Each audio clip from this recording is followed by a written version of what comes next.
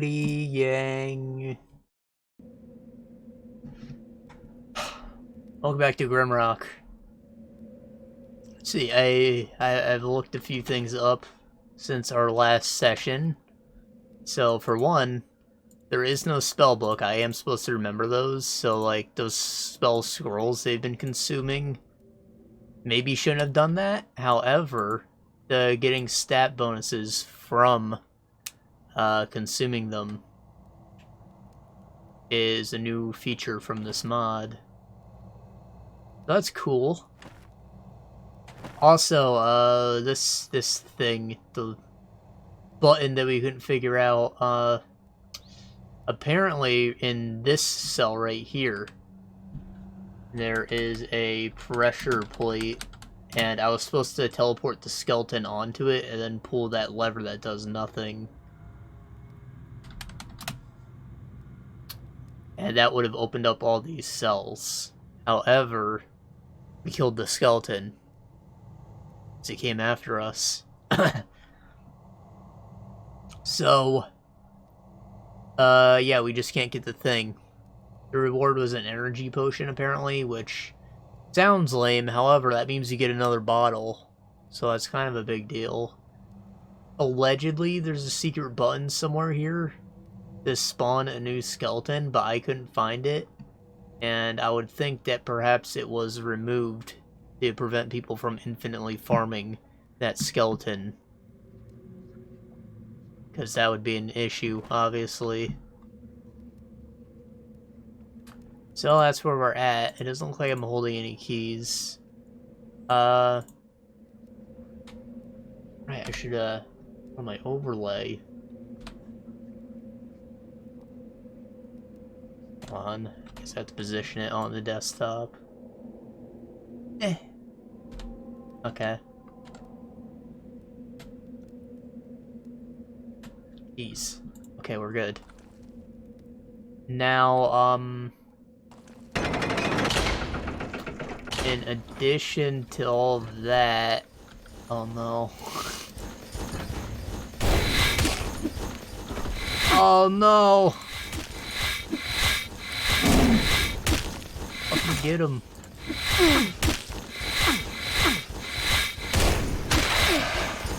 Oh.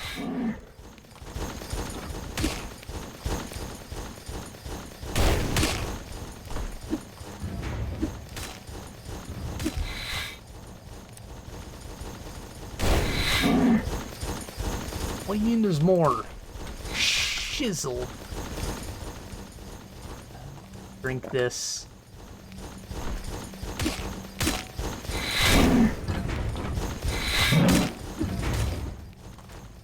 Oh, did I just drop one through a floor?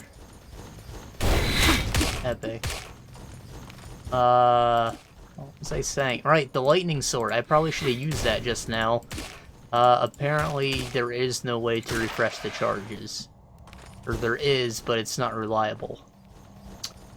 There are, like, maybe 3 recharge potions you get as puzzle rewards somewhere.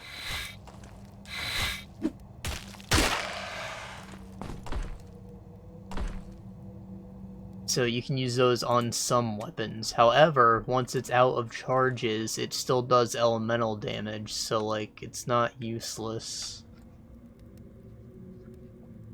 My issue is I still have no idea whether or not the charge is used automatically, or if I have to like push a button to use it.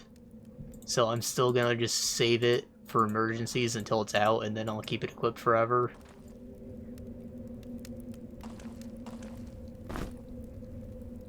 There's my key.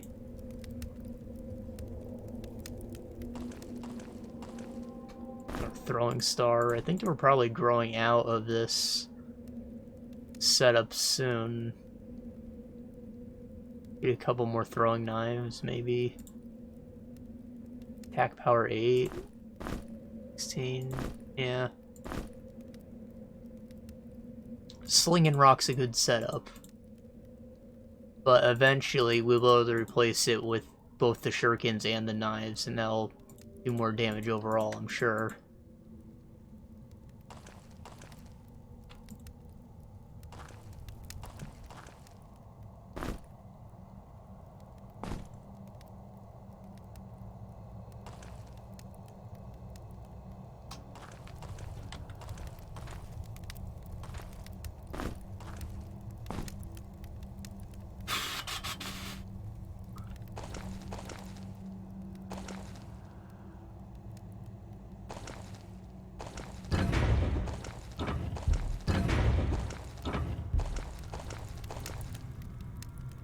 So, since this one opens up like only when you have something on the plate, I'd feel like there's a good chance there's some fat loots down there. So that's where we're going. Oh, he's still alive.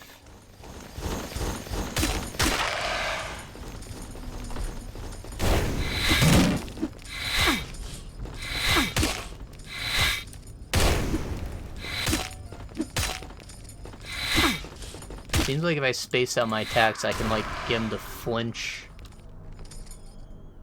And, like, cancel his animations, you know? Boy is slow.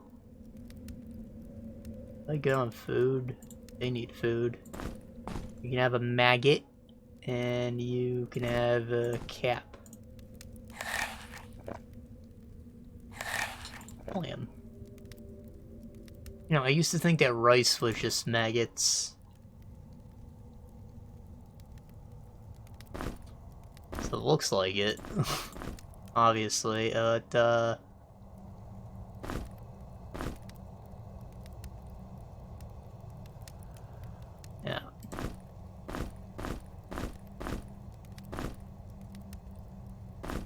What was I saying? Right, there is actually, like, places that do fry up maggots and eat them in, like, a pan. And, you know, they basically are rice. However, rice itself is a plant, obviously.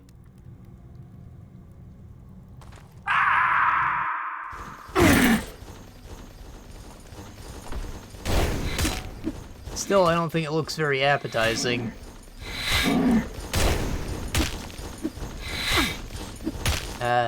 Not that I don't like it. I mean, fried rice is good when it's like brown or yellow.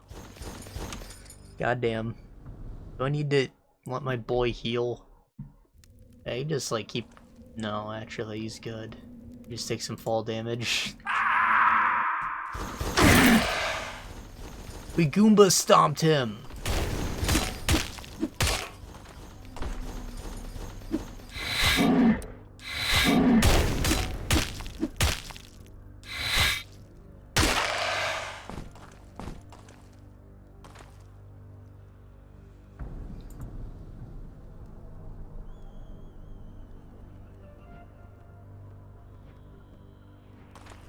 That felt pretty sick, honestly.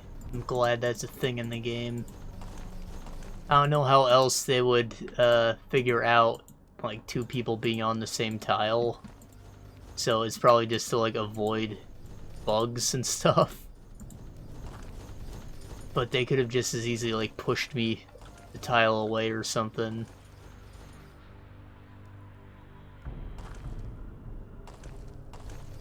And then you had me get fucked on both sides.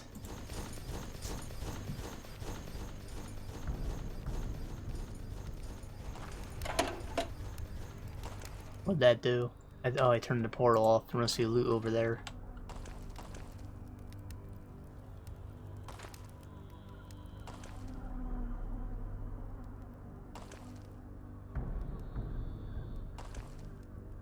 Ta-da!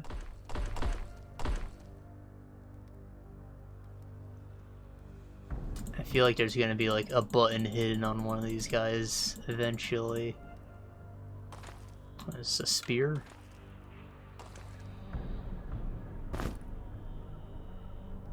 The normal ass spear?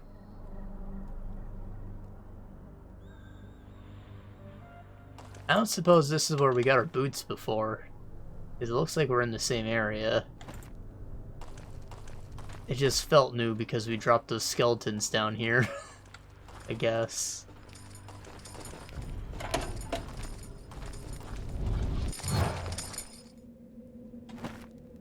Oh well.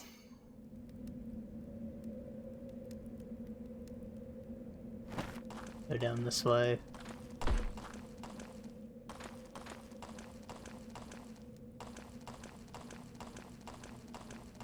I'm actually gonna throw this rock back there. Because one of the new things added by this was an escape sequence at the end. You know, normally the game just ends after you kill the final boss, but escape sequence. Sounds cool, right? But I have no idea, like, whether it's gonna make us go back through the areas that we already did, which maybe leads to you dying from stuff that you left behind, or if that means going through a completely new area on a time limit or something like that.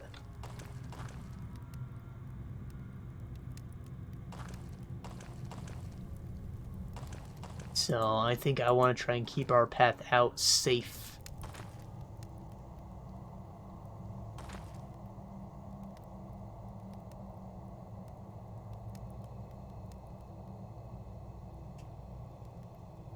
I should probably give myself a sack for holding skulls.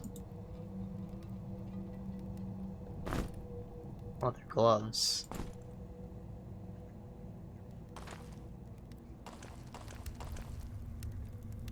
Wonder what that lever did.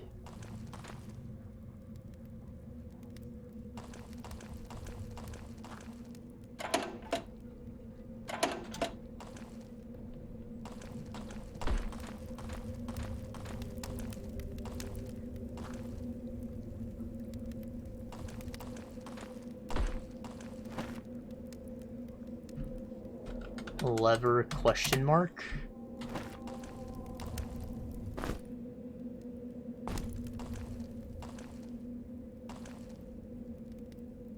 Pretty sure I only pulled it the one time, right? Pull it again. Oh, okay, I see it.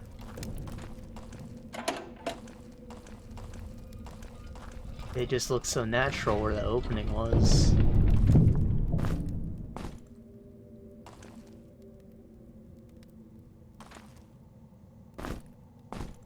Fried Magoot.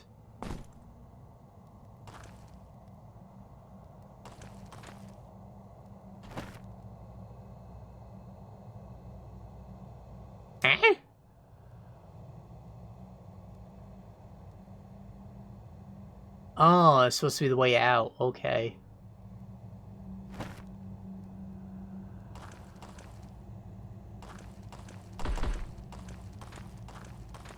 So, like, the door was open because we left through this, and then we just hit the button to open it back up, but we didn't do that. That's what that's for. Got a key. And leather gloves. I actually did the side-by-side comparison.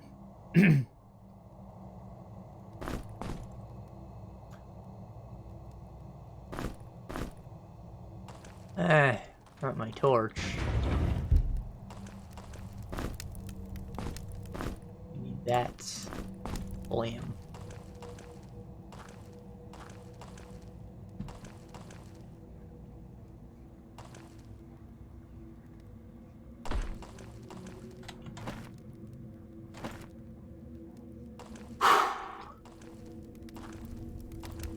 What's this note? What is this note? I haven't slept lately. There's an echo in my dreams that's too faint to hear. I wonder what it's trying to tell me. It's a room.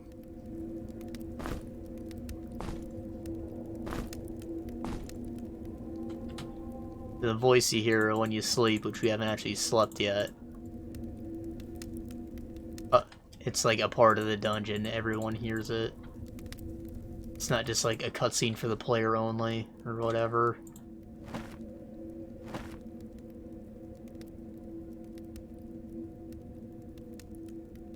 Speaking of for the player only, I just finished Assassin's Creed Origins yesterday.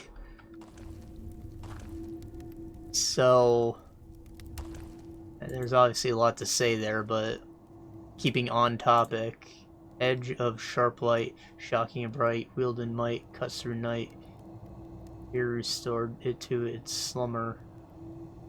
I think it's talking about my lightning sword.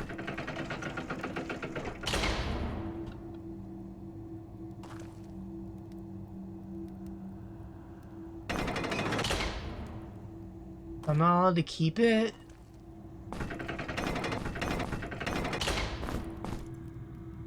No.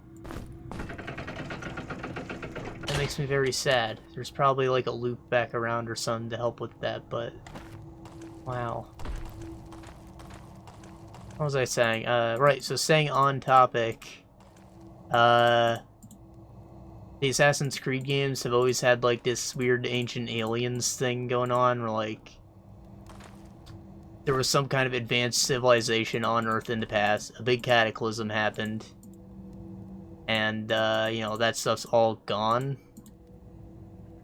But there are people from that civilization whose blood still exists, and they are mostly assassins. And like some of their temples and relics were left behind as well, which are revered as like holy artifacts throughout the world. So like, well, I think in Odyssey the relic is the spear of King Leonidas, right? Or of course for the first bit it was just the Apple of Eden, which was like a mind control orb.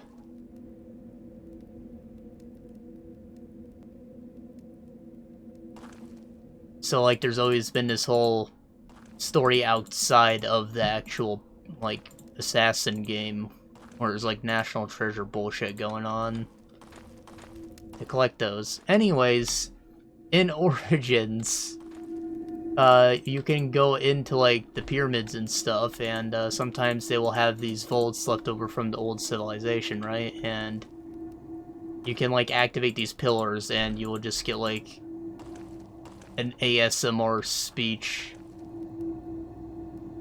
from someone talking directly to the player.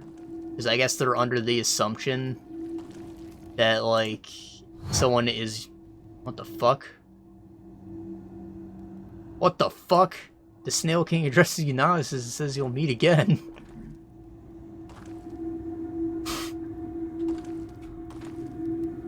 Right, so the people from the past just assumed that the Animus would be invented eventually, and, like, they know about, like, Desmond and how he saved the world in 3. So, like, they're speaking both directly to the person using the Animus, but it also feels like they're talking to you, the player, specifically. Like, maybe even the in-game world is a simulation and they are aware of it. So, like, it's kind of weird that you're, you know, you're listening to these fucking long-ass things, and Bayek's just taking it. He doesn't say anything about it. He's completely unfazed.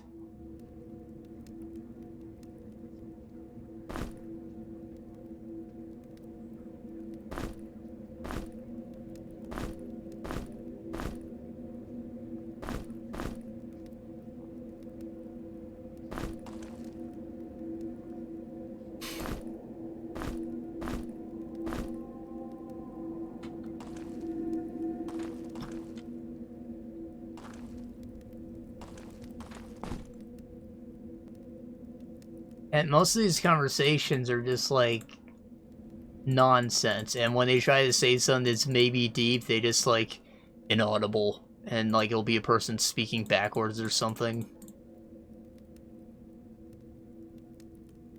Because I guess they're trying to avoid controversy, like telling you, yeah, God is actually...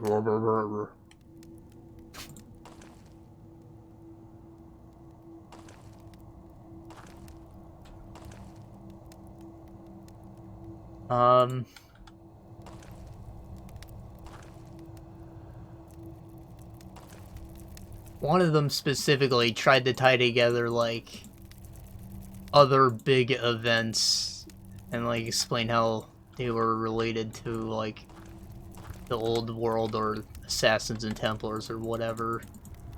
So I guess it was neat to just have more of that stuff expanded in this alternate universe. So on to the actual game, though. See, Origins is, of course, one that takes place in Egypt. Not ancient Egypt, which was kind of disappointing.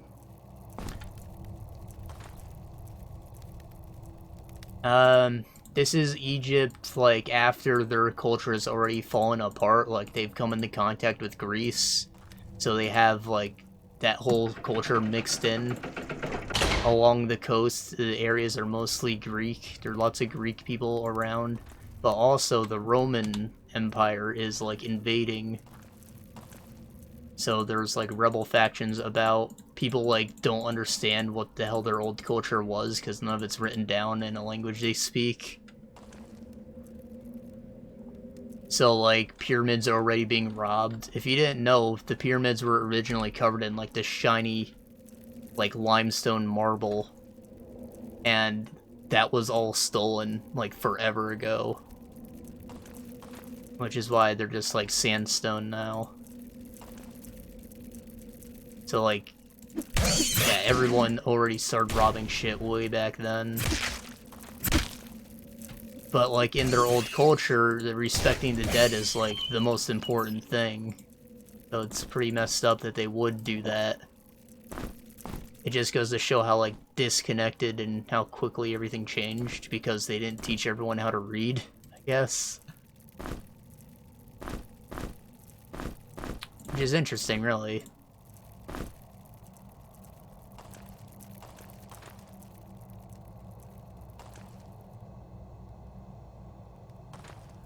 So, I don't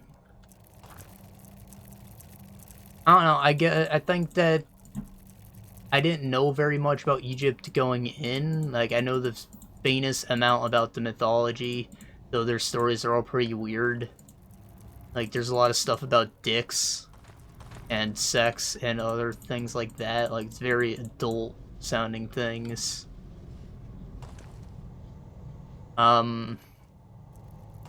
But basically, the gist of the religion, like, you know, Christianity, be a good guy, go to heaven, right? So, like, the gist of Egyptian society was life is referred to as the great labor, and your goal is just to accumulate as much wealth as possible so that you will one day be buried with that stuff and you'll take it with you into the afterlife. Now, once you are in the afterlife, the god Anubis, the jackal, the dog man, he'll, like, take your heart and weigh it against a feather on a scale. If your heart is heavy with, like, grief and guilt and stuff, you go to Duat, eternal suffering. Otherwise, you go to the field of greed and, like, go fuck bitches with your riches.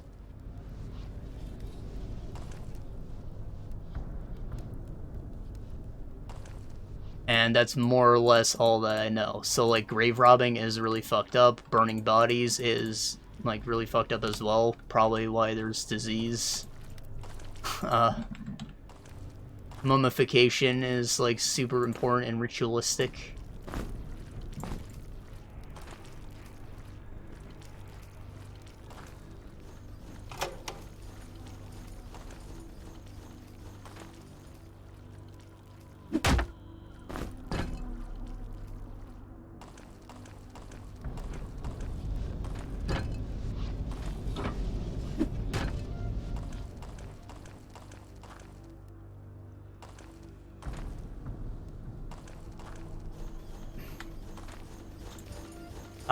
So I also knew that the Pharaoh is, of course, a god emperor of sorts. Like, they believe they are a god incarnate. I didn't know which one.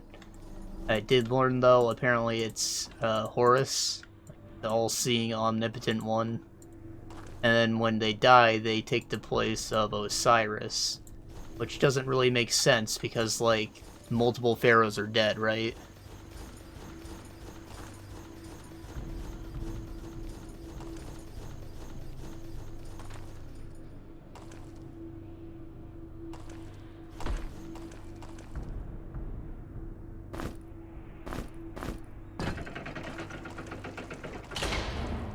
Can I take this rock back, or will that close it?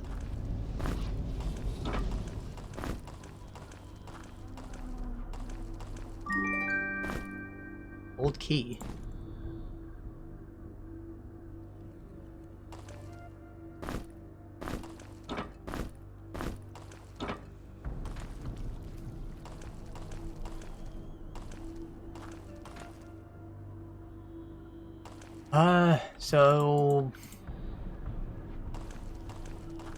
See, the story here is actually rather simple.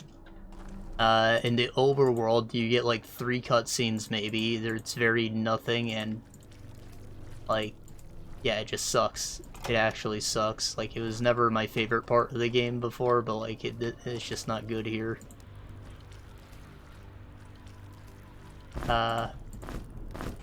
Basically, we have a new character called Layla because Desmond died at the end of 3, and I have no idea what's happened since then. Like, I did play Black Flag, but that was like a first-person adventure as an Abstergo employee. Like, you were using the Animus to record the past and make movies and video games. Is like a very meta approach to it. But now they're trying to do something else, I guess.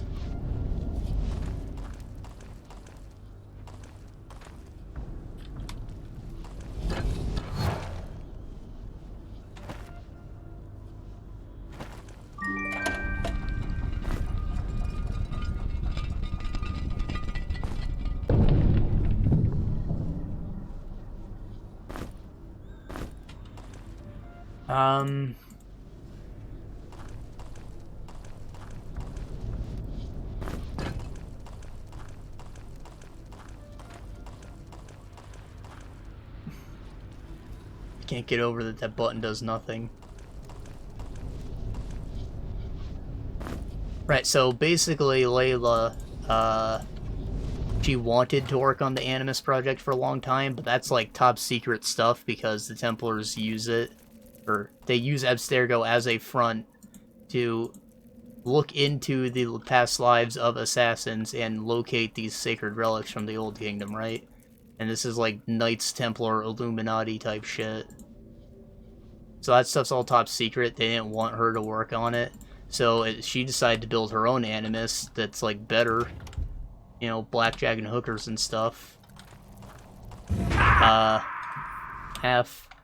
And hers lets her view the memories of anyone, not just her own ancestors. So she can get like, I don't know, like a bone sample, some blood, whatever, and just like live someone else's life entirely. Which is actually a good thing, because that let them justify you being able to alter the past, because it's not like it's not in your DNA, it's just a simulation, 100%. You're not reliving memories.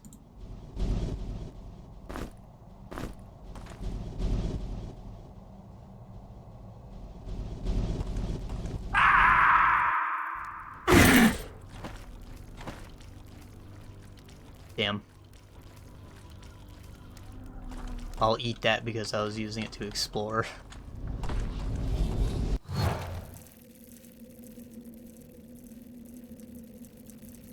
Actually, I won't, because I want to go back there and put the rock back, because maybe it does something on the upper level.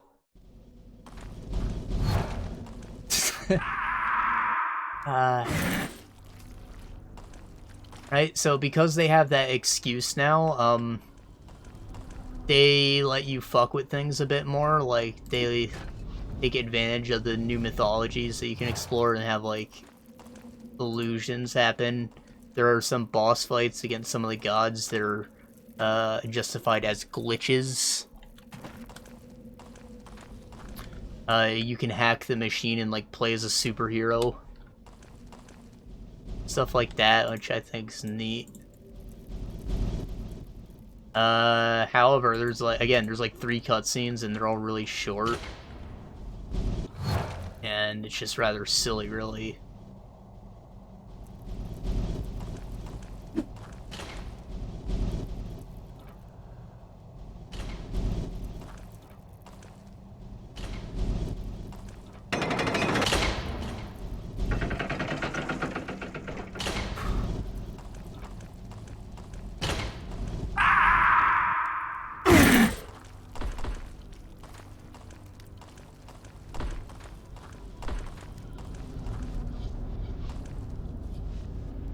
I have no idea.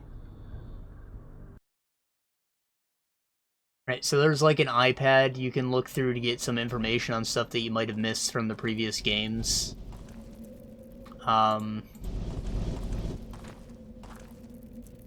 Which I don't know, I knew the gist of it. I know Desmond's story and that's it, so I just, like, I didn't care too much. And not much happens with her. If Sterigo finds out what she's doing and tries to kill her, she kills a few guys. Her best friend gets killed in the process. And it just all happens so quickly. And it's like, whatever. Just put me back in Egypt, please. Please. So then with the actual game story, we play, Bayek.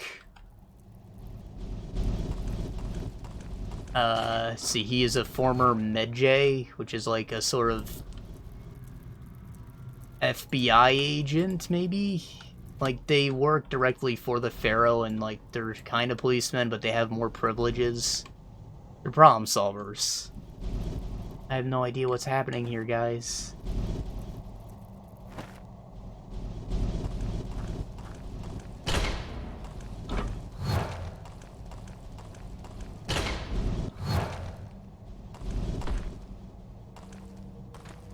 So he is actually educated. He can read stuff from the Old Kingdom. But he is the last of his kind. The rest of them have been killed off by the new pharaoh who sucks ass. Ptolemy? Cleopatra's brother? He, like, invited Rome in and pissed everyone off. He's just a shitty pharaoh. So in addition to that, there's one of those ancient vaults in your hometown, which ends up getting your son killed. So you just go on a revenge rampage against the precursors to the Templars, known as the Order. And you go and hunt down the Apple of Eden, which is, of course, the first relic to show up at the end of the first game. So, like, this is both an origin story for the Brotherhood of Assassins and for, like, the Apple itself, which was a big component of the, like, the first 5 games. God, I don't know what that freaking grade's doing, and also this teleporter thing is, like, pushing him away. Is this maybe relevant? It's not.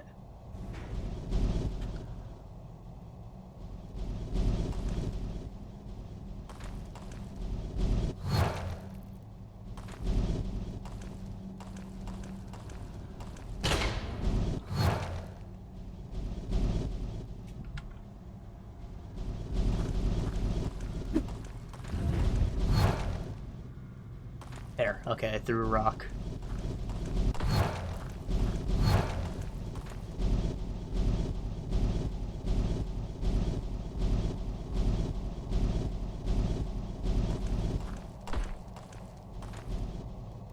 What was I saying?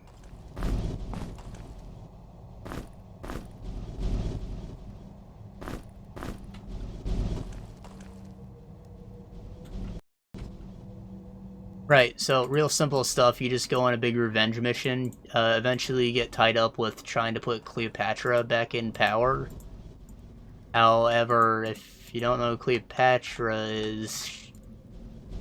yeah, she's just like a hot chick. Like, she's a party girl. She fucking does drugs and fucks everyone. Uses her body for political gains.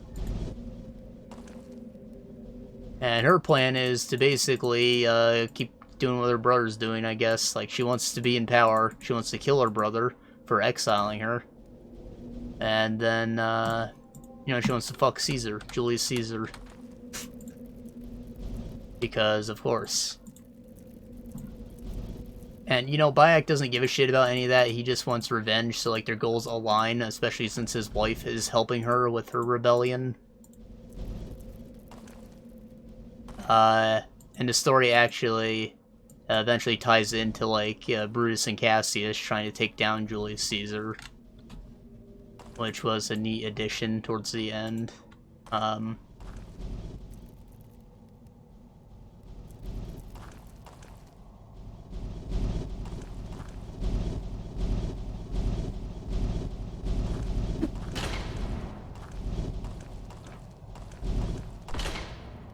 Damn.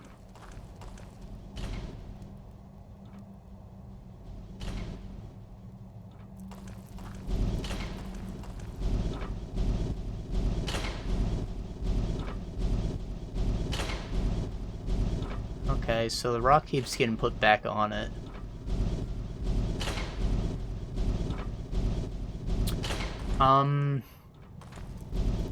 So yeah, nothing really special there, aside from, like, when the apple shows up and things are kind of cool again. This, of course, eventually leads to Bayek and his wife starting the Brotherhood of Assassins, which, you know, a little miniature mind blow when they show you that the freaking logo is just the imprint of an eagle skull. I didn't know what it was before, it's just kind of like a raindrop shape, but alright. See, the hidden blade apparently came from just someone, like, before them even, who used it to kill, Xerxes, the king of Persia. You know, like, from 300. Fucking big, beautiful man with the nipple tassels. I don't know what that thing is activating. Oh, there's a lever.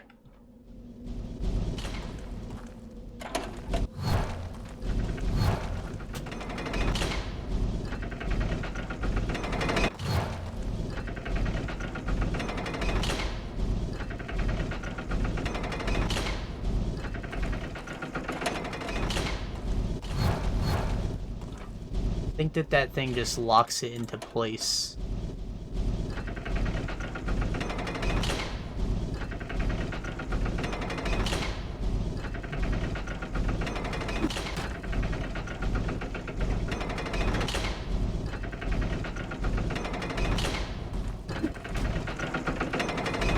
Damn, I was right-clicking.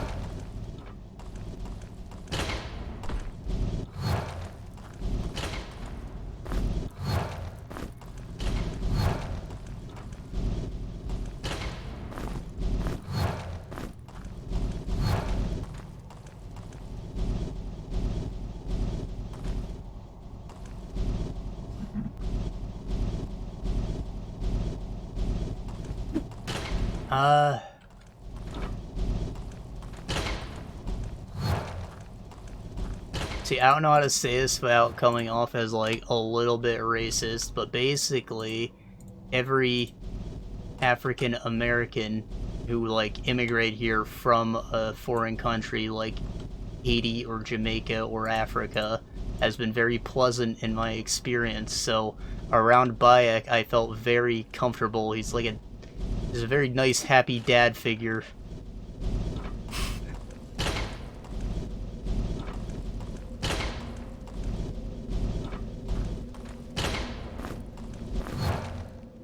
I don't know why that thing is broken now.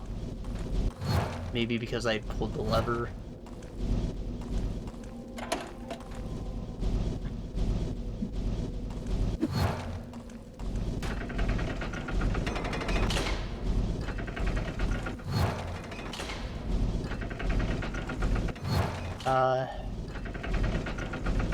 And, like, I guess that's basically his whole character.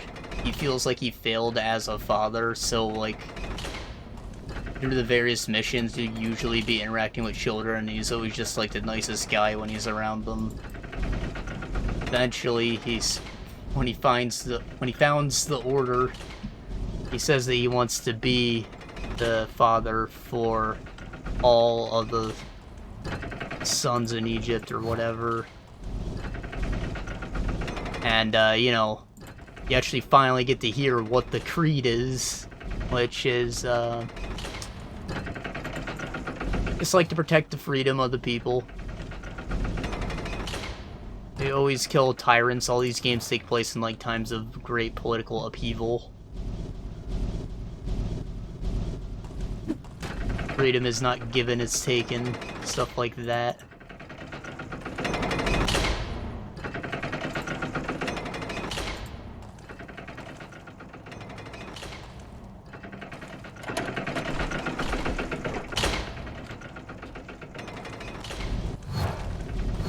Uh...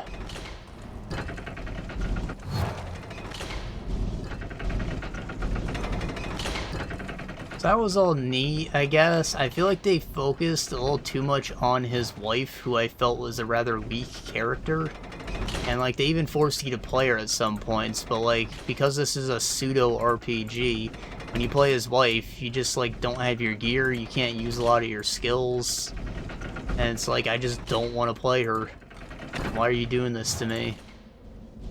And, like, just like Layla, she doesn't show up very often. You guys are both separated, trying to take down the people who killed your son.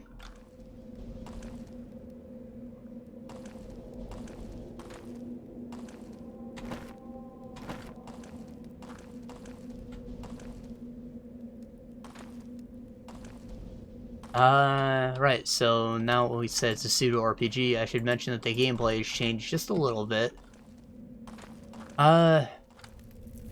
So the previous games, they just had, like, a lot of bloat to them, I guess you could say.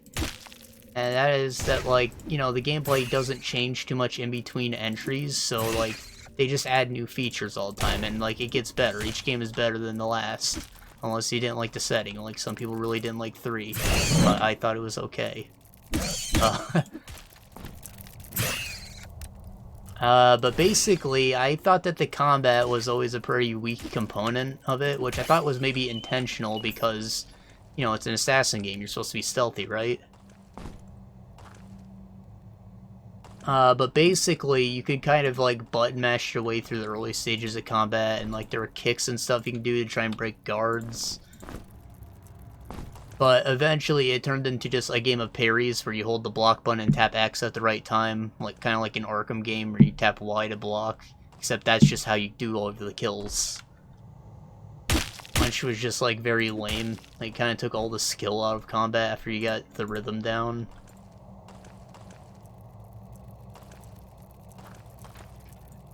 So they changed it to more of, like, an action-y thing. You demand a sacrifice. How about a rock? Oh? How about a dagger? Meat? You want meat? Is there, like, a button?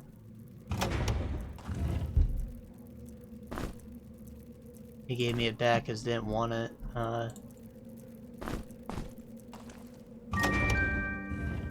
Nice.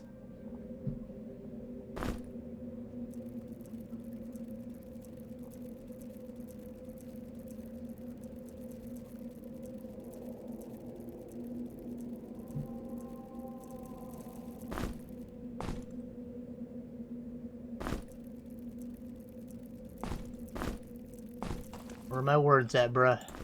Oh, it gave me my dagger back. It was just a show of good faith. What if I give it something more valuable, then?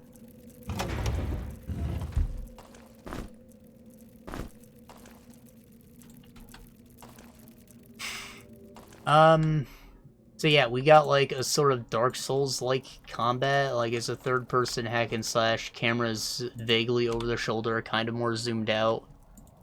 Which I think is kind of a big deal. Like, it doesn't feel amazing. It feels kind of floaty and, like, sloppy. The attacks aren't very weighty. There's a light and heavy attack system. The heavy attacks are mostly just there to break guard.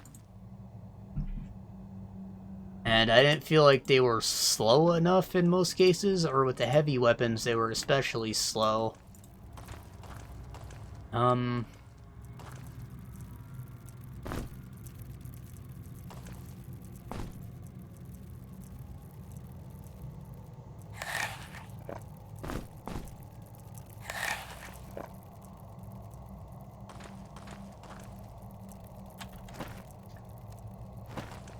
Let's see, you also level up, which gives you skill points to unlock new abilities. A lot of these are passive, and some of them are like, new ways to use a specific weapon. Like, maybe you'll upgrade your Predator bow to, like, you can hold it, and, I don't know, you could control an arrow while it's flying to snipe someone ridiculously.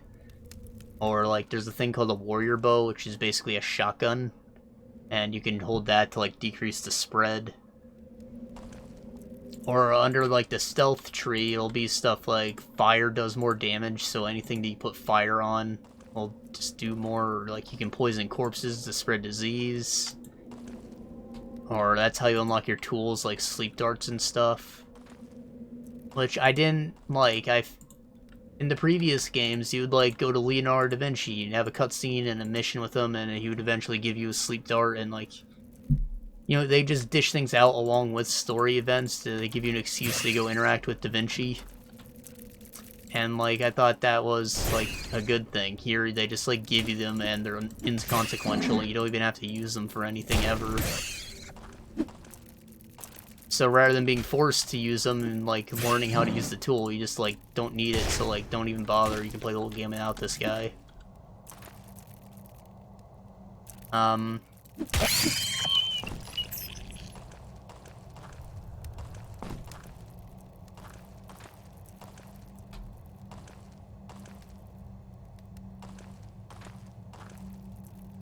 See, from that, you also get, like, a charged attack, which I found to be pretty essential. It both instantly breaks a guard and it knocks the target down.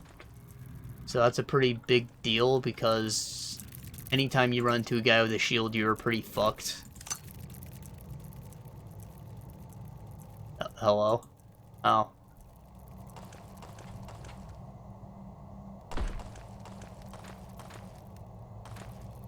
Especially if the guy has a tower shield, then you are super fucked.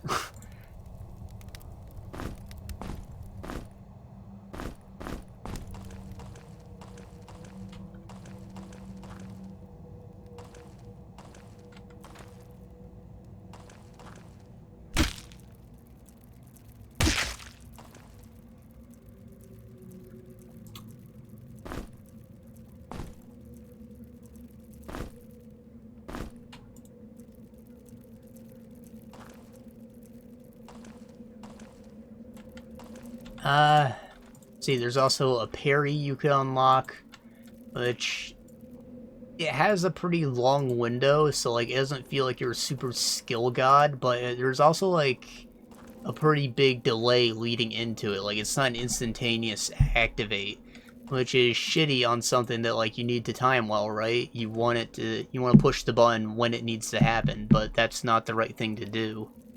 So I think that's actually kind of hard to execute, despite it having a pretty generous window.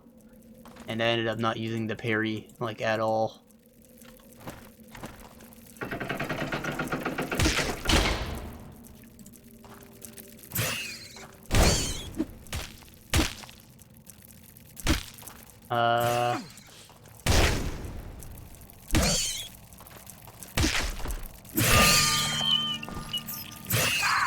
Shit. Oh no.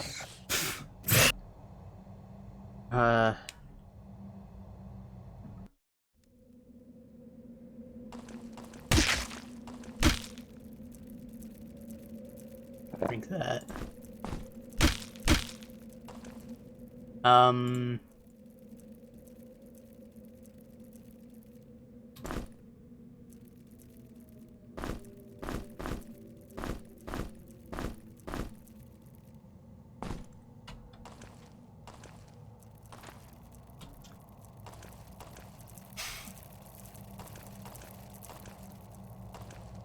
Right, so I didn't hate the skill tree. I thought that each thing you got was pretty significant, unless you were buying things that you didn't care about. Like, one of them is, like, you can hijack horses, which is pretty useless, since your horse just magically teleports to you when you press Q. So, like, you never would need to steal a horse. This isn't Grand Theft Auto. It's just to pull a guy off, but, like, why wouldn't you just shoot him with your bow, which you equip 2 of? Or, like, just chase him on your horse. It's really no big deal. There's no reason to ever have to pull someone off it. Hell, if you can even, if they're unaware of you or not hostile, at least you can even assassinate them from the ground. Like, you don't even have to pull them off.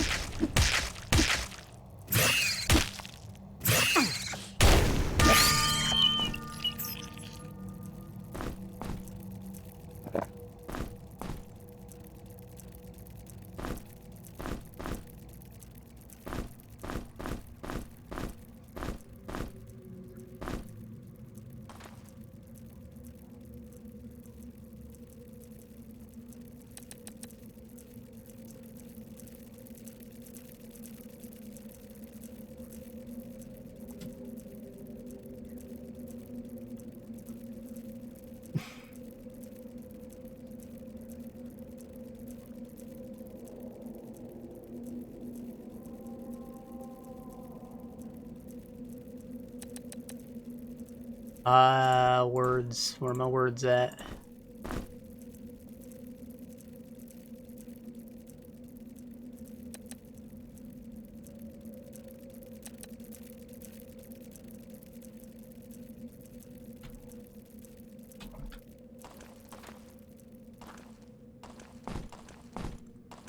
Right, so the map itself is split up into, like, United States-sized, chunks called leveled zones.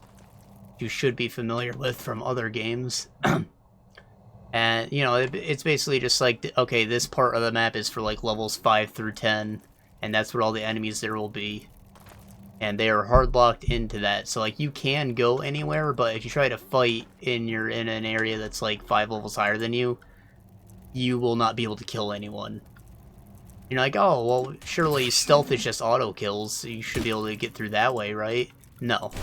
Stealth now have a damage thing attached to it, or your hidden blade, you have to upgrade it with crafting materials to make it do damage. Even at its max level, you still won't do a ton of damage to someone who out-levels you. So basically, if you want to auto-kill someone with stealth, you need to be their level or above, and have a solid hidden blade if you're going against, like, a captain or something.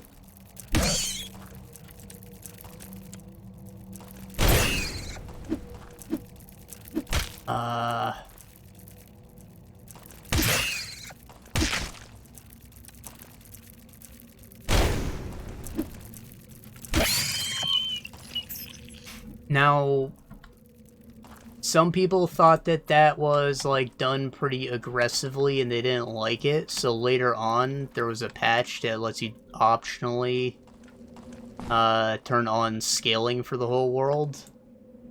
I, however, thought it was okay. It was sort of the only sense of progression that I really felt, because the leveling is kind of artificial.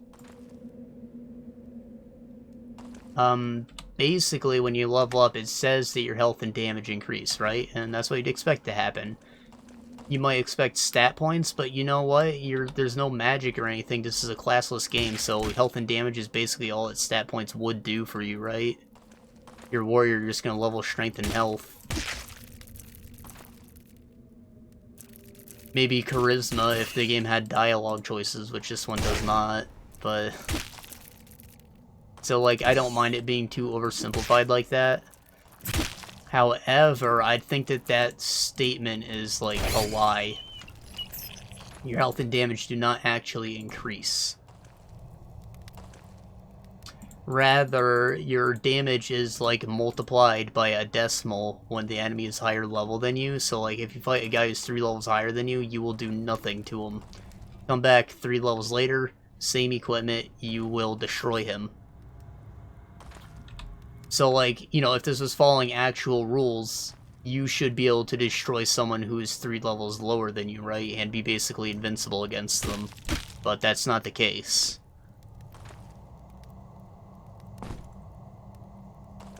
Which is why I'm pretty sure it's like a scaling thing. In fact, leveling up seems to not really increase your damage at all. Rather, it makes the enemies do less damage, so it feels like you have more health, and you maybe do slightly more damage, but when you go back to, like, the level 1 zone and try and fight guys, they'll still take, like, 2 hits to kill.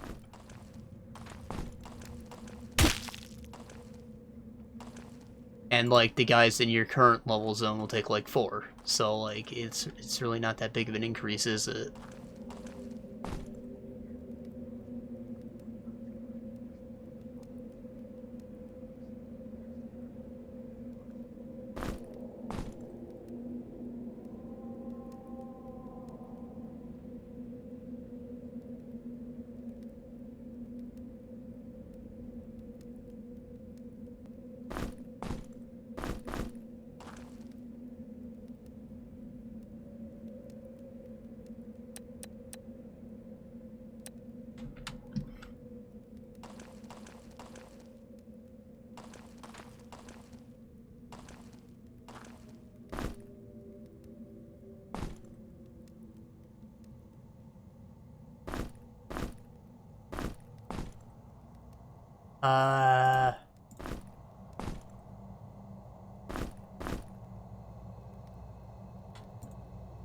Like, again, I don't think that any of that's necessarily a bad thing, but, it's done poorly if I notice it, right?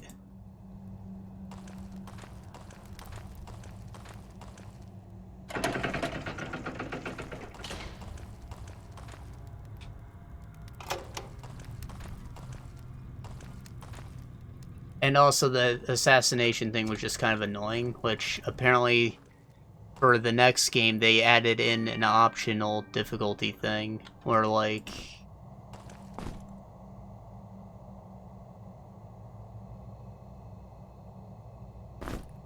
you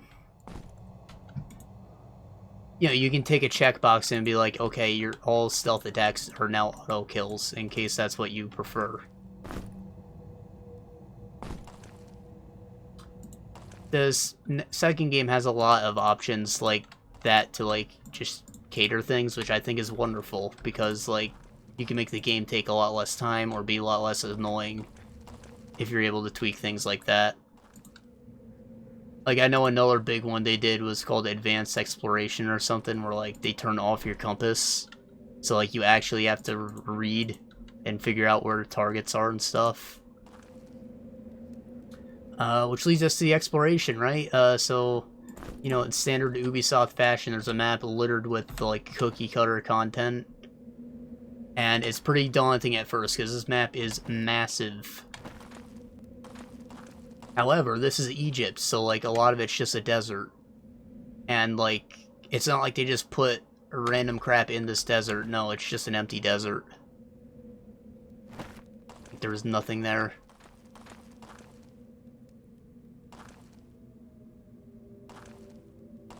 And, like, it's pretty, so you don't mind walking through it, but on the other hand, it's like, you're kind of mad at it because it gives you anxiety from looking at this big map, and then you go there and find out there's nothing there. And it's not to say that's, like, the whole map, it's just, like, the edges, like, all the levels that are marked for, like, high-end levels are probably just an empty desert with no actual content in it. Which is kind of like a bullshit lie, because, like, why does it say I need to be level 40 to be here if there's nothing here, not even enemies?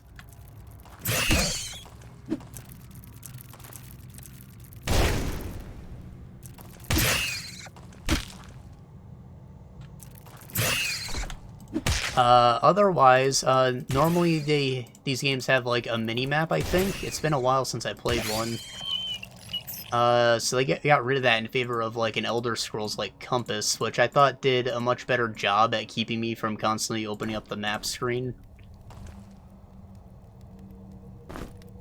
Instead, I just, like, look at the compass, I'm like, oh, there's shit to do to the north, let's go north. And, like, I just kept moving on like that, and, my first day with the game, I felt like it was all moving freaking lightning fast. Like, there's a lot of stuff to do on the map, but, like, it all takes, like, a second to do. Even the camps are very quick, and, like, they only speed up as the game goes on. Because, you know, the sync points, the towers that you climb, every one of those that you do increases your bird drone's perception, which, you know, you have a bird, it's basically a drone because that's the hot new thing. Everyone has a drone toy to play with.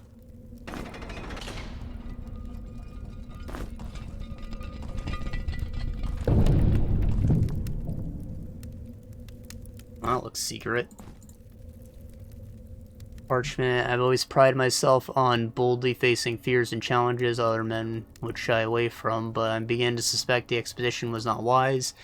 We thought we were well prepared, and under any other circumstances I believe we would have been, but here, in this ancient unknown place, the natural order of things does not sit right. Lord Perel.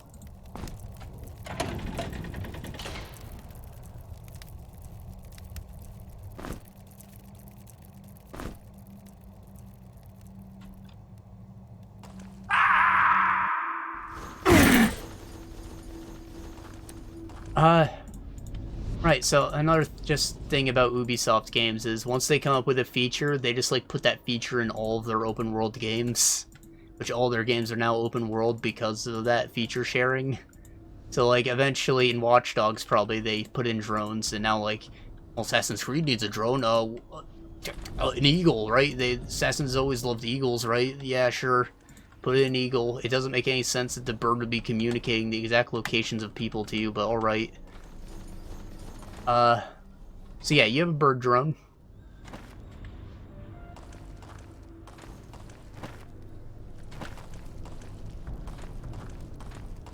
And you can use that to, like, mark targets before you even go into a base.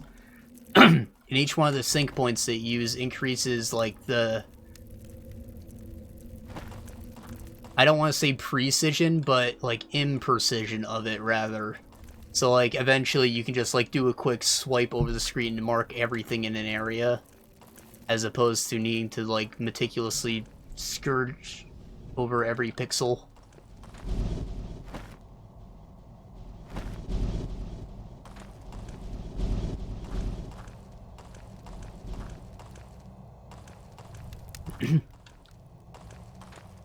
So that really speeds things up as well, just like having all the important stuff in a camp marked for you right away.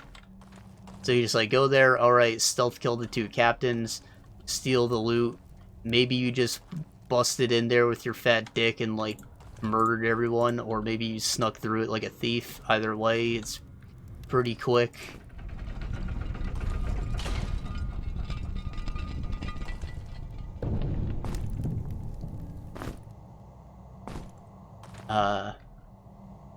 Let me mark this on my map.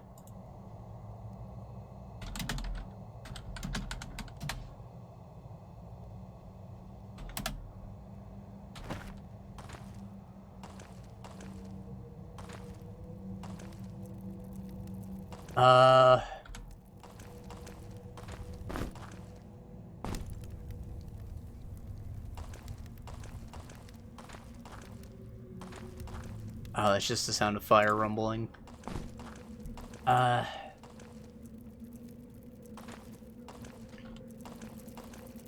And, like, the camps are the things that take the most time, so, like, the fact that they're so quick is, like, a godsend, I guess. But otherwise, there are, like, areas that are just collect treasure, or, like, here's a pack of animals, kill their leader. Which is just an animal, it takes a bit more hits than the other ones, but it gives more loot as well. Brings us to hunting, I guess, or rather gear progression in general. So this one didn't go super ham on itemizing your equipment. Like, you collect weapons as Diablo loot, and that's it. You have a bracer for your ranged attacks, your melee attacks, your hidden blade, your tool belt, and your breastplate, and you can upgrade all of those by collecting metal from recycling weapons and hides from hunting animals. Which is a pretty long grind. It lasts until basically the end of the game, but I did max all of them out. It wants a ridiculous amount of hides from you, though. Like, have you ever been to an arcade and played one of the Cabela's games, where you just, like, get a shotgun and freaking slaughter an entire forest? Yeah, it feels like that. You just, like, murder hordes of animals to try and upgrade your breastplate one level.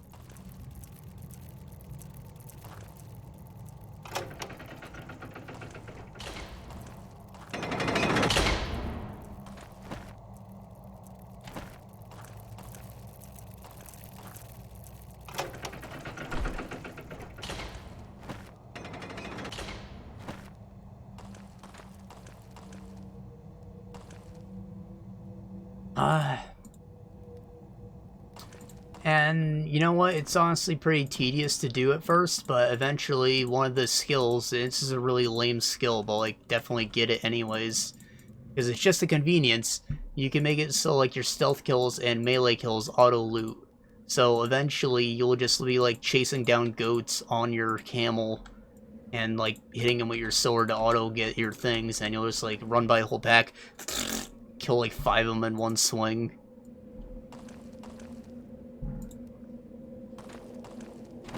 There are also an upgrade that like makes merchants sell the pelts, so you can spend your money on that if you want.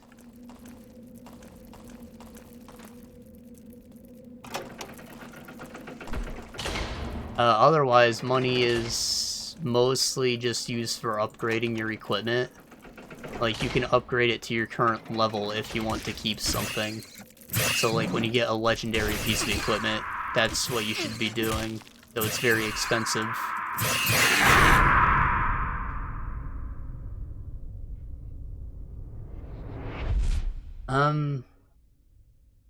So as far as the Diablo loot bullshit goes, it, follows a pretty simple pattern. Basically, every tier of it, gray, blue, purple, and yellow.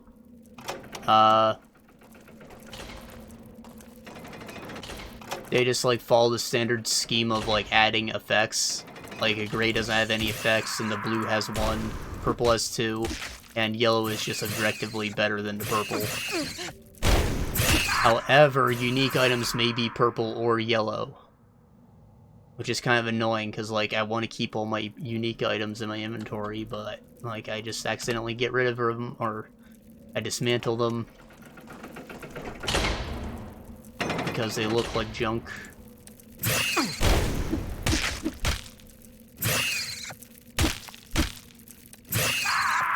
It doesn't look like poison can kill you. I need to heal. Or I need to run through that room, or something. What's down here?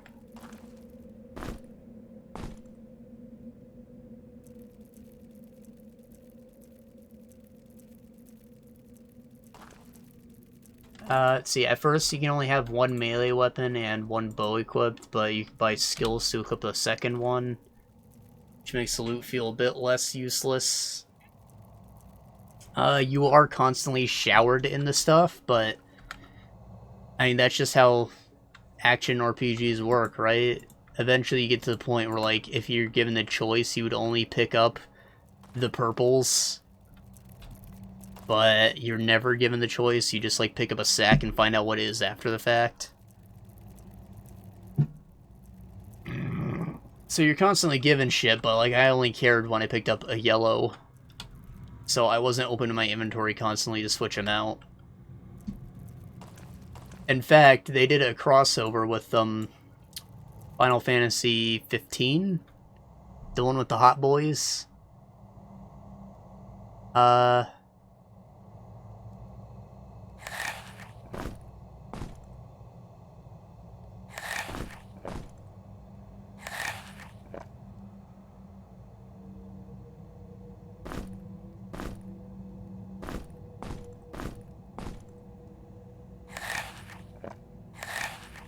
So, basically you go into a temple and, like, do some seemingly random bullshit with that, and it gets you some items from Final Fantasy 15, like a motor sword and a shield, and a chocobo mount, which is just a camel dressed up like a bird. It actually looks pretty cool.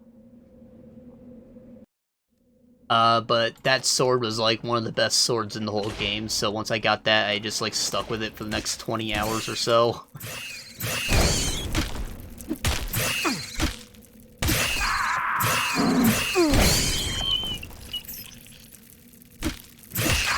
Oh boy.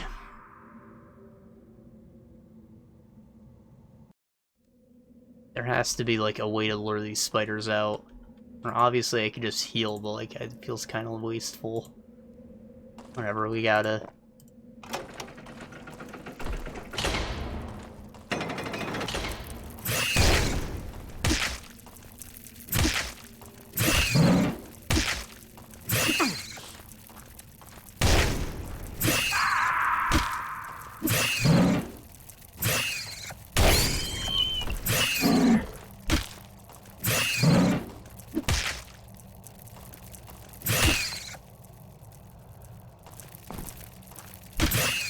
Okay, it looks like that's the cheese strat. I just need to get in there and keep it so only the one is out at once.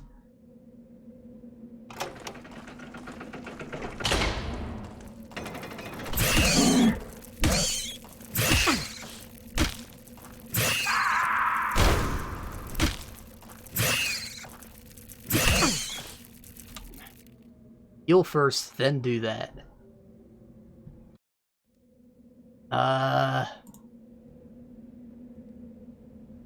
So yeah, the game seems pretty daunting at first, but it actually, like, wasn't too bad. Everything went pretty quick. I told myself going in, this is an Ubisoft game, most of this content is, like, pointless, so I'm not doing most of it. Like, I didn't check off everything on the map. And, you know, that felt pretty alright. I still did, like, half of it, just naturally. Like, I walk a straight line, and if I come across a camp, I do it. I did end up doing all the side quests, though, because those are, you know, they're like The Witcher. They had dialogue, they had characters to kind of get invested in. I mean, most of them are just, like, farmers who send you on fetch quests or whatever. This tax collector is, like, riding my ass. Could you please murder him? Which is kind of fucked up, but okay. It's weird that, like, things that are maybe, like, lesser problems, Bayek's just like, okay, I'll kill him.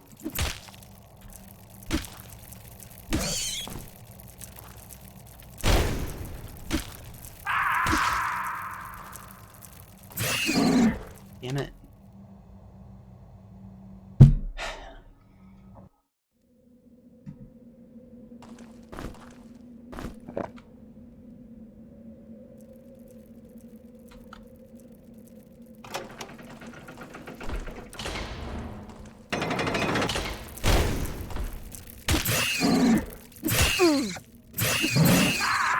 Oh, you know what I should be doing? Never mind. I was gonna say the lightning sword, but it didn't let us keep it. The poison thing might be good though, right? Can I even use daggers? I doubt it.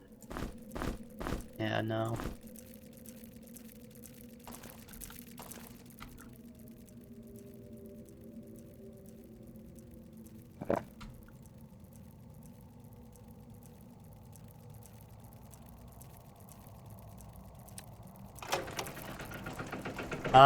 So overall the game took me about 45 hours to, and that's like doing most of the content.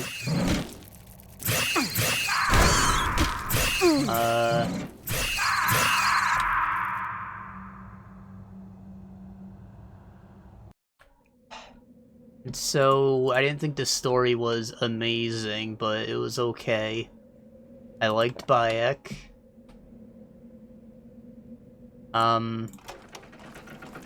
I thought that the world was the strongest component, actually, and, like, I wasn't too excited about going to Egypt to begin with, but, like, I think that's really, like, fully realized. And, you know, I was just expecting deserts, because you think Egypt, you think, like, Giza, right? But no, there's, like, entire jungles along the Nile. A lot of this land is, like, verdant pseudo-Greece. There's, like, lots of different types of architecture with the various cities. Like, you go to Alexandria and it's, like, both Greek and Egyptian. And then you go to the capital of Memphis, and it's, like, in the middle of the desert, and it's, like, all Egyptian. And, like, it's got this gross green fog over it because people are fucking with the corpses over there.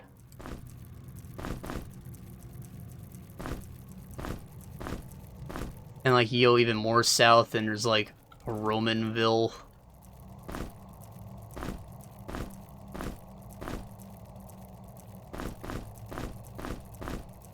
And then there's, like, swamplands where, like, people worship crocodiles. Apparently one of their gods is Sobek, so he's a crocodile, he loves crocodiles, and there's, like, a whole city called Crocodilopolis where they actually, like, tamed all the local crocodiles, and they're just friendly, and people love them, and they'll get pissed off if you kill them. I thought was pretty neat.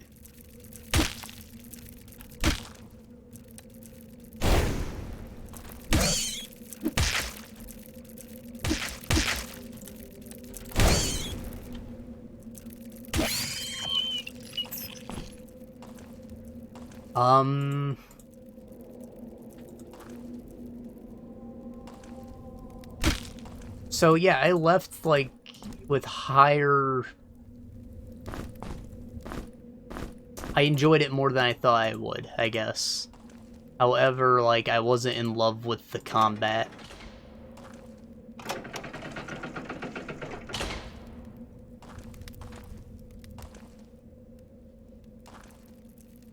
And, you know, I feel like I did learn a bit about Egypt, which is cool. I think that the Discovery Tour thing to implement it is awesome, though I didn't use it myself. Like, I love that friggin' college professors are using that in school to, like, teach people about Egypt. That's awesome. I didn't talk about the graphics. The game is fucking gorgeous, alright? It does not run on my computer at all. I was in, like, medium settings and struggling to maintain 30 FPS, and most of that was on the processor end, because it has, like, an in-game profile. If you hit F1, it'll tell you exactly what's doing what, and, like, my graphics card can get, like, 40 frames on medium-high settings, but my processor is, like, struggling to maintain 30, and most of that is because of volumetric lighting effects, which, if you don't know what that is, basically it simulates each pixel with light. So, like, normally this kind of light would be, like, baked into the environment, and, like, it would maybe be simulated on your character when he comes by it, since he's a moving object, but, like, since the light's static, it's just gonna stay on the environment. But if your open world game has a day and night cycle, they can't bake in lights at all, so, like, that's already a big performance hit with open world stuff in general. But then you add these volumetric effects like fog and god rays and clouds, and eventually your processor is just overwhelmed.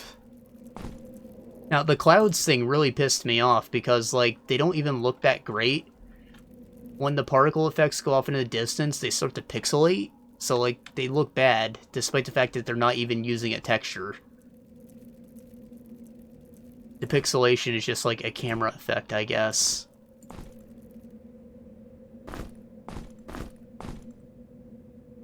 Getting very close to the formula, mixing powdered Grimcap with witch flower almost works. I think I'm missing one more ingredient.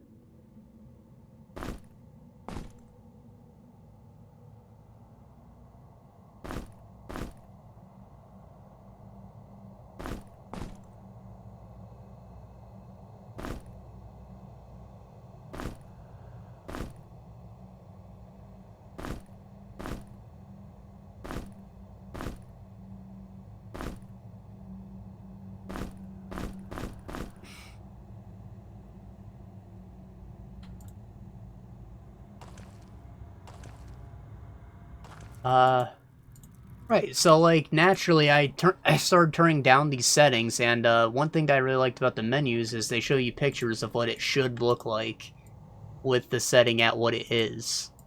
So, like, you don't have to unpause and, like, try and look for differences, and for the most part, most of the stuff that you reduce is completely unnoticeable, because there's just, like, a disgusting amount of detail in all of these textures.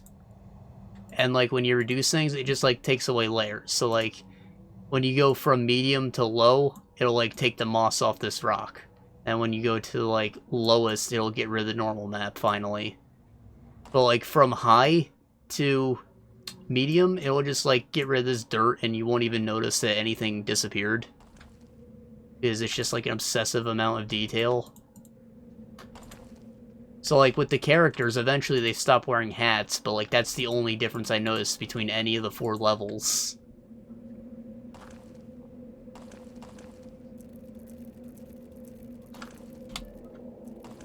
Or, like, with your character, there's a setting just for him, and, like, when you go from very high to high, it just, like, gets rid of some of the scratches on his leather. These are just, like, so nothing options, and, like, it's amazing that we are at that point where, like, the lowest setting still looks amazing. However, the volumetric clouds things really pissed me off because, one, not only do they not look amazing, but if you turn it off, you just have a blue skybox.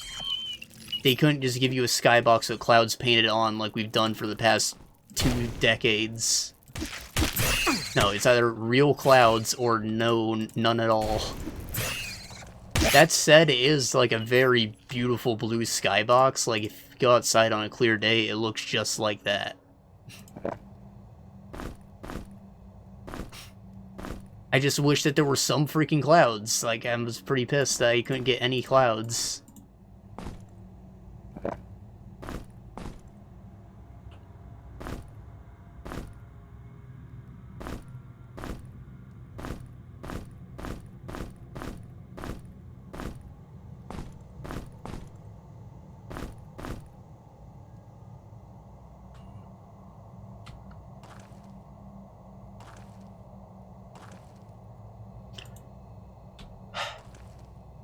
That said, 30 FPS is very playable. That's what consoles are usually doing. And, like, you know, as a PC Master Race gamer, I'm used to playing on, you know, the highest settings most of the time. And, like, it kind of, like, hurts my brain when I can't do that. However, it's just, like, future-proofing, right? This game is going to, like, be ported over to the PS5, and it's still going to look great. Like, that's what it's there for. And, like, you know, The Witcher 3, that's getting, like, a patch for, like, 4K textures and ray tracing and stuff. A free patch before it gets ported over to the next-gen consoles, and, like, that's just future-proofing, too. I could currently run it in max settings. I'm not going to be able to run it in the new max settings.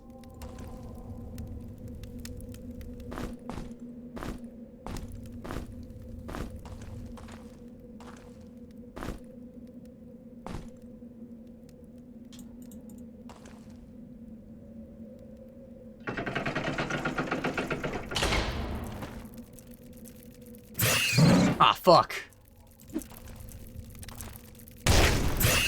Fuck.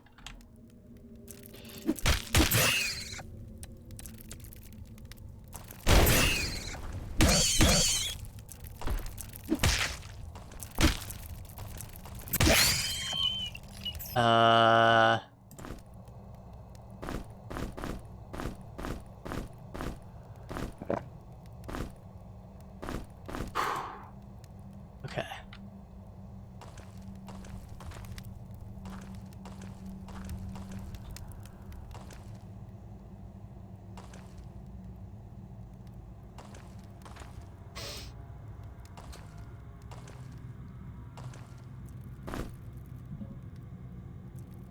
Lord Perel's satchel. The guy we've been following. Just like an accessory? Satchel only. Container. Right click to open.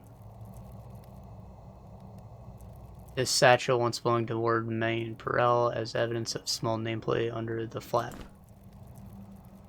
Oh, it's just junk. Just another bag. It's a valuable bag, though. I guess I can move all my crap into it.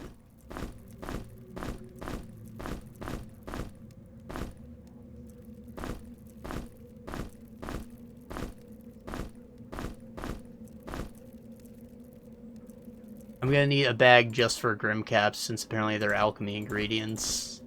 But they're also food.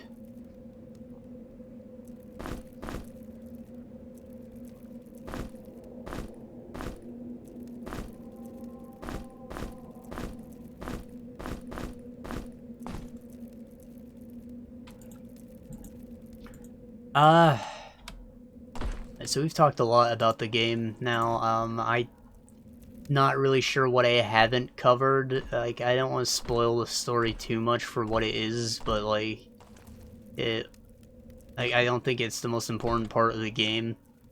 I thought the world was great. I just didn't love the combat. I think that, like, for a first attempt, I think that it was alright, and I'm sure they made improvements later on, so I'm looking forward to those. I did buy the whole 3-pack collection of them, so I don't know if I'm going to move on to Odyssey right away, but I will be playing that soon, I guess.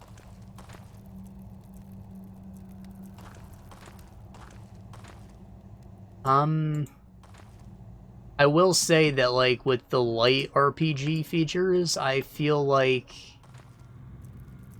they didn't change the overall progression of it up too much from how it worked in 2. Like, you would buy stores and, like, get money, and you can buy new swords. There were some heavy weapons you could equip. You could upgrade your armor at those stores.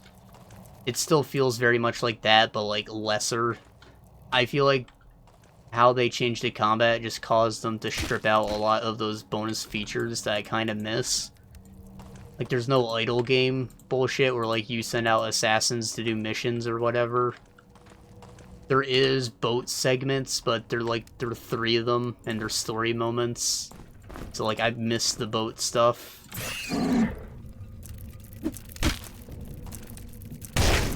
And, you know, they're obviously going with this new formula for the next few games, so they're going to re-add those features as things goes on. And, I think that this one's just not quite there yet, but it has potential, and I'm looking forward to seeing where it goes. So, overall, I think I have a pretty high opinion of it. I have to watch my back more carefully. The spiders are everywhere. Oh, what a jerk. I almost got killed for that note.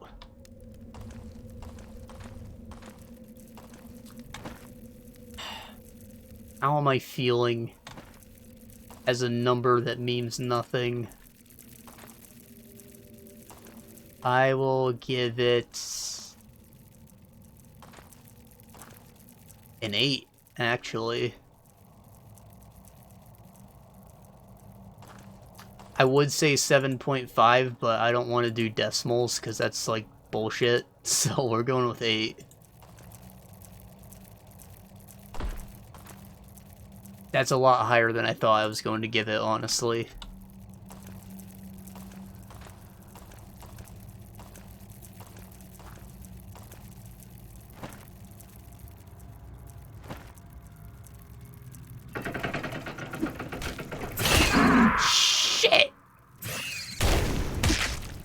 You know what, I should have just healed before even entering combat. Heal up, boyo.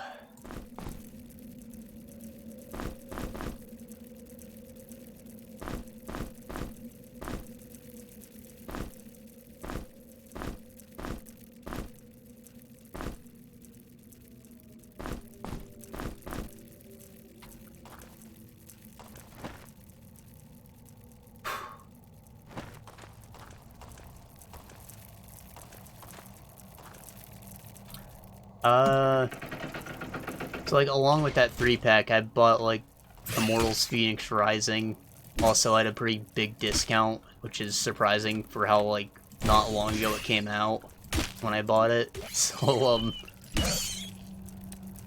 since those are both set in Greece, I'm not sure which one I want to go for first, but also I want to like finish other stuff first. Like, I think I'm gonna try and focus on Yakuza 7. Because I've already put in like 60 hours to that.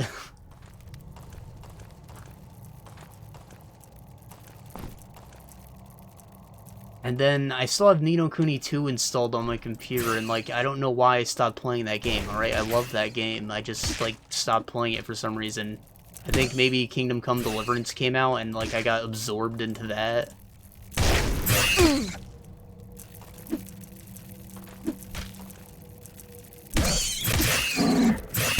Oh, now I get what the note was for. It wasn't a trap, it's once I pulled that lever, the other door opened up. So now there are spiders behind me.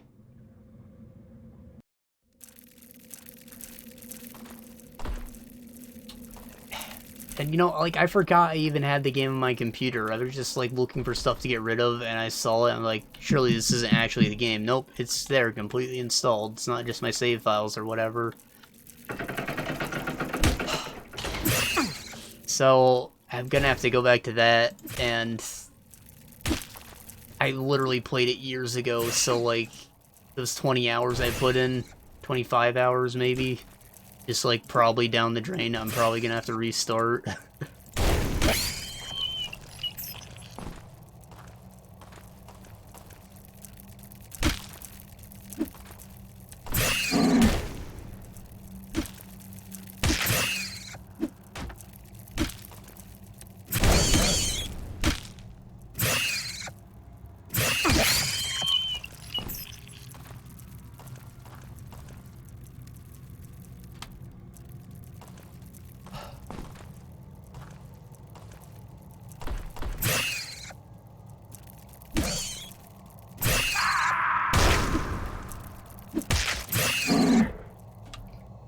Right, another cool thing about Assassin's Creed, this is like unrelated to my enjoyment of it, but apparently, in the pyramid that you start the game out in, I think it's like literally the Great Pyramid, maybe, question mark. There was like an extra room in there that was full of treasure, right? It was like a secret thing, you're supposed to go there, oh, reward the player. However, in reality, they discovered there was a hidden room in the pyramid that nobody had discovered before that's in the same exact place, and it's roughly the same size as the one in the game. So, like, they just willed that into existence, basically.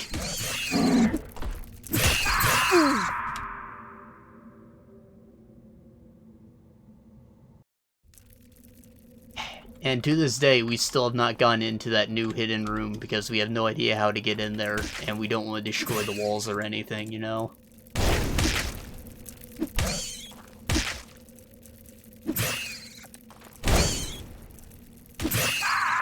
Damn it. Do I need to make my boy heal? Of course I do. I always need to make people heal. I just don't do it because I'm an idiot.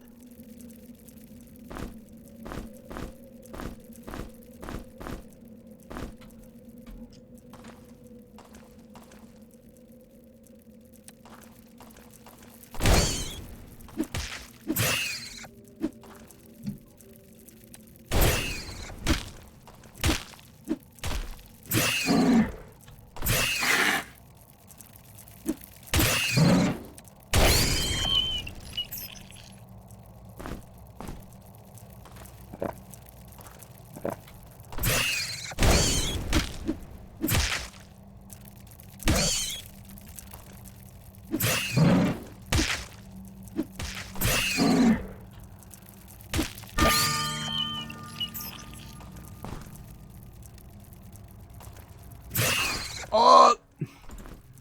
Baby, please. Just let me make the thing.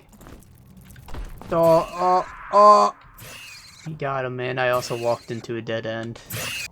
Congo rats.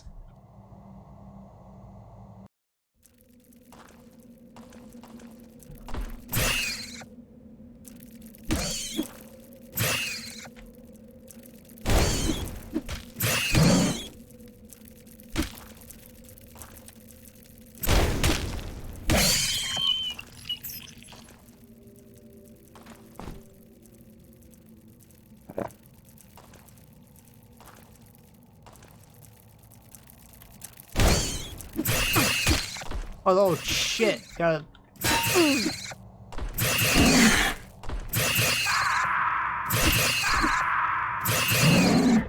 Oh.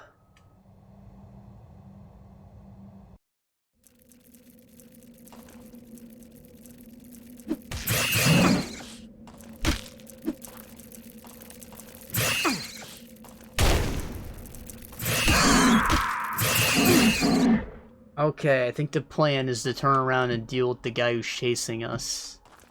Because I cannot go and fight in that room.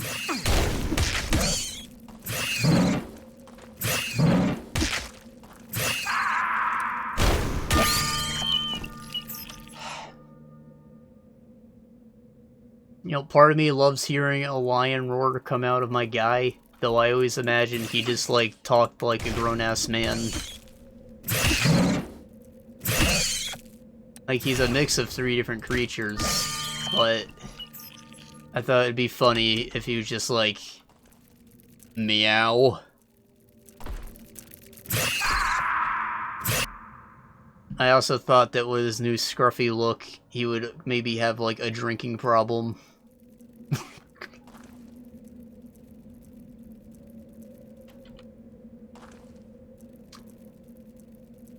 Which I think maybe reflects a bit of my personality, because while I don't have a drinking problem, people always used to tell me that I look like I'm high as fuck. But in reality, it's because I don't sleep very much. So, like, you know, my eyes are always red and half open.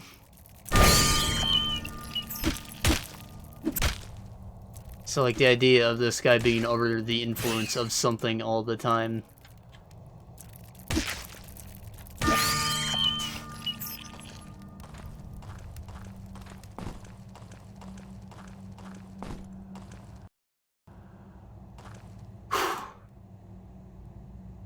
Alright, we finally did it. Jesus Christ. I thought it was maybe because I was talking about the game, but no. It was just hard. Powerful kick dealing double damage. You have extra damage and double damage, meaning the extra is less than double.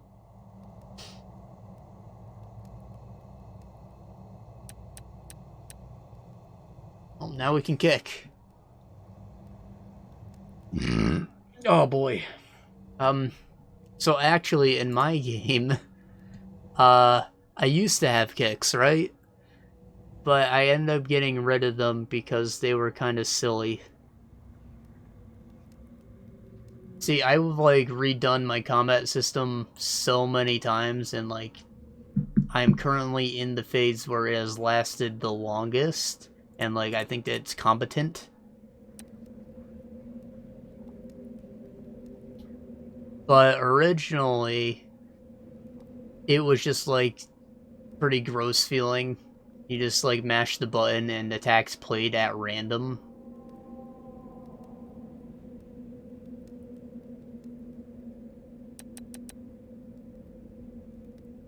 And you know, some of those were kicks. That's why I'm bringing this up. But also.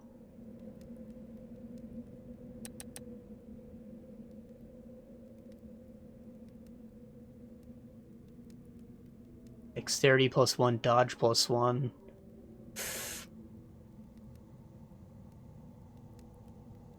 Invisibility is air plus shield plus whatever the bottom rune does. Okay. And this to Axel.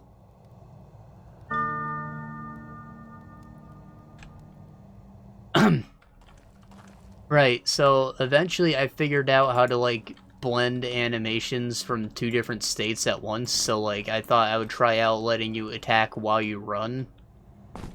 And that didn't work out. I thought that it just didn't work with the gameplay, and like kind of encouraged you to avoid combat altogether, so I got rid of that. Now you have to stand still to attack, or you can move a little during animations, but like, you know, I want you to do the fights that you come across. So anyways, because we went through that phase where we were able to run while we attacked, the kicks were just like ridiculous. I had to get rid of them. And then like I tried making them only work when you were standing still, but that also felt weird. Not to mention the animation was just like kind of bad and hard to get right. And I didn't have a system for like the melee combat even set up properly yet in a good way, so I just like simplified it by making it only the fists. And while I technically could add them back in, I see no reason to. I think I have a decent variety of different punches. It also lets me like keep his footwork a little fancy, which is a big part of what made the running combat feel bad as well. Just like the legs didn't move in tandem with the arms, so like it just looked like he had bad footwork, or it took a lot of the motion out of the punches.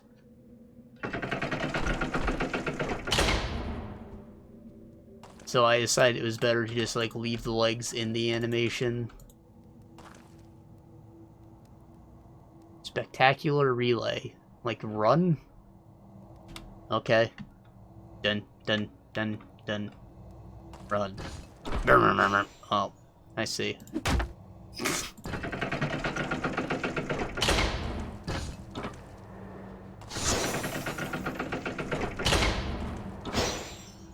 Oh, it doesn't even hurt me. Awesome.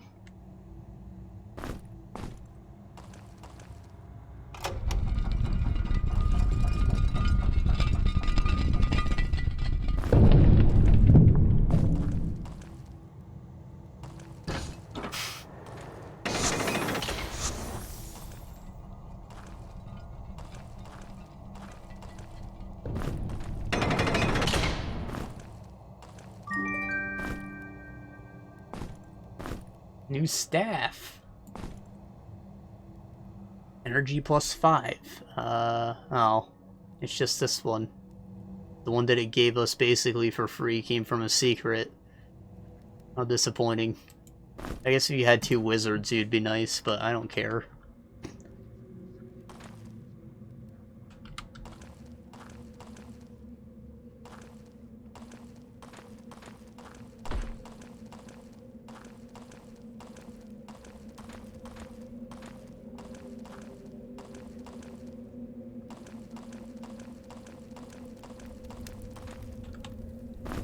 If.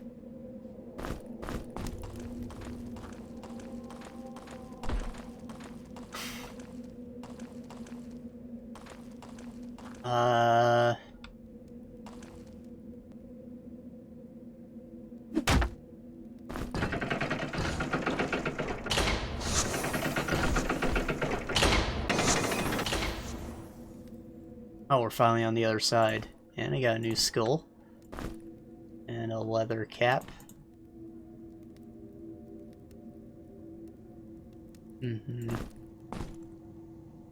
Oh, here he has one. Shoot. Oh, she'll hold it.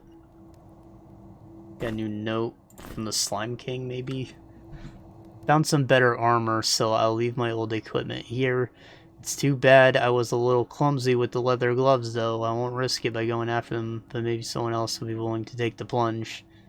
No idea how to open the door, though. Tore him.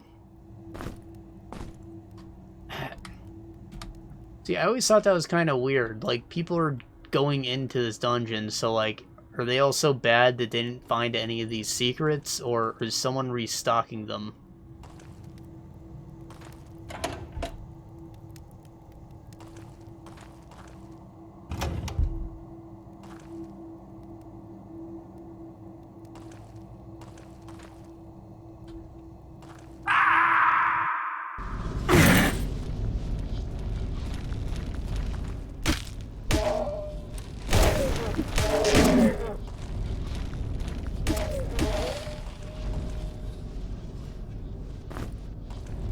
Now, we do come across those, like, Cthulhu cultist-looking guys all over the place.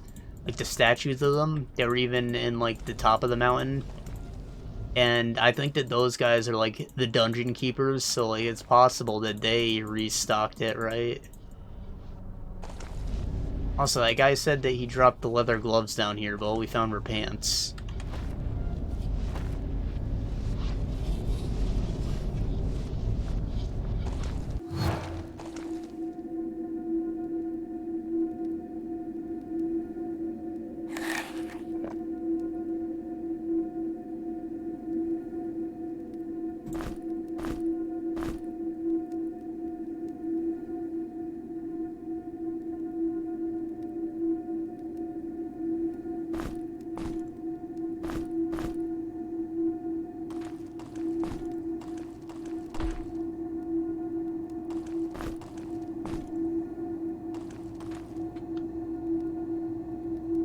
Let's brew some potions. The reason why I didn't make another anti-venom right away is because, well, one, I already have one, and two, I was concerned that there wouldn't be any poison enemies in the next zone. Like, they're gonna go away eventually, and replace them with, like, fire or ice or whatever, right? Though I feel like since they just started introducing actual poison, they might be a lot more common in the next area, so I'm gonna go ahead and make another one.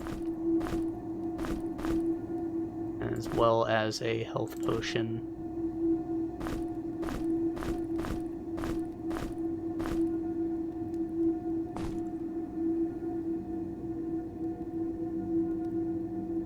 And we have an energy potion if we need it.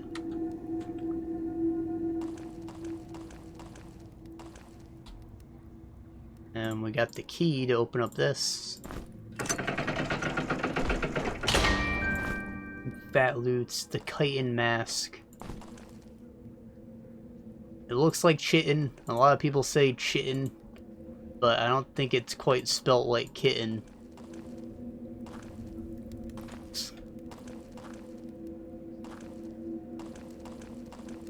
Uh...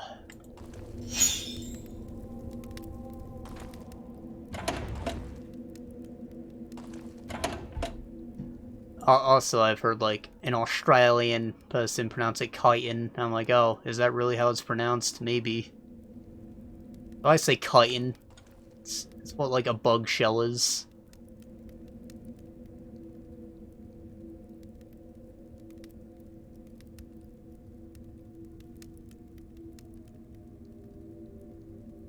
This set bonus gives you poison resistance and cold resistance. We're gonna give this to our mage.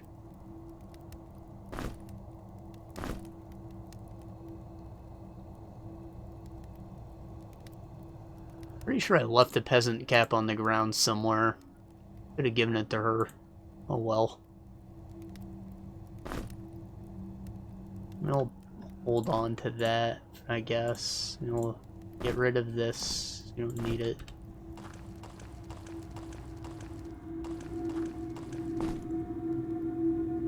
And I don't think we need to use the crystal just yet. It's nice that it's right here, though.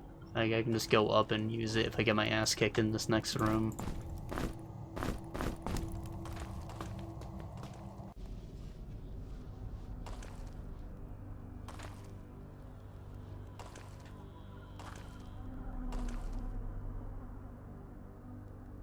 Sus. Oh. Oh!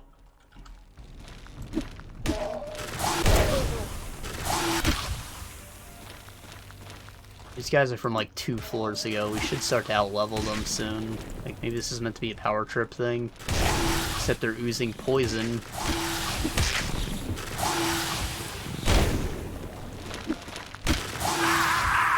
Jesus.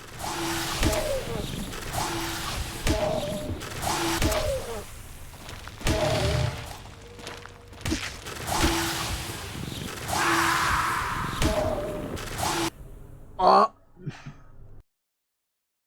These guys are a bit tankier than the other one that we just fought like a minute ago.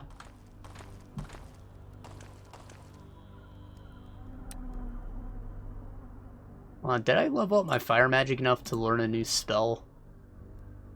I didn't. I think it's probably going to be like a fireball. Which I would assume is this, since it's like kind of missile shaped.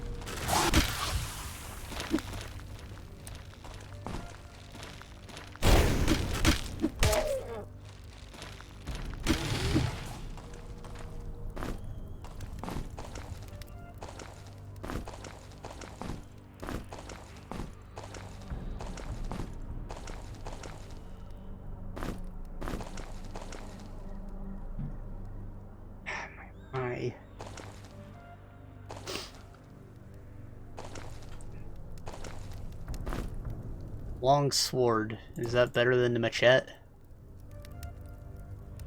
Speed 15, attack power 9, attack power 14, speed 15. Yeah, it's just better. Goodbye, machete, you serve me well.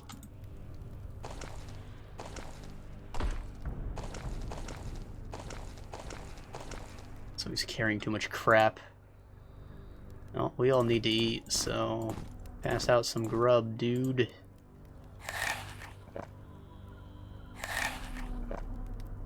Oh, he doesn't really need to eat. Ow. I must have thought that was a torch when I handed it to him. Does it open up when I put the key in the hole? Yes. Okay, great. I was gonna go back and use the crystal. I hope that it restores mana.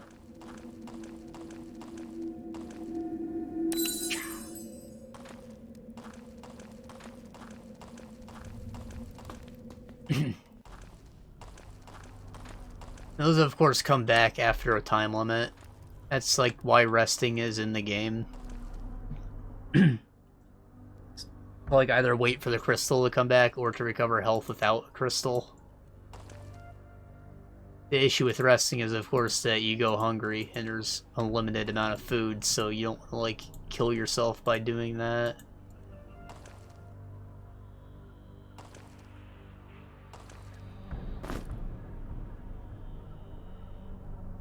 Frostbolt. So this will tell me how to make Firebolt then, right?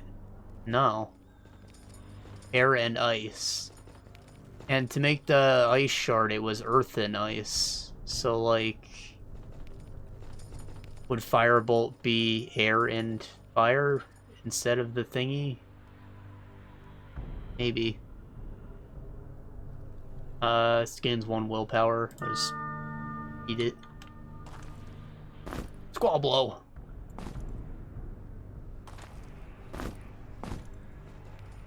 You're dear.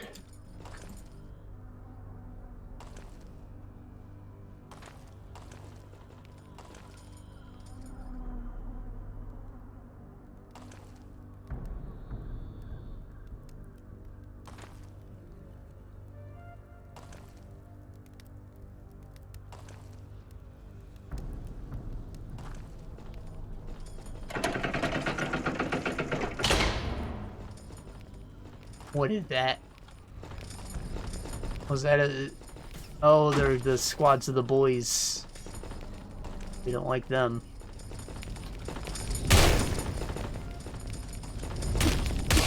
We deal with those portals, fuckers. Ah! I thought I killed them both.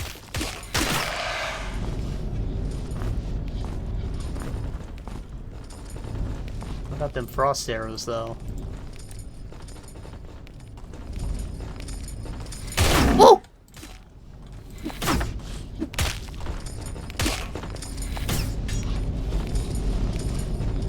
Where you gonna go, bitch?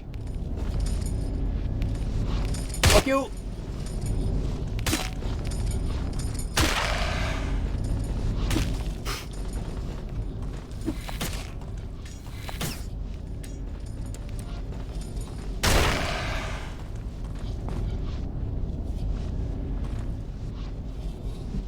Beast Gardens and Menagerie. I don't know what a menagerie is. Sounds like something Robin would yell. Holy menagerie, Batman!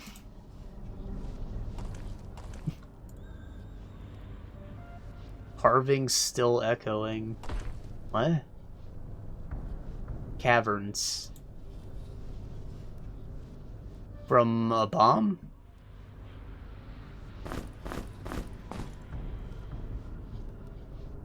I think I heard something open.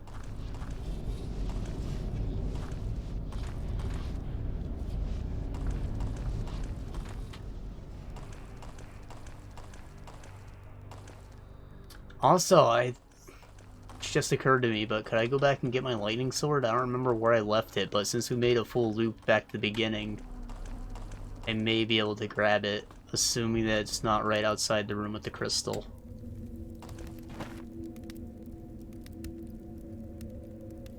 Also, we never did this. There was like a door with the Grimrock symbol, so like that's a secret. It's a secret boy. Damn it, we did leave it here. We'll put fucking... I don't know how to spell lightning. Lightning.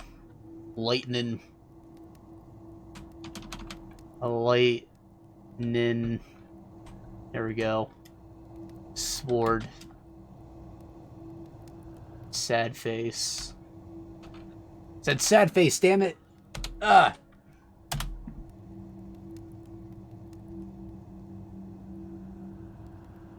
Also, what's over here? Let's find out.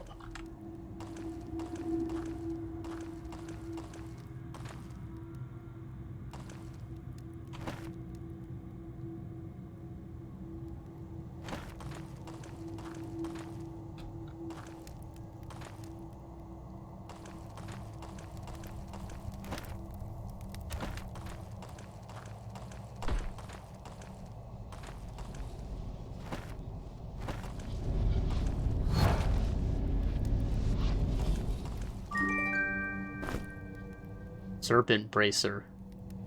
I'm sure this would have been useful if it does what I think it does. Resist poison! Ah! I would have loved to have that.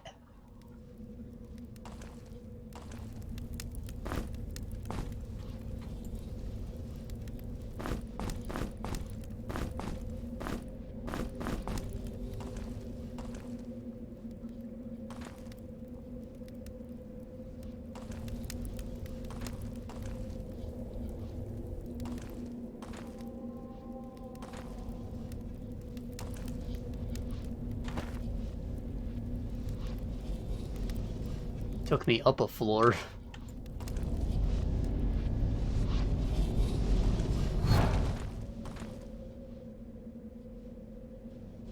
I wonder if that has anything to do with the switch that I left that rock on.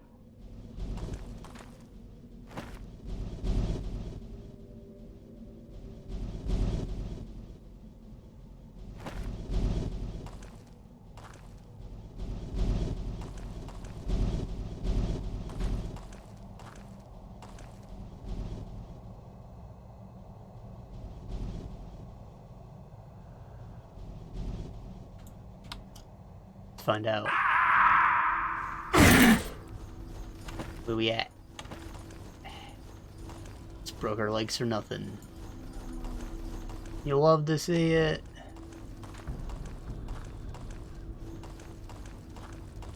Maybe I didn't even leave the rock on the thing, so like if I put it... No? Okay. I'll take my rock back then.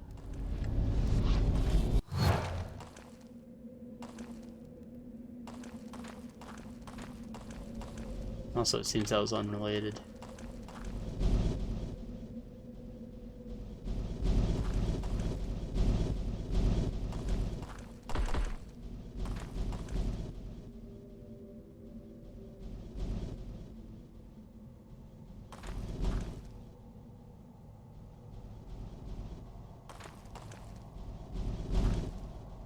No buttons.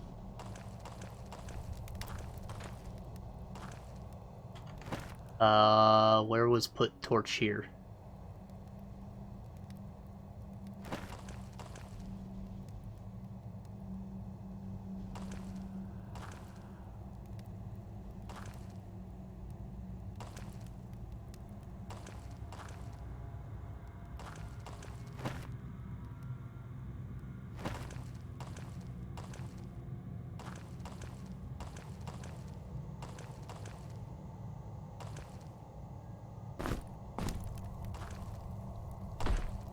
Do I need more torch? Do I need all torch?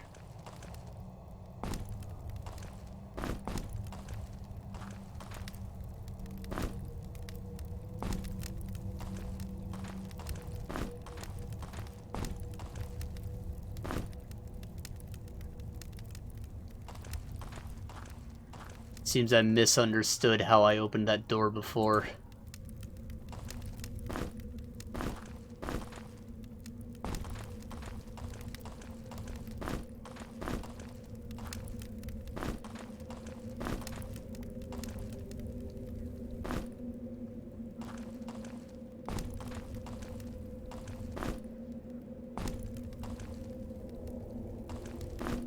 How do I open it up? Ah!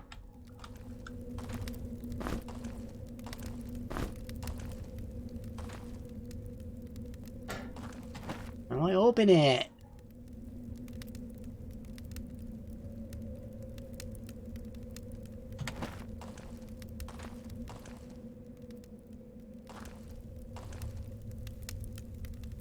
And there was just one of those bottomless pits and the button which opened up the door.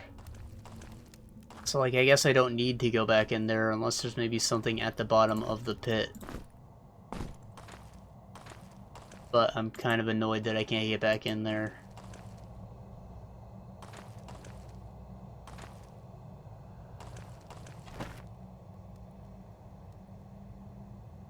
Not that I care about, though. How do I get to it? It's gotta be just around here.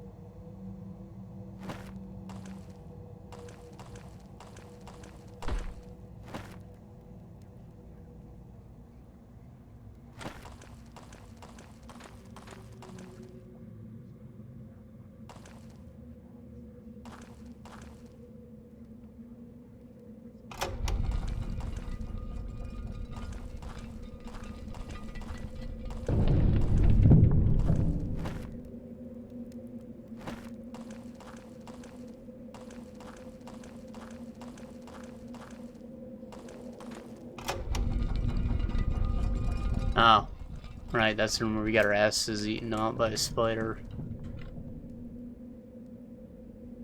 Good times.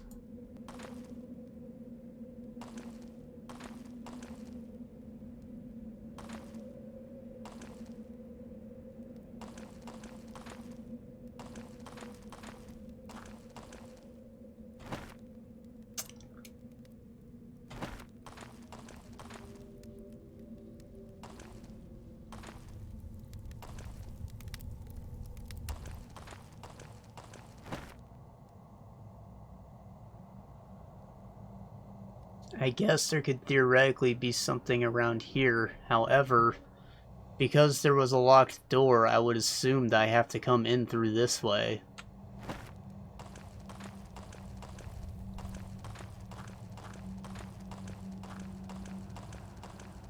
So I'm gonna go back.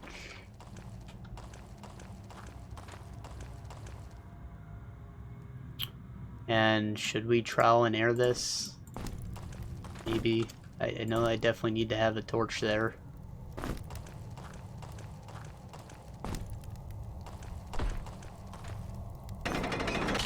There we go. Just on the outsides.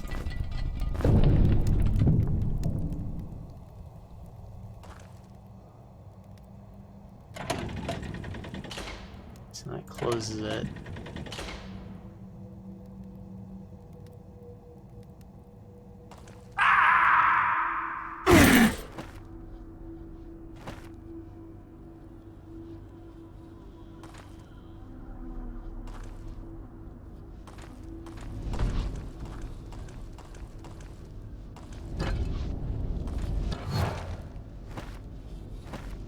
You know what? I wouldn't at all be surprised if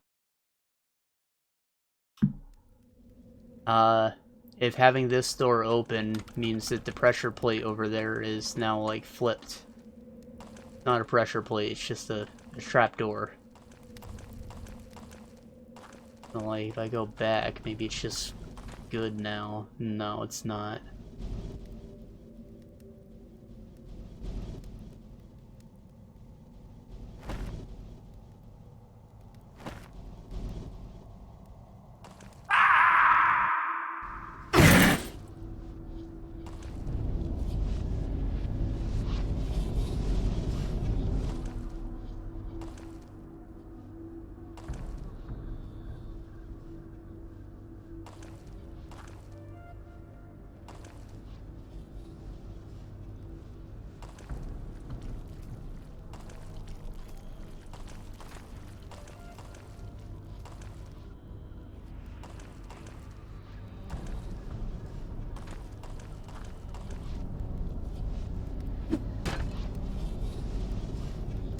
Could be related, I don't know.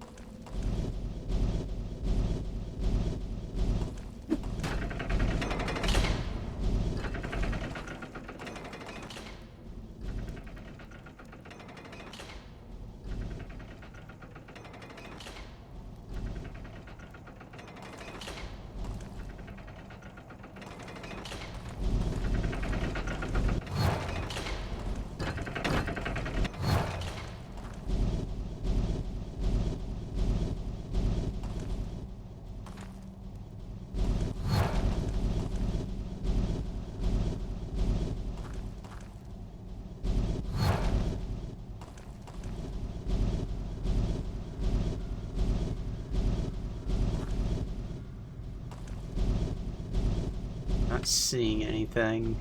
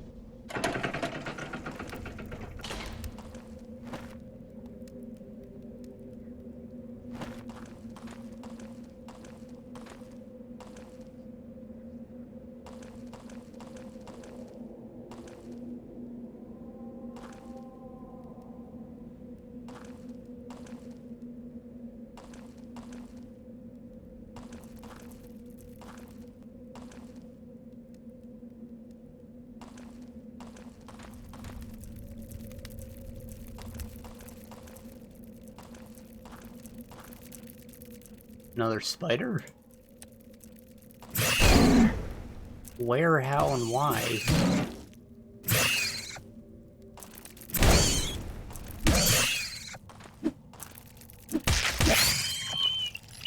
Just like, I'll pass around that bracer.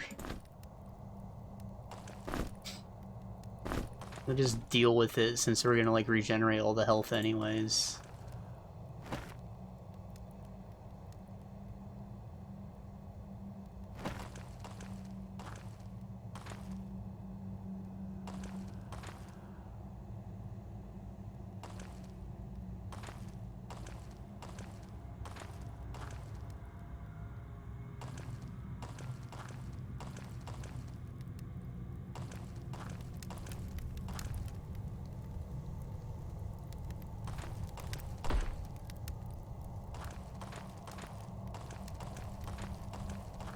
Do you think it has something to do with, like, torches?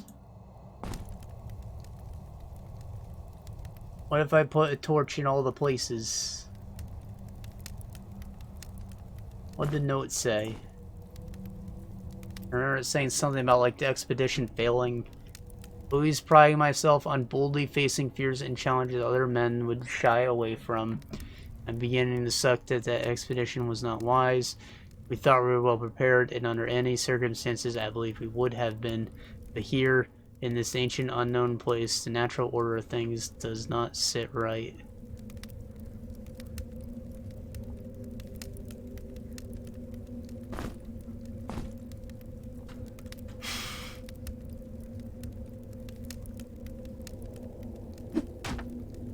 No.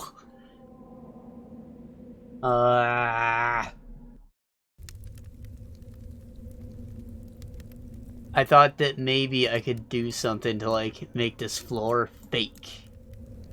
Like, I'd throw the rock and it would just float in the air and be like, oh, well, not the case. So, maybe if I put a torch on everything, instead of just there.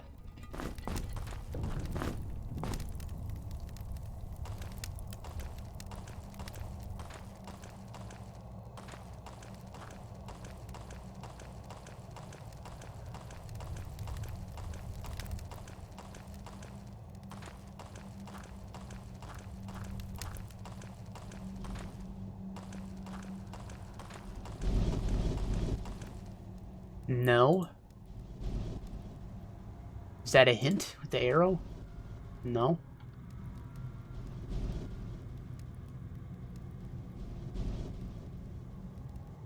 Ah! What if I take away all the lights?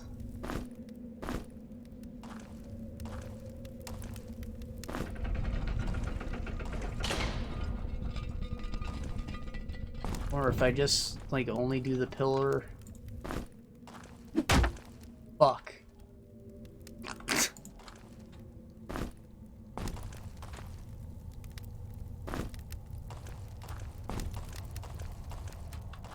I love how there's no physics on the objects that you throw. It's just like some shitty Gmod video.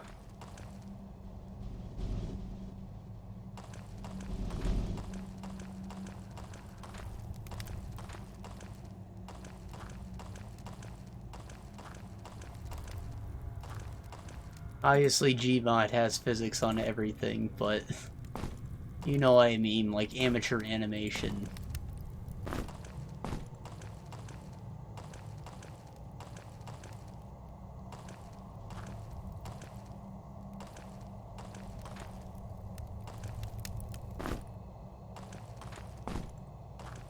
Sometimes it's just funny or adds a charm to it.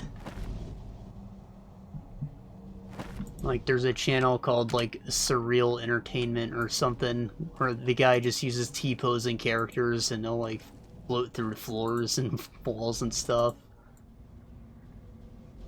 And he has, like, text-to-speech for all the voices. It's usually very creepy, but, like, it's funny, too. In a creepy way.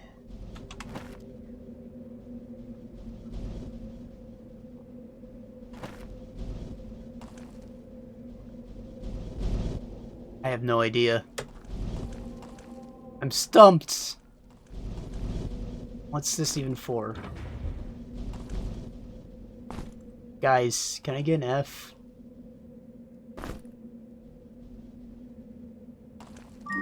I literally have no idea what that torch was for on the platform, and, like, that was it.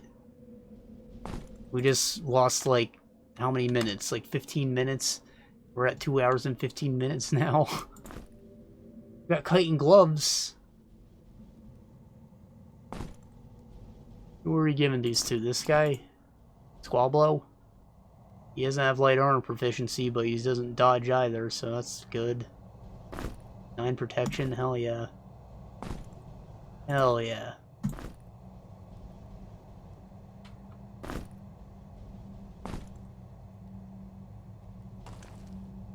Well, honestly, that was worth it.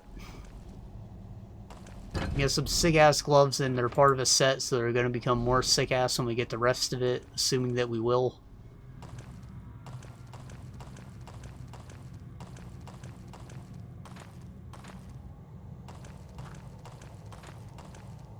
I'm glad that wasn't a fruitless endeavor like the freaking cells room, because we just fucked it up somehow.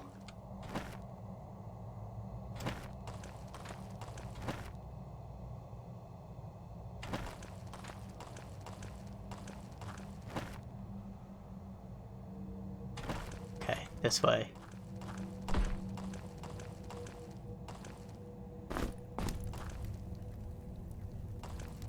The thing about putting a torch down like that is it makes everything seem darker by contrast. That's like both a thing that happens in real life, but it's also like, whatchamacallit, a camera effect, a screen space, like post-processing. Some games even have like an eye adaptation setting. They'll make it so when you go into a dark area, it'll slowly brighten up just a little bit. So, like, it's still technically dark, like, everything's shaded bluish, but, like, it's theoretically as bright as when you're standing in the light to, like, not piss off the gamer. Nobody wants to piss off a gamer, that's how we get Columbine shooters. Apparently. I'm never not gonna be salty.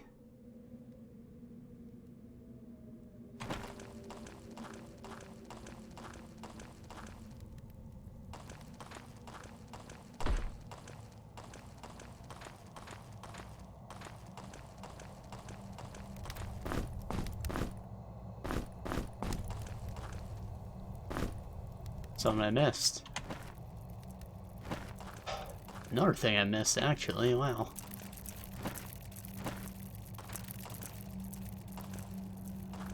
Good thing we came back up.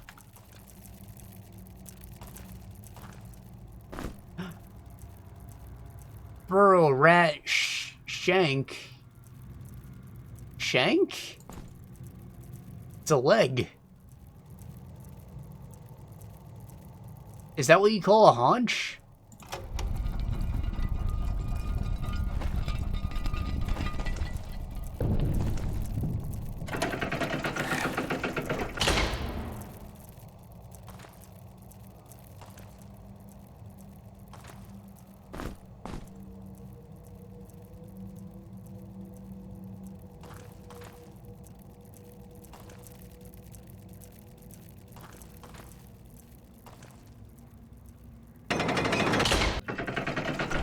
Okay. You know, that would have been really nice to, like, open this up before going into the room with the spiders. Because then they only would have had one exit to come out of. But I didn't know.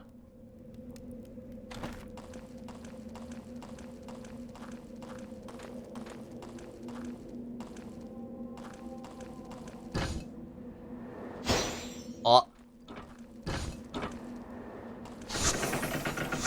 Fucking rock back.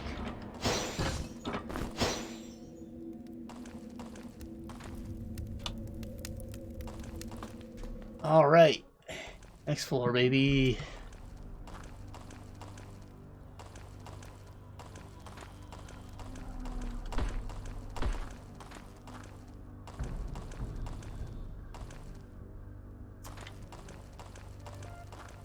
We get another F for the lightning sword. I was like really disappointed that we didn't get to keep that.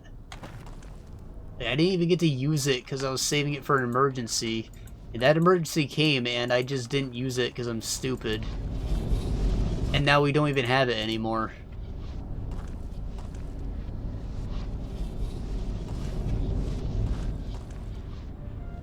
Oh, these are teleporters. They take us to bonus levels or challenges, maybe? Do I have to do all these to open this door? Crimes forgotten. Maybe you put the reward for doing those things on the shelves. So, like, this bomb is maybe not the answer. So, Beast Gardens and Menagerie. This sounds like it's gonna have plant boys in it.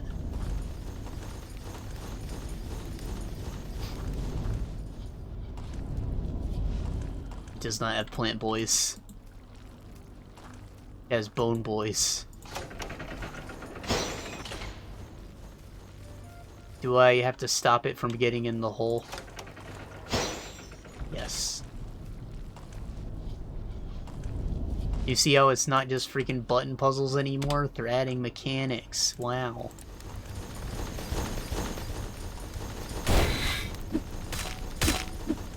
Oh no, she's hungry. She can't throw like that.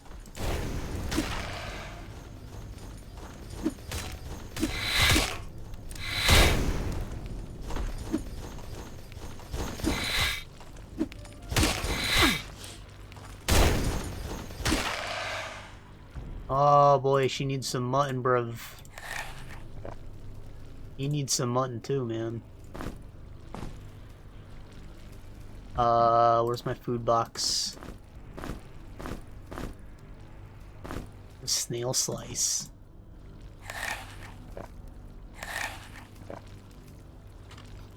Felt nice to say. It's got nice alliteration. Slimy snail slice.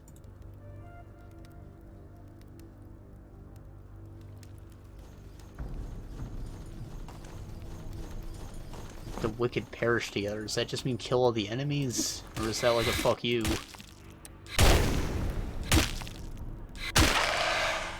Loser.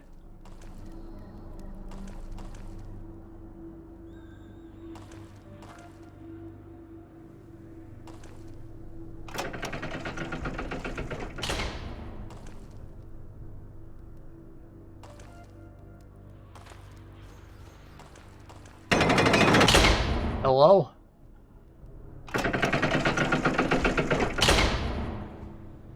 It had a glowy, and that scares me. I feel like maybe I'm going to get nuked or something if I stay in here for too long. There we go. We'll find out what it does together.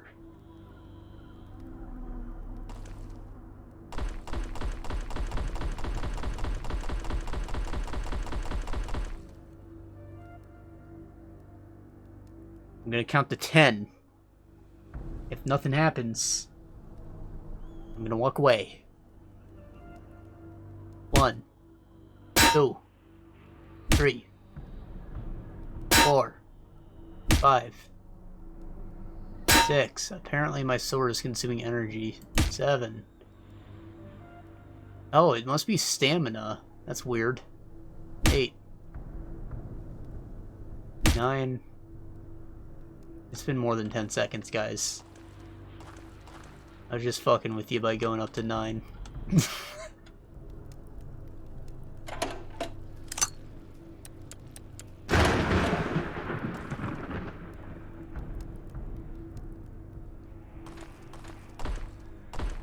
Dad?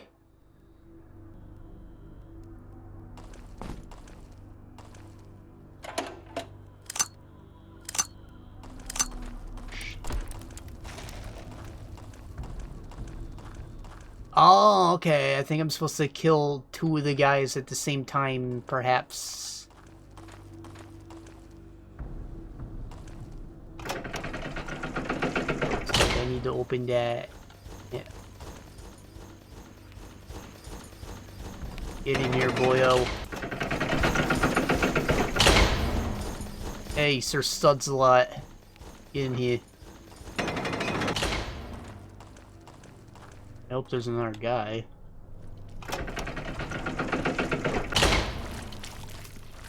Ugh. I don't like the sounds of that at all. Got me a stompy.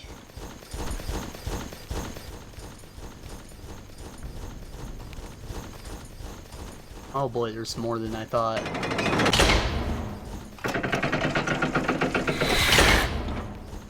Damn it, I got distracted by the button. Okay, so there's just 2 of them, I think.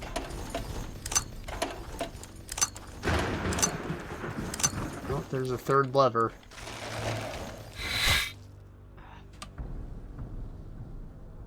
I'm concerned that this is gonna be like the holding cells and I'm gonna run out of skeletons, so I just need to like dance around.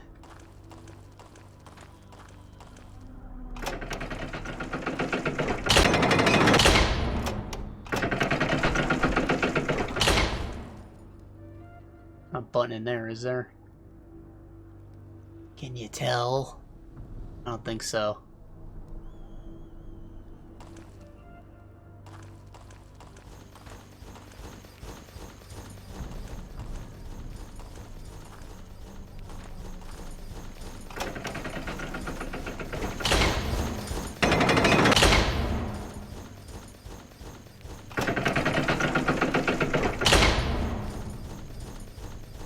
Here's Sex Pants.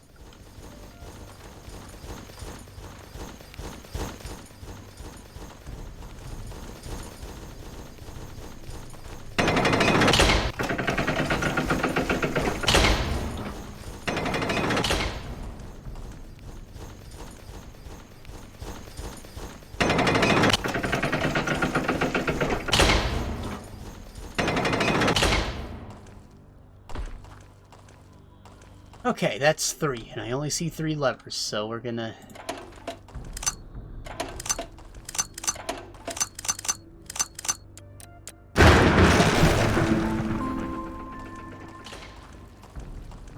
Ta-da! And we get to activate Slime Boy. Is this maybe the Slime King? Slug King?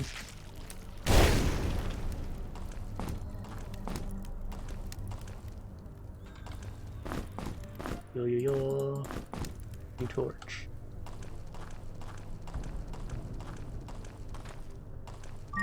Ugh!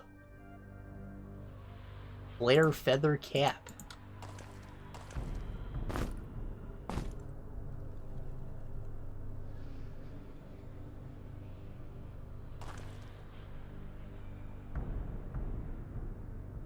Action 1, dexterity 2. Alright. Kinda looks like her actual hat, but it's a feather instead of a cotton ball.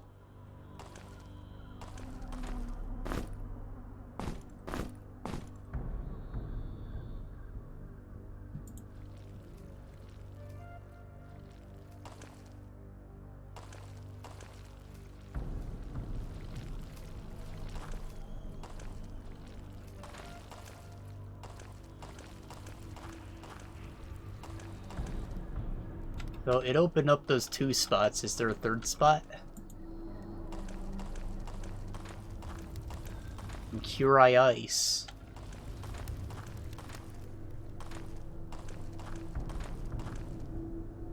Or maybe that's what the little button I pushed did, and that's why there's a 2nd spot. Because that would make some sense. But also, I didn't go through here before, did I? No. I bet this is just the way forward. And this was the secret, because it told me it was a secret.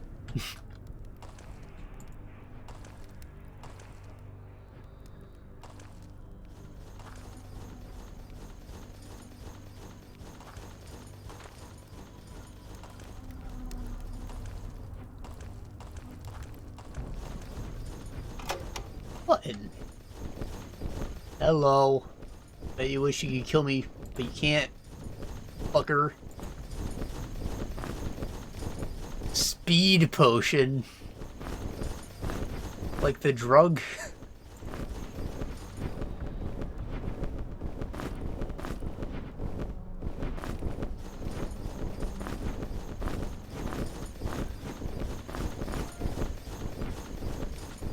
Oof. Should I put me bombs in a sack? I think I should. Put my arrows in there too, since I don't even use them. Legionary Spear, I don't even know why I'm holding this.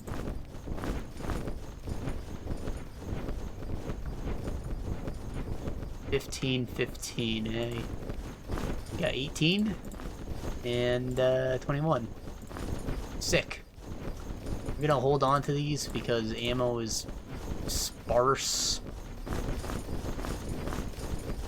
But I think that we're ready to move on to actual weapons. Of course, maybe upgrading on missile weapon would improve it more.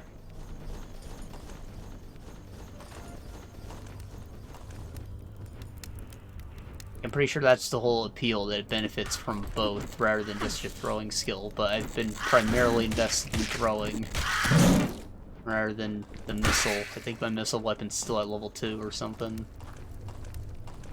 Also, the rocks don't get stuck in enemies, so if you kite around them, you can pick them back up. But the knife definitely stays in them. You have to kill the guy to get it back.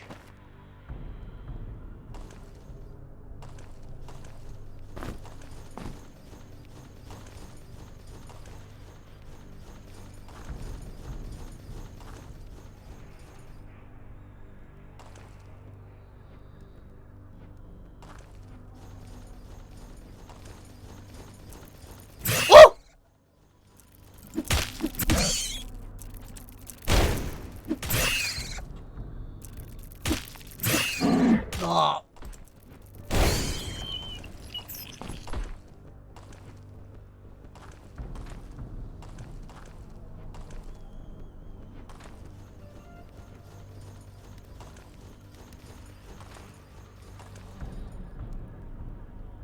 Is the end worth the memes? Like, Do I get hit if I boot?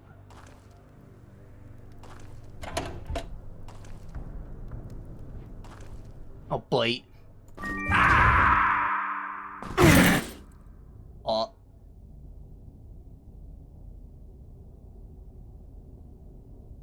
New area means new hidden buttons.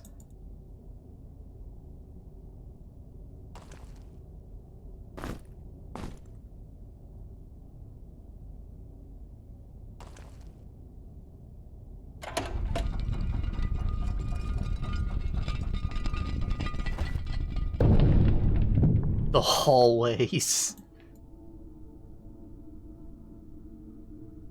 Lurker boots. The fabric seems to disappear under certain viewing angles. Does that mean evasion? More evasion? Evasion's pretty cool. You know I like moves from evasion. What's dexterity do again?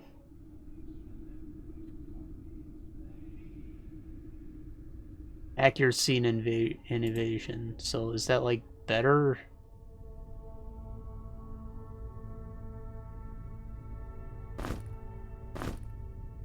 Sure.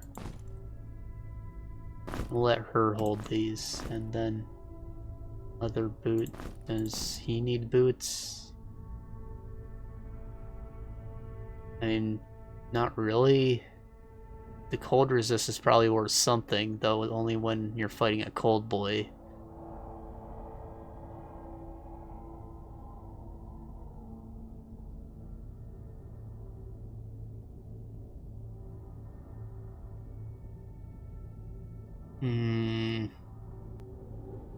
I don't know. We'll just hold him. Or no, he should wear him until we encounter a cold boy. Let's not be stupid.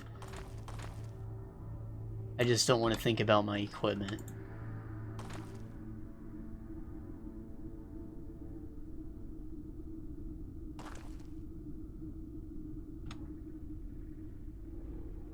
I just realized my chat overlay's been gone forever. Not that there's anyone here to say anything. Ah ha ha.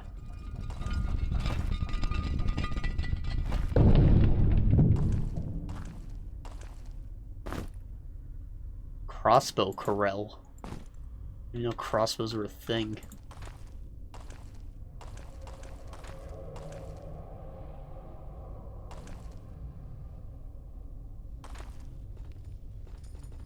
And so far, the end seems to justify the memes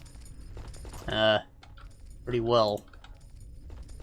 Though I hear something now. I swear to God, if it's not a new monster.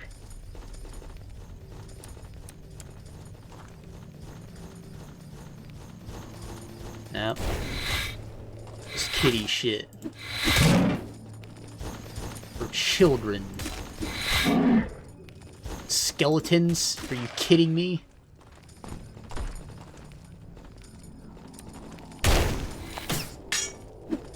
What is it? 2,000? Unbelievable.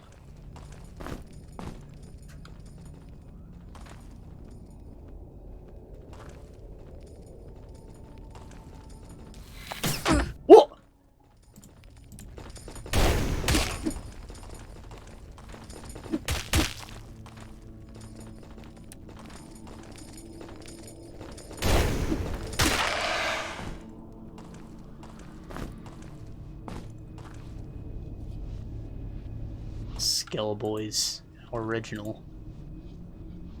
You know, this game's got some good ideas.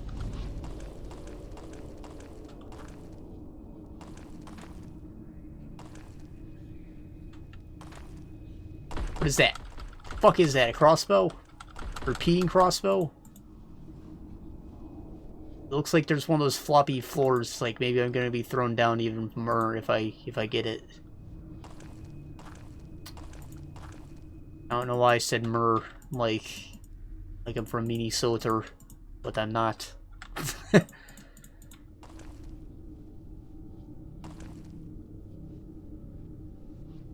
Hell? Why is that panel eating that hook?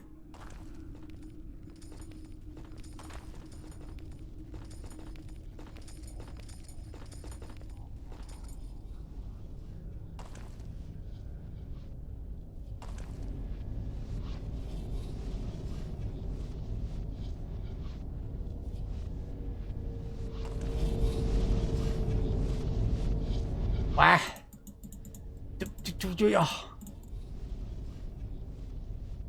How am I supposed to get a crossbow? I want it. I'm not gonna use it probably, but I want it. I only have 2 bolts. It looks like there's a hole, so you fall from above. Somewhere. In a room with more holes, so I should keep that in mind.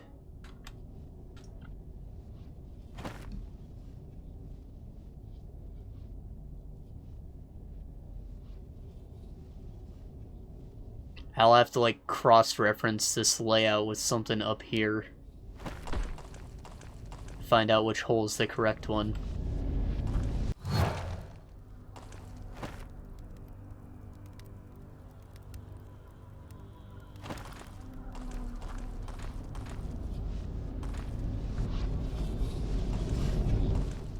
Actually, I know what room that is.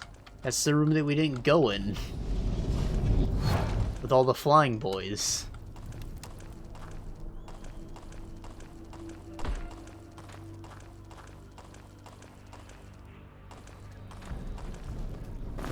Ugh, scroll.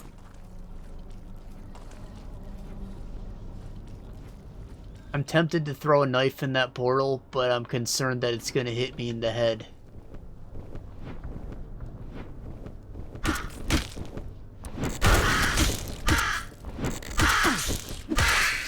So I think I feel safer just walking through the portal and potentially being spat out in hell.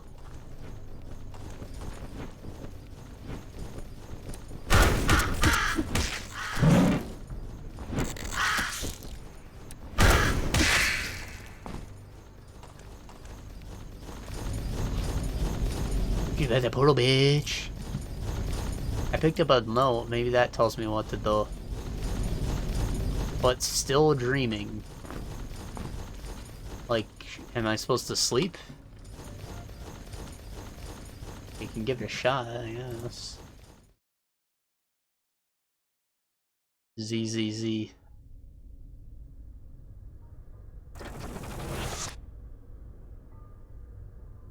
Dot dot dot. What is happening? A collective dream? Oh, I know you. I don't know why they just, like, do ellipsis with nothing after it, because, like, how am I supposed to read that? It's just nothing.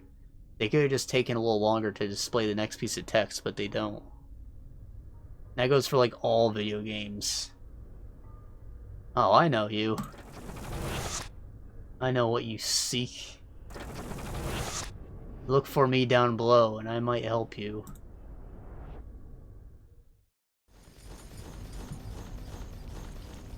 Oh!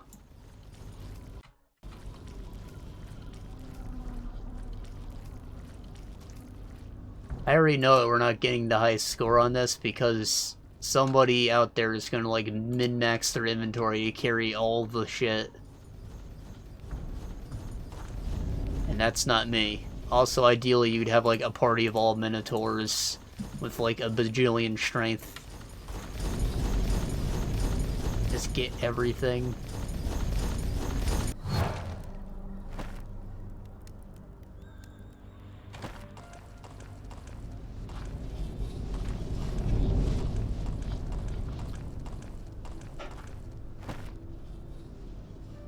So obviously that put us back up above. But why? I'm guessing that these are gonna put us in rooms, like, on each of the sides of the room. And this one right here is maybe the cross boy? Cross boy?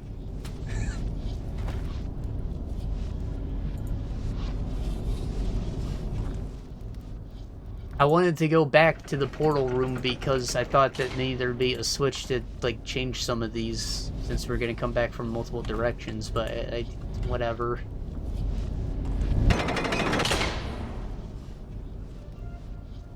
Is one of those rooms.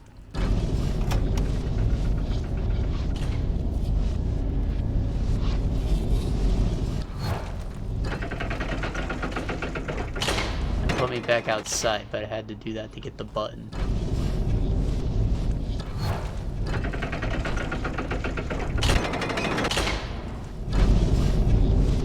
So, forward,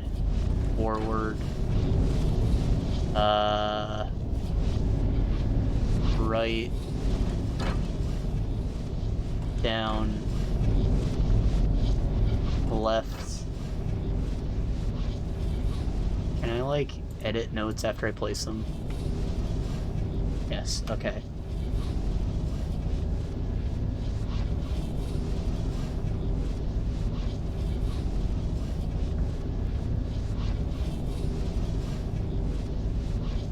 So go forward, right, down, left.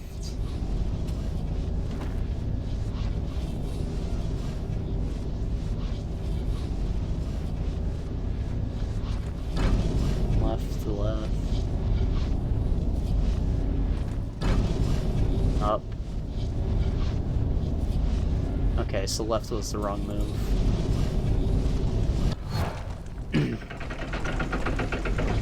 Forward, left, down, up. I think that opens the door, so I need to get back there. Up, left, bad.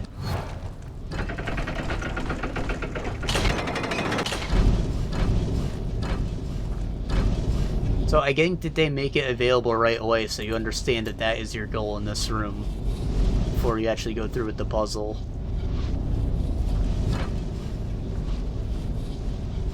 Down. Down, right, up. Okay, that seems correct. Left, down, right, forward.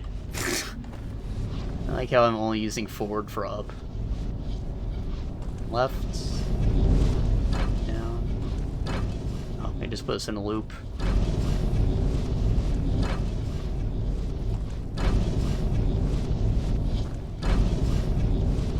Yeah, fucked up.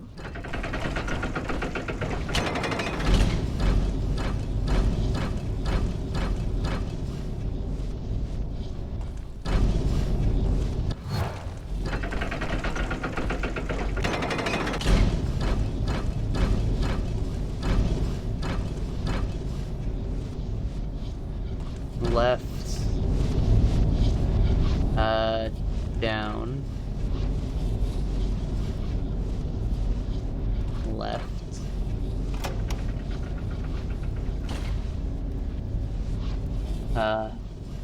left, down, left, up,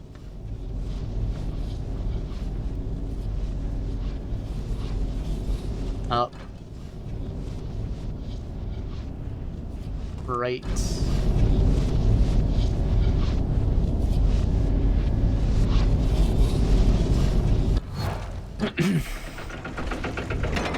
oh no, not a boy.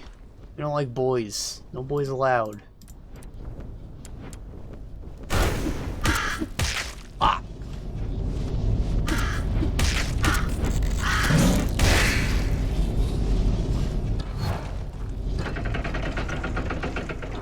Is my throwing knife here? No, it's there. Give me my knife. Yeah, son of a bitch.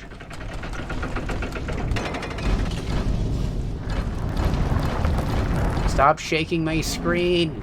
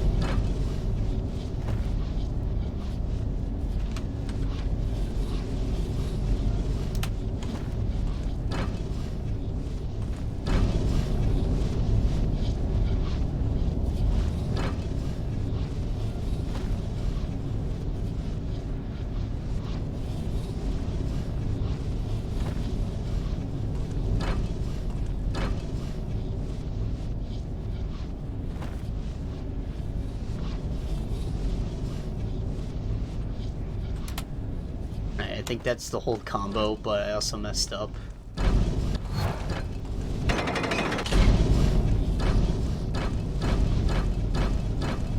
Let's see if my fucking god memory fucking works here.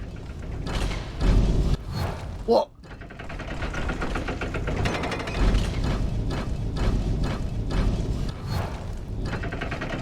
Right, I skipped the right loop. I thought that maybe that loop at the end was like optional and I just messed up, but maybe I had to do it.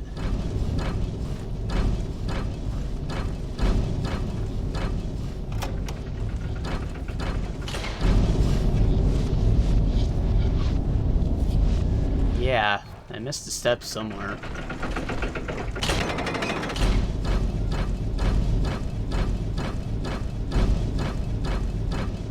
I fucked up.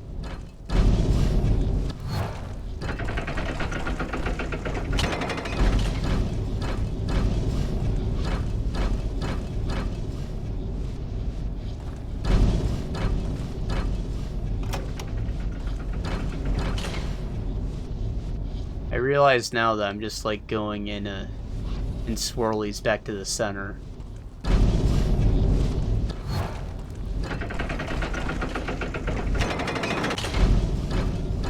So right now I'm making like a P, and now I'm making a G, and now I'm making a, I don't know, a Q.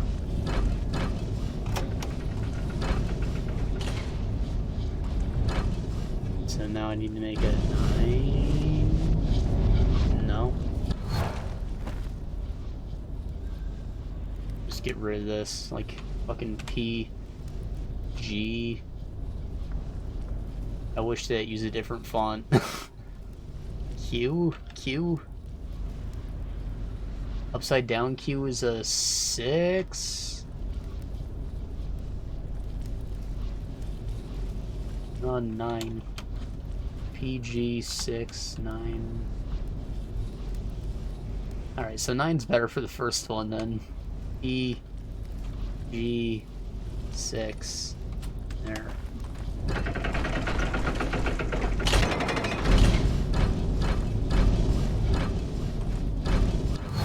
What? Oh, right.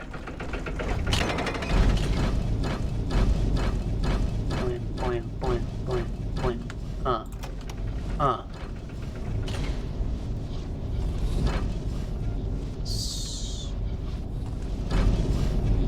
One of these has to work.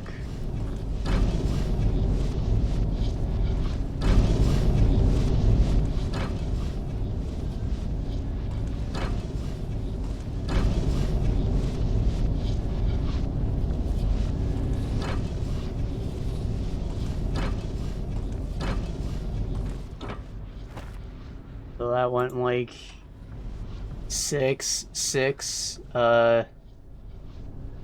G, capital G. I went like capital G, 6, 6, capital G, 1, 9, 1, whatever. Just go forward at the end. I don't even have to do that room ever again, so like, that was a waste of time, but it was kind of fun to figure out numbers. So we need a new torch. I'm pretty sure there's like a spell for a mage light at some point. I just can't cast it yet. I think it maybe just comes from like the general spellcraft tree. There are spells in that, right? No. Oh wait, there are. I just can't cast them yet. Well, I don't know them, but maybe I can cast them. Like, what if I just play around for a bit? Fizzle.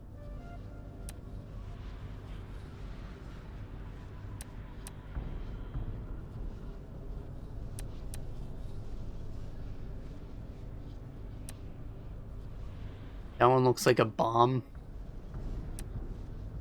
That must be like ground.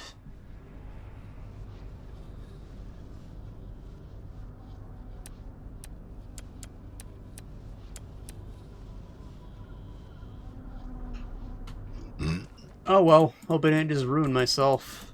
Wasting all that magic.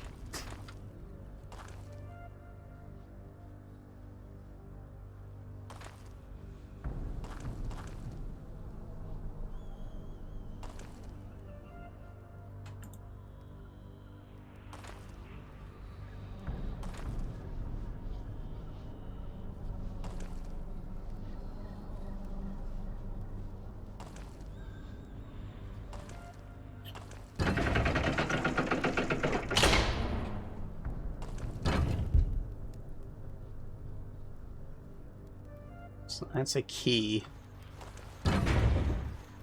Means I gotta do it. Ta-da!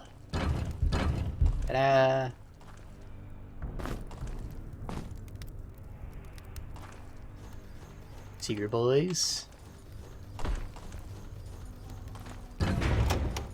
Most secretest boy. I definitely heard it come from over here. What is this, a bone amulet? Is that like the one I got before? I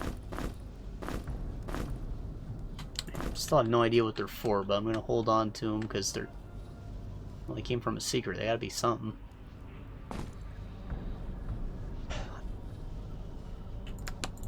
Which is better than the leather thingy he's got on. He's jerking. He's jerking for jerking.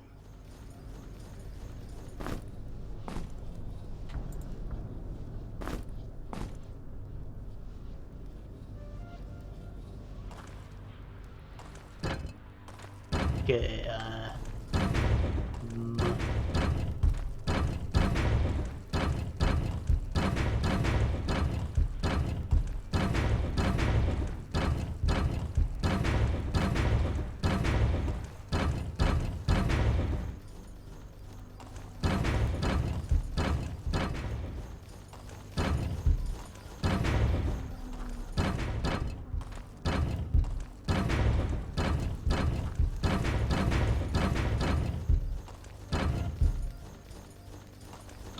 my OCD wants all of the freaking things to be up, but they can't do it.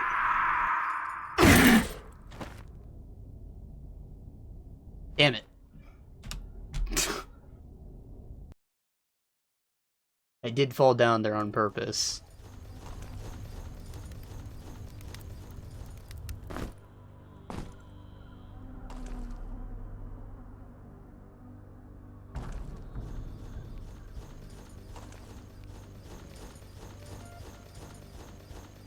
Key?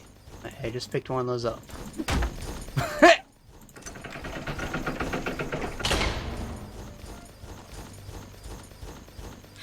Oh!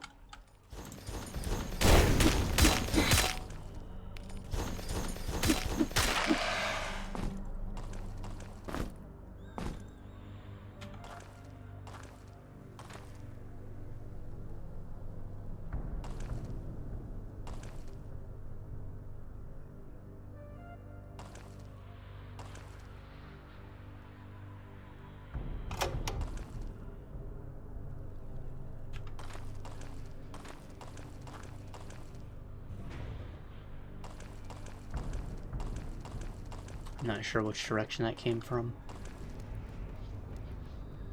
Well, we're back in this main room. Still dreaming by his call. Ow. I get it. So I'm supposed to put those scrolls on the thingies in the first room that we came from. So, like, the one that's, like, still echoing by his call. Sounds pretty epic, doesn't it? That's because it's probably the right thing.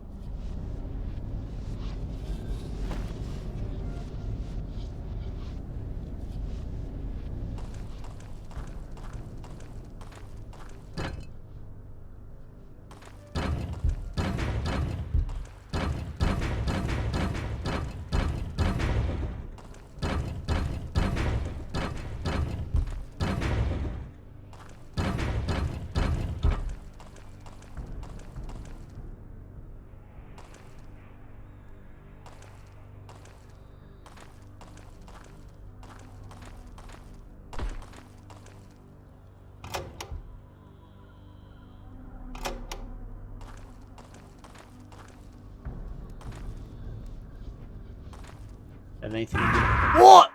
So it's on a timer. So that put us here. We will put, X. X. So if we like cross-reference that, then one tile above and 2 over is this crossboy, right? Maybe. Okay.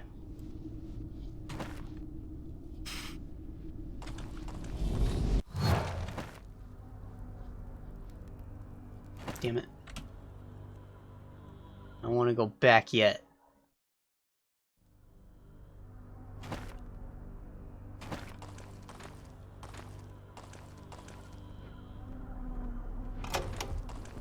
Ah!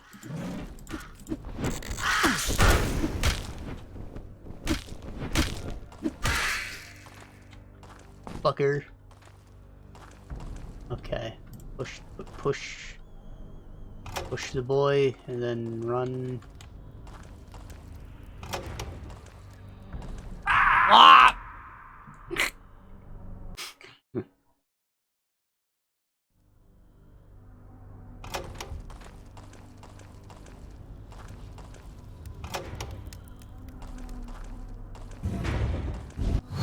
Oh, okay.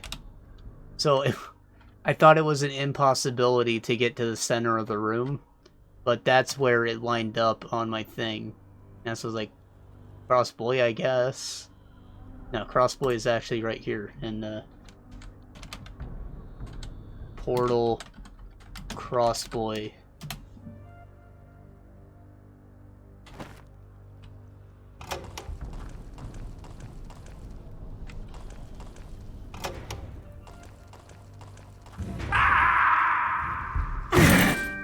Ta-da!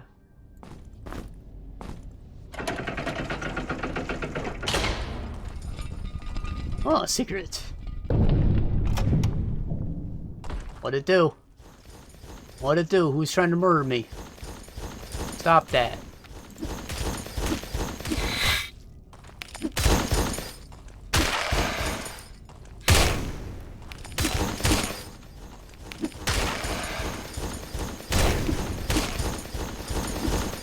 Oh!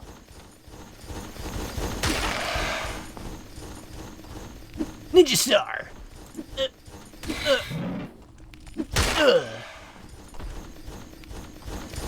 Didn't I have 6 at some point? I feel like I lost some.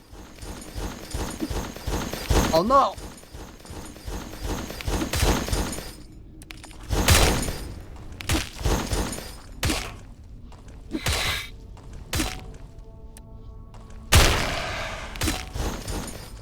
Nerds. Oh. Damn. I used my own technique against me by not turning.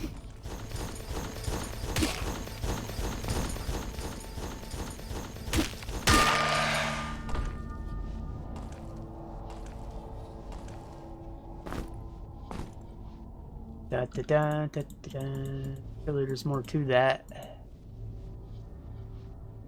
Just a plant? That's it? It's not like it's the plant that makes the healing potion or anything. It's kind of a big deal, but it feels like nothing.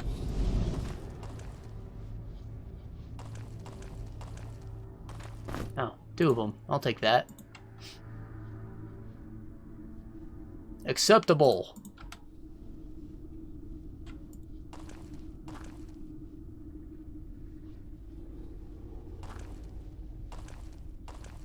But is there more? Yep, I hear boys. There's also definitely something there. Some kind of delicious zit wrapped in cabbage.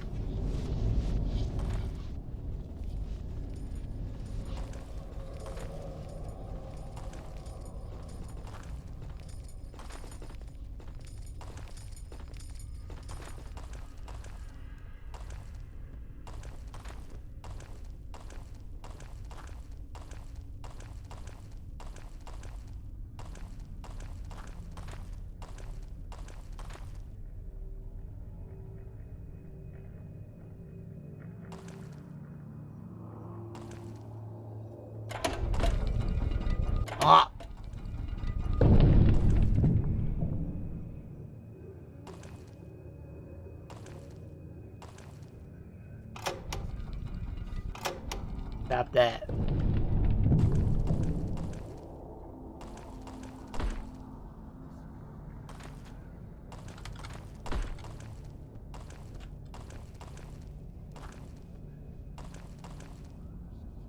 So maybe you have something to do with going down there? Possibly.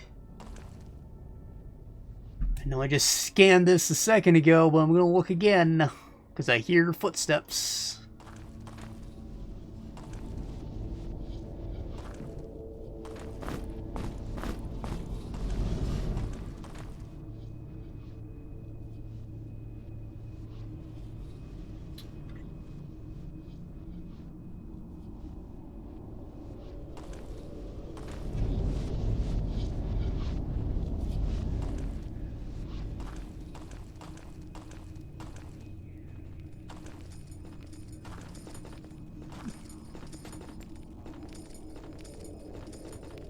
Where's my map? Where is my map? There. What, foot boys. I think there's still something down here.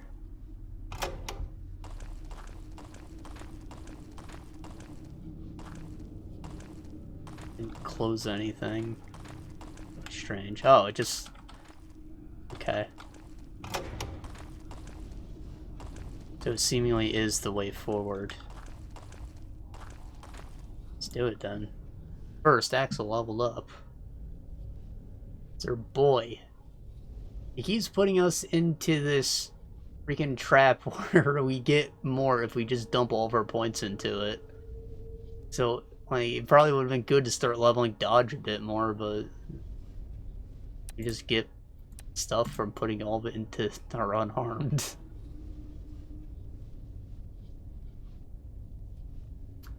Improved casting, faster spell casting. He doesn't really have the willpower to keep up with that, but alright.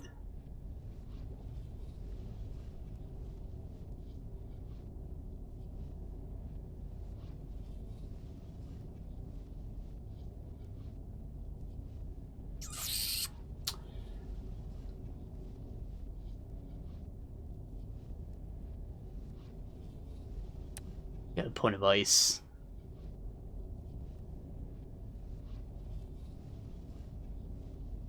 Speaking of not having willpower, I just freaking quit my job the other day.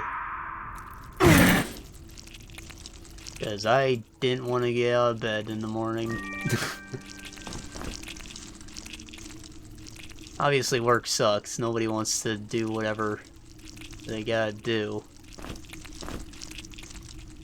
But, you know, the easy jobs are always the shitty ones.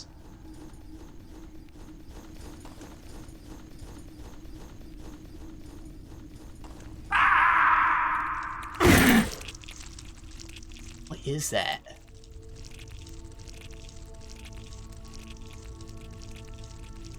Stop.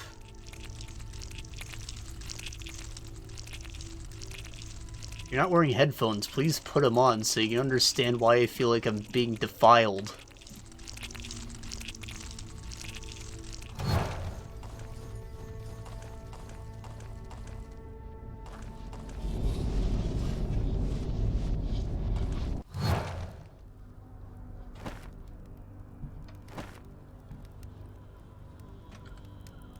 Defiled.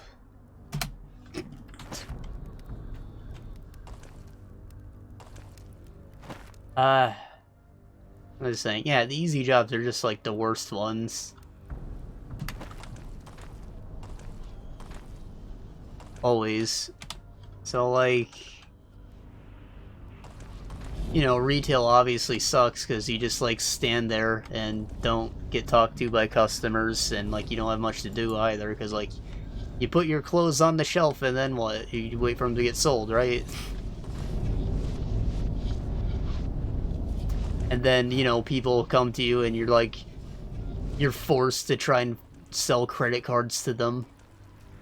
Because that's how you get your promotions. So, like, you know, return customers are worthless to you. But also, you're gonna, like, get fired if you don't sell enough credit cards. Not that I worked in retail, but, like, yeah, that just fucking sucks.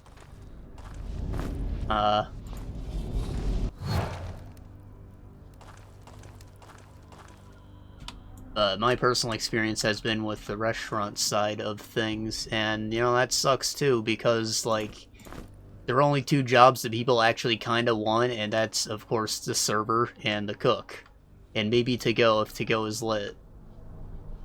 Like, my older brother, he does to-go. He used to work in the kitchen, so he got himself up to, like, 14 an hour or something. And then, as to-go, he is technically an expediter, so he gets his kitchen wage, but he also gets his tips from to-go. So he's, like, gaming the system and making more money than even the front-of-house servers do, because in America, servers rely on tips. Because we get tips, the employer decides not to pay the server, like, a decent wage. Instead, they get, like, $2 an hour. So, rather than tip being a reward for excellent service, it's something that's basically mandatory, or your server's going to fucking starve to death. So, like, it's not even, like, courtesy anymore. It's just, like, mandatory bullshit. And when you buy your meal for, like, $50, you now have to pay an extra $10 on top of that. And, yeah, it's just a load of shit. But, yeah, those are the two ones that people actually want. And, you know, obviously server sucks because you have to deal with people. And, like, people are going to fuck up your order. And it's not necessarily always your fault. Put to sleep, but still dreaming. What? That doesn't sound right. Put to sleep by his call? That doesn't sound right. And then, you know, cooking's fine. Things get, like, hectic sometimes, and maybe your clothes are all gross and greasy all the time. But that's about it. You get decent money. Compared to the other positions, you'll get, like, 15. Eternally imprisoned, but still dreaming?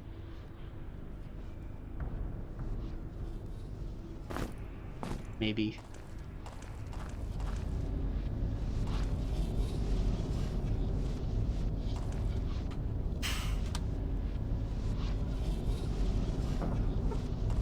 That said, the minimum wage in this state is currently, like, $7.50, so, like, 15 is double minimum wage. Like, that's okay.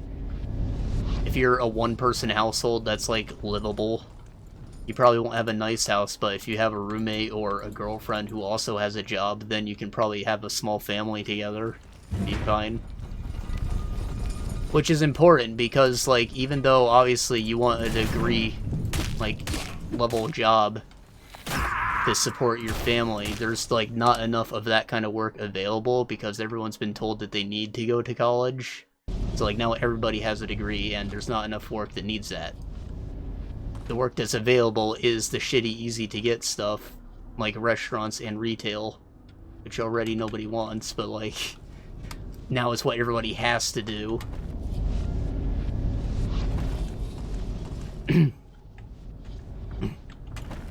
To go off on a tangent, they're talking about, like, raising a minimum wage in most of the states to, like, 15, which, two perceived problems. One, what's going to happen to the jobs that currently pay more? Do they just, like, stick it with another 7 on top of the 15 that they're currently getting? Or, like, do those people just get fucked? And the other one, if everybody is now making more money, then, like, won't the economy just go back to what it was in a small time period? Because, like, wealth is defined by how much money you have more than the average person. So, like, if everyone in the world had $1 million, $1 million would be worth nothing. That would be, like, the baseline zero. In theory.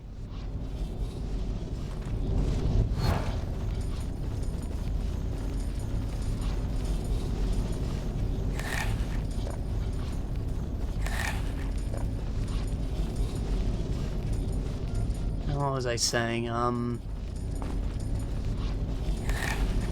Right, so even management sucks, and, like, I get that, because, you know, if you don't have employees, then you have to fill that position yourself, as well as doing your manager paperwork. However, in my experience, the managers mostly sit around, like, talk, tell you to get work while they're not doing anything, and they, like, bitch about how they left late doing paperwork when they could've just did it when they were standing around.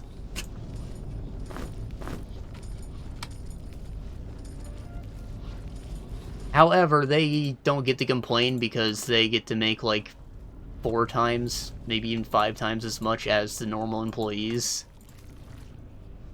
And yes, they are, like, contracted into 50-hour weeks or something like that, but, again, you're making, like, 36 an hour or something. Like, that's great. Deal with it. Your other employees that are getting paid, like, fucking 9 or whatever have 2 jobs. Snail King calls us apprentices. We're not novices anymore.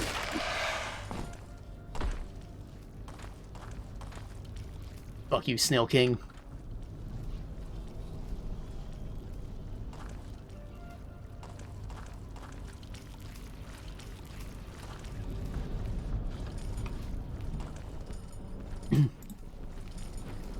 Like, I get that, but I don't think that they have a real right to complain at a point. It is fucked up that they're forced to work 50 hours, though. Because, like, even 40 is considered a pretty unhealthy. Despite that being, like, the standard work week, like, 8 hours, 5 days. It's made even worse for them because they still want to have 2 days off, so, like, they do 10-hour shifts for 5 days.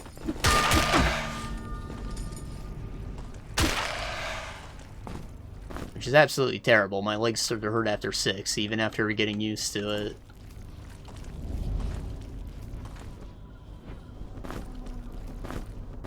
And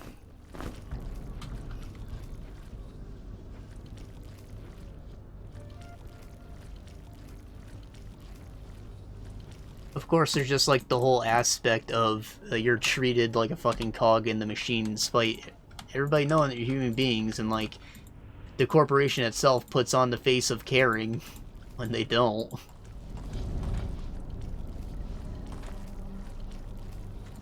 Even when you go to a restaurant, you're probably just, like, you don't think about how the people are suffering during the dinner rush or whatever. You're just like, man, my food took 20 minutes to get to me, I'm not tipping. Because they're, like, faceless, too. You think that they're being made by a machine or something. But, like, you know, management treats the employees like that, too. Like, our legs hurt, we can't sit. I was a dishwasher, so I basically had a cubicle, and I could have just had, like, a little swivel chair like I'm in now and done my job, like, awesomely. But doesn't happen.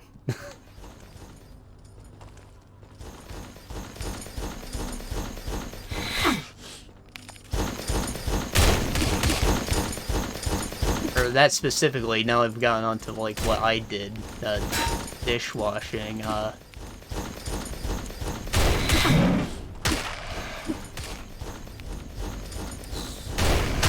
See, I didn't feel like I was ever rewarded for being efficient. Like, I got my job done fast, like, I always kept up with what the workflow was, even though, like, I was doing a 2-man job most of the time. Like, during the summer, we have 2 people on at once, but because I'm the only guy there, because dishwashing sucks ass.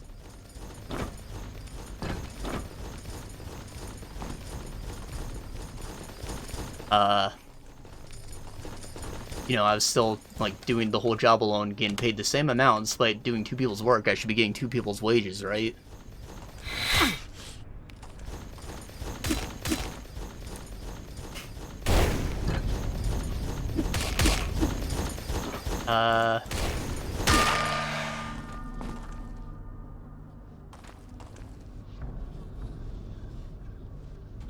So if I were to ever stand around, they'd be like, okay, well, go help out other people. It's like, I just busted my ass so I could go do more work? Really?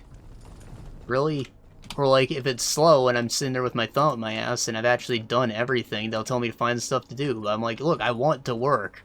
I fucking took all... there's not a single cigarette butt left in the parking lot. You want me to find more to do?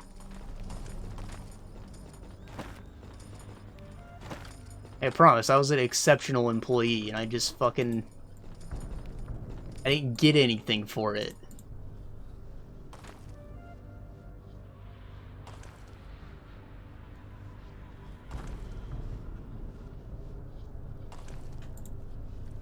Not to mention, they just couldn't work with me. Like, you know, I'm trying to make a fucking video game. I only want to work like 30 hours a week at most. Less is even better. Because I don't really spend money too much, but...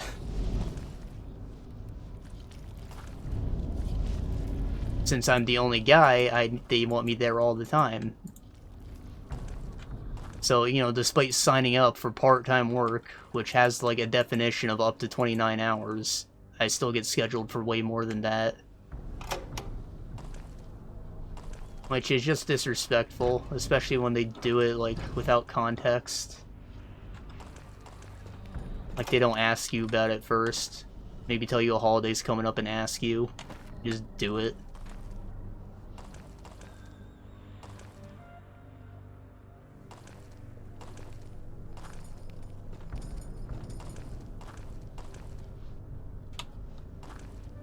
And my job before that was bussing, which more or less the same as dishwashing. In fact, I bussed a little bit as a dishwasher. Like, it's another thing that, like, the employees just come and go. They're a dime a dozen, you're worthless. It's another thing that I was, like, a great employee at, and, like, they straight up told me, no, you're never getting a raise because we just move you on to something else, or you leave. But the thing is, we had one guy who did get moved on to something else because he was going to leave otherwise. And because we didn't have guys without him, he just was forced to bus while he did his other job. And again, he didn't get paid 2 people's wages for that. That's just, like, abusive.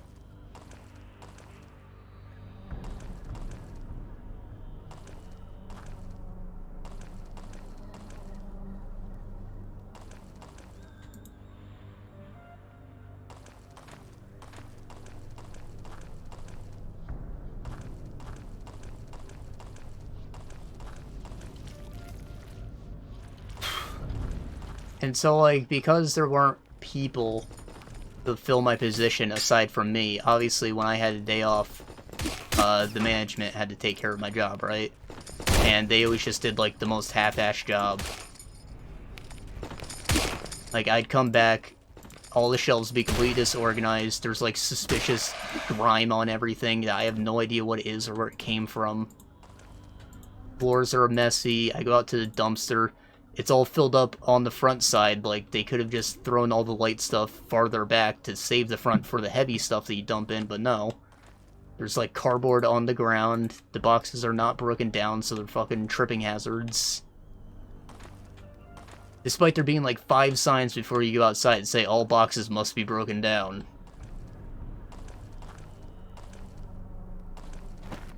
And it's like, how do you expect me to do my job properly when you're not willing to do my job properly? Like, you're the boss. You're supposed to set the good example.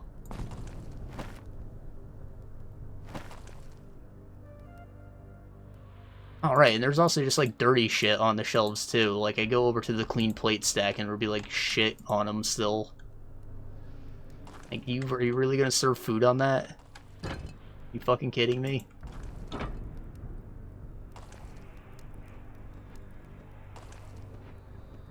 And they didn't respect my equipment either. Like, these past 2 months, they broke all the brooms. And, like, they're cheapskates, so they don't want to go buy more brooms, so we're just, like, stuck with fucking duct tape, half-broken broom.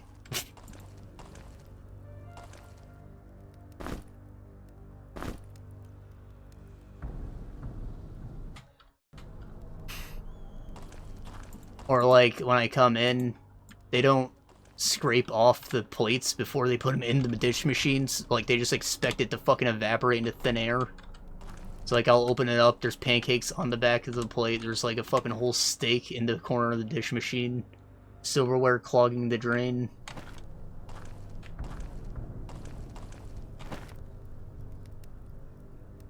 I'm just, like, amazed at the level of incompetence on display, because, like, it's not a hard job objectively. Sometimes it can be hard to keep up with the pace, but, like, the actual work you're doing is very simple. Yet these people that get paid 4 times more than me are doing a fucking horrid job with it.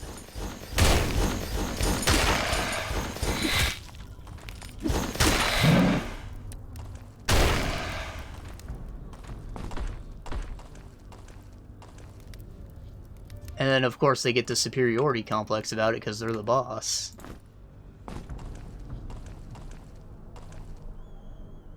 So, like, you know, we're not equals. Which is fair enough. They get paid more. I guess we're not.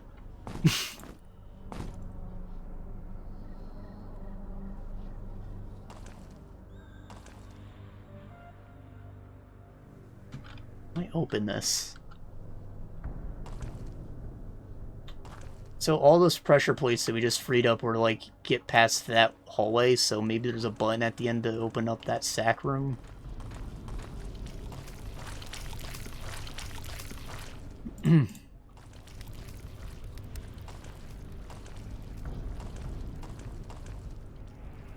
Oh, I wanted to quit like a long time ago, but we went into quarantine during the summer, so like that was just like a nice several month long vacation for me.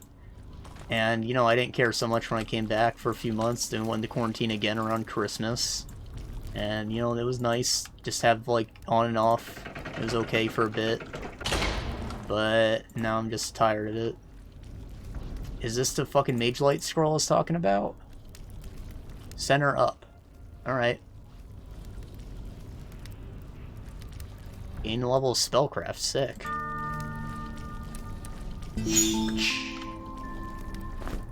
Ooh, I can save those for puzzles now. What if I dual-wielded the stabs? There's an idea.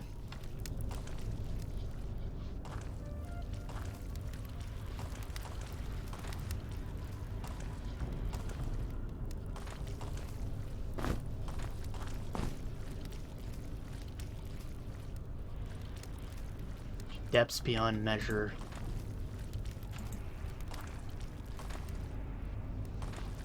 I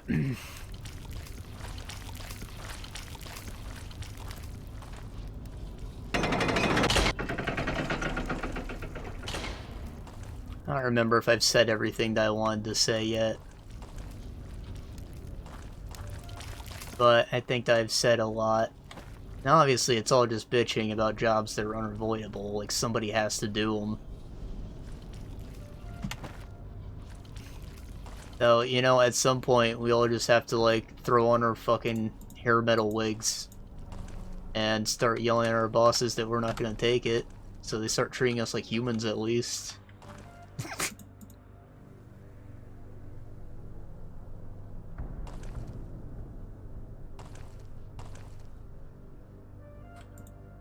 Anyways, I think I'm done with restaurants. Like, I've been through 2 and they both seem to have the same problems. Like, understaff, underpay, under-respect. No reward for being good. In fact, you're a sucker if you're not a lazy bum, because they're making just as much money as you.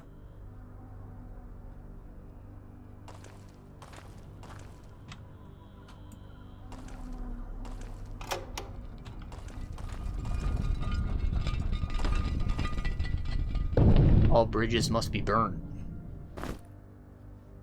Okay.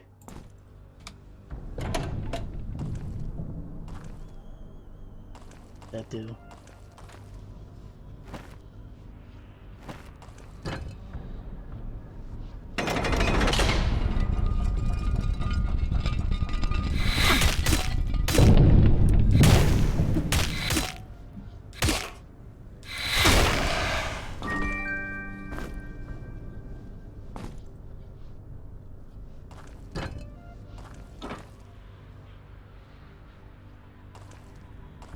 So I'm interpreting all bridges must be burnt as, like, make the platforms go down again. Now that I've pulled this lever, or maybe pull the lever after putting them all down.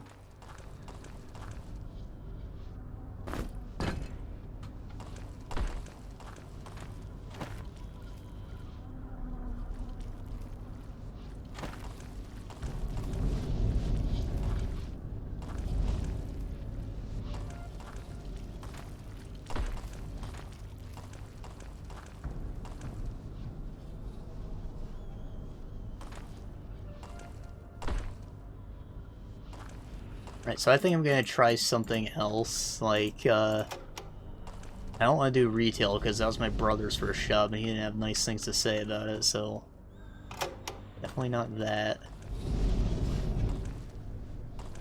I think maybe I'll try like cleaning hotel rooms because there's like work to do. It'll just take time and you go do it. And there's always stuff and like you're alone. You probably put on music or something. Sounds kind of relaxing.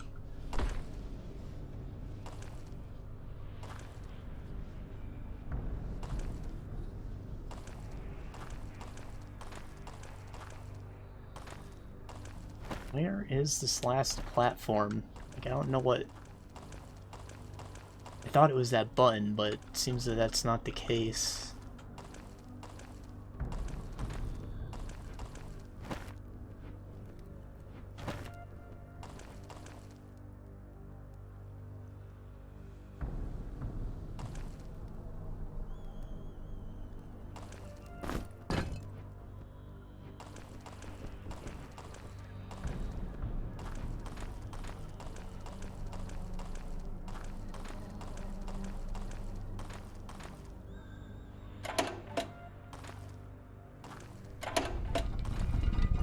Ta-da! I was right.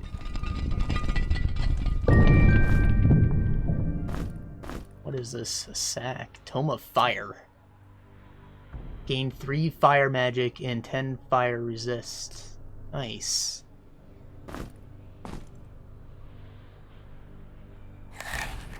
Eat that. Take that.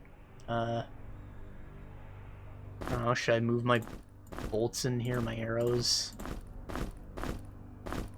Some bomb boys.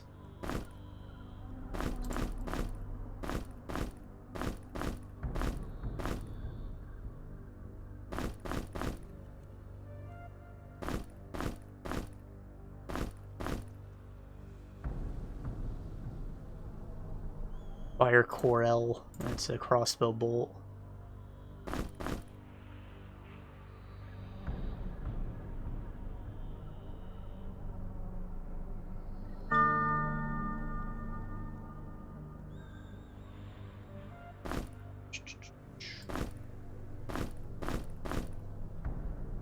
Am I still holding these?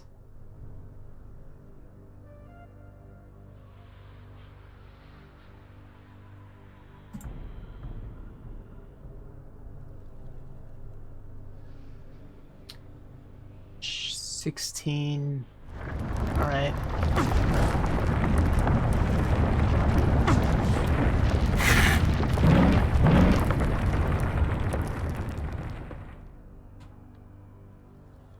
Oh, hey. Didn't even know that was there.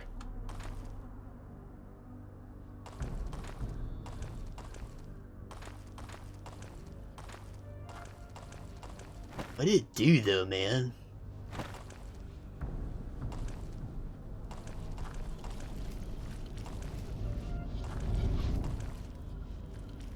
Okay, it opened up the big metal door. And you have to put the bridges back up. So go collect my rocks. You know I was gonna do that anyways.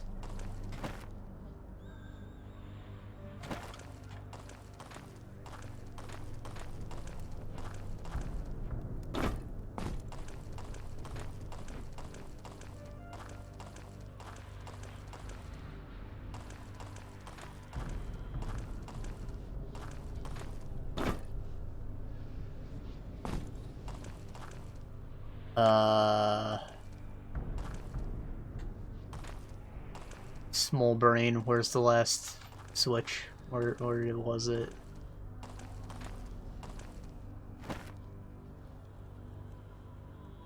Like X, and here's an X.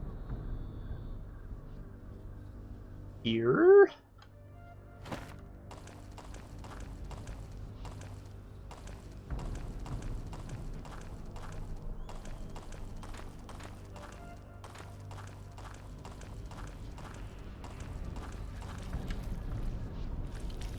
Slime boy, come back, you son of a bitch. Oh wait, it's right here, isn't it? Yeah. I'm so dumb.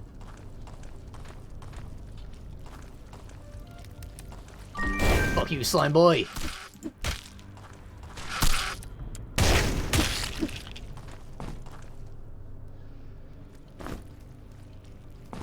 Yeah. Fat sack.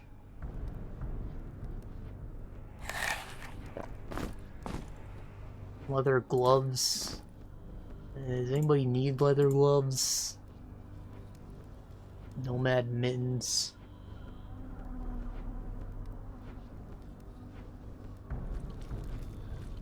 I don't know. I'll hold them just to have them.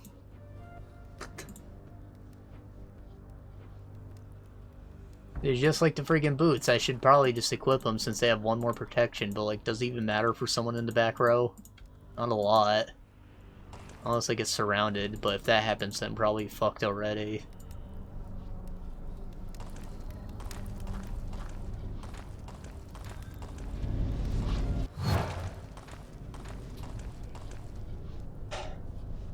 Put to sleep to depths beyond measure? Possibly. I have not been keeping track of time. I bet we're at 3 hours, but I kind of want to do the next part. Oh shit, we're at 3.5. What the f—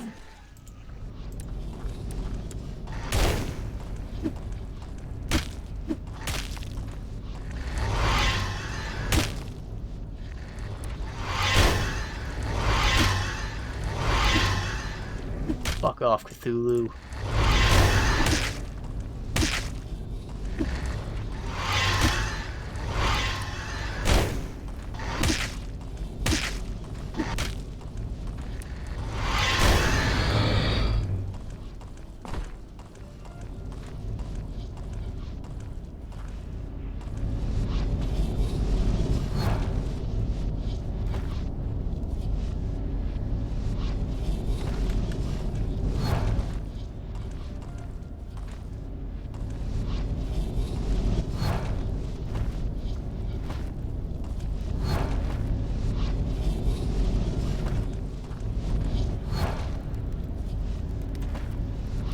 This is new. Wow, that's a lot of throwing knives. Hell yeah. I'm scared. Is it like a relay race, or can I just leave a rock on it?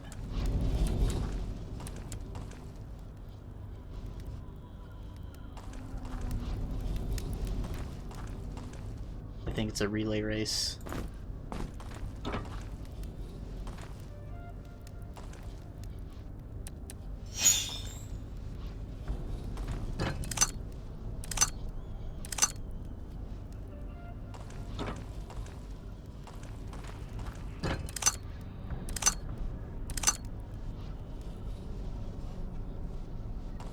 I'm supposed to throw something.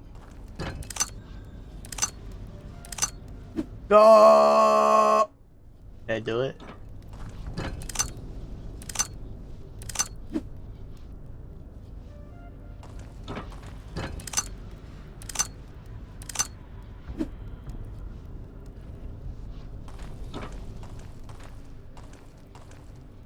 I did do it.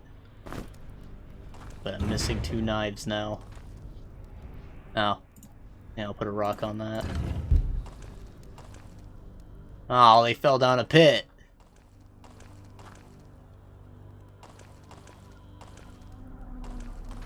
I guess I am going down the pit, but now I have to. Now it feels like work. You just listen to me bitch about work for like 20 minutes.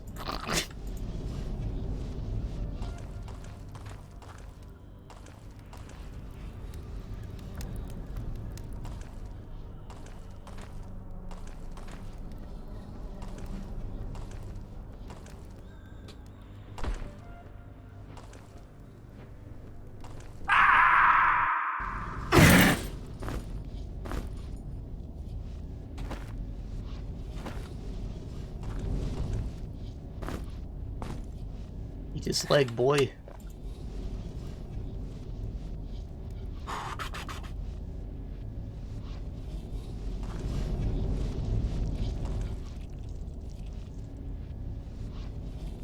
I like that the implication is that somebody's tried to solve that puzzle by throwing their food into the portal.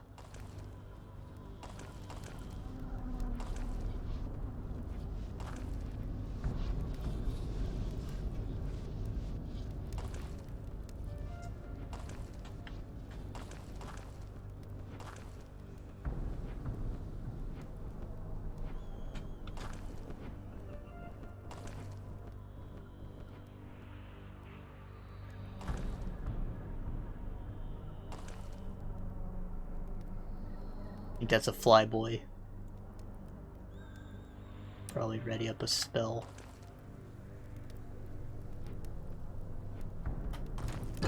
Hello, flyboy.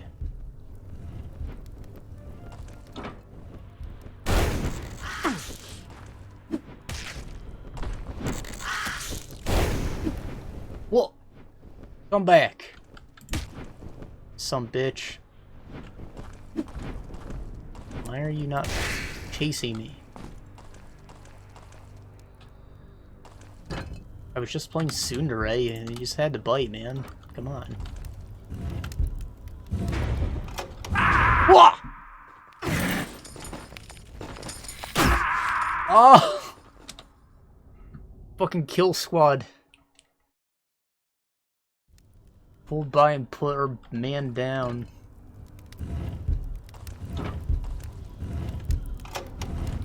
Pull by, that's not how the kids talk. Pull up.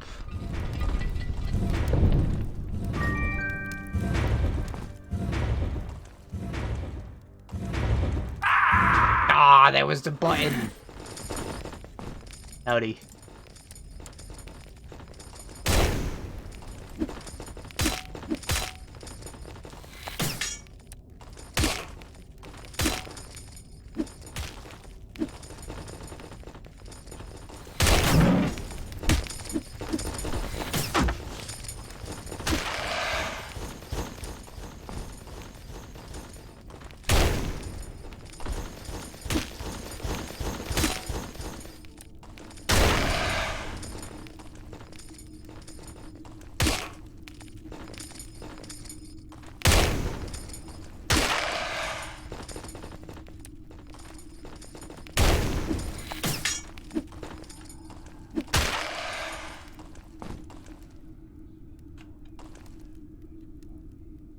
Whew!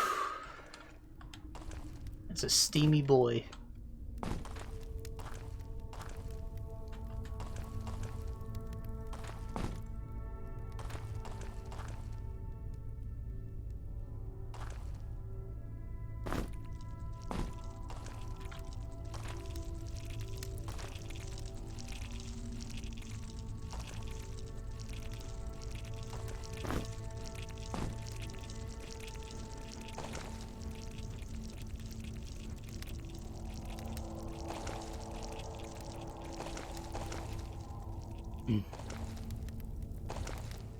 Alright, I probably should have mentioned that I was like a fool for even like taking the job to begin with.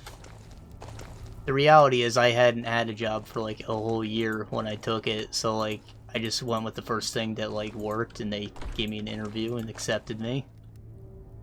Because I applied to a ton of places, obviously, and that didn't work out.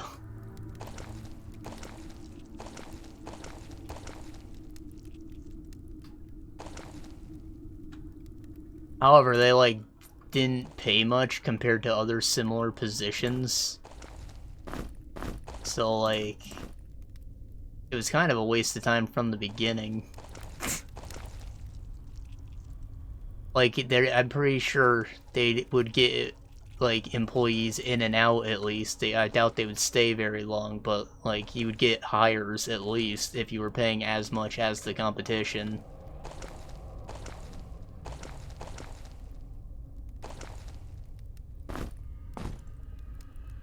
Get rid of this cudgel.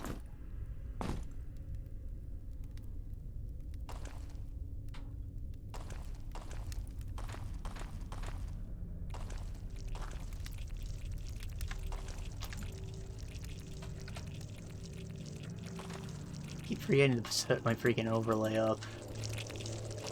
I know it's not important because nobody's talking, but like, what if they did? Then I'd be rude for not acknowledging them.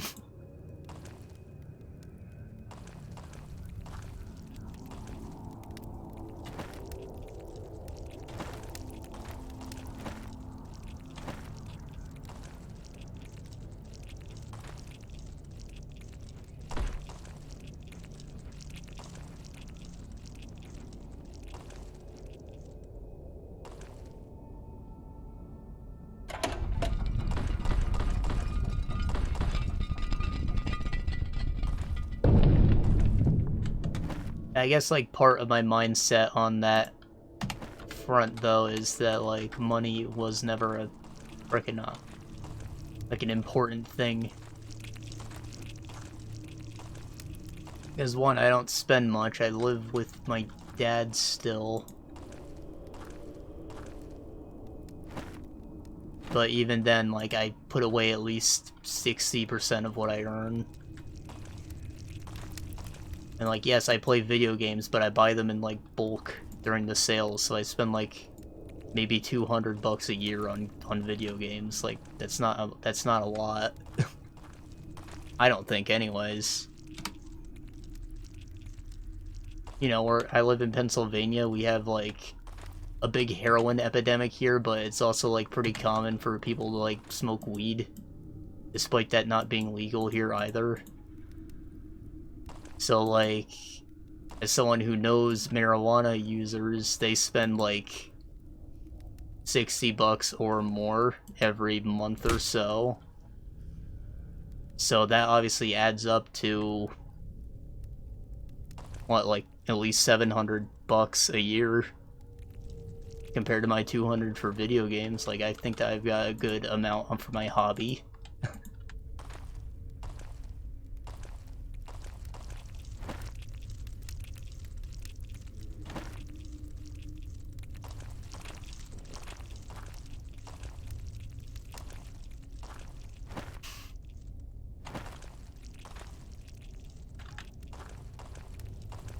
And, like, what else do I buy? Fucking snacks? Part of, like, my rent system is that I just buy my dad dinner whenever he wants it. Like, I go pick up the food and I pay for it. I don't ask him for money. If we ever need anything for the house, like repairs or oil, I pitch in with that as well. So, like, it's not totally rent-free, but also I'm, like, definitely not paying actual rent money.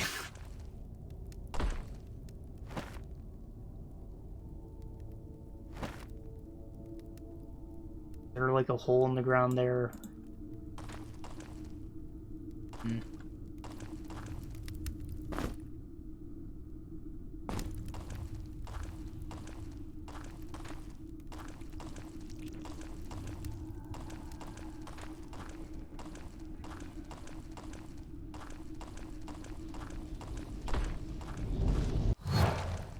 And I'm like, I don't do much else. My fucking brother was making almost twice as much as me, and he, like, doesn't have any savings.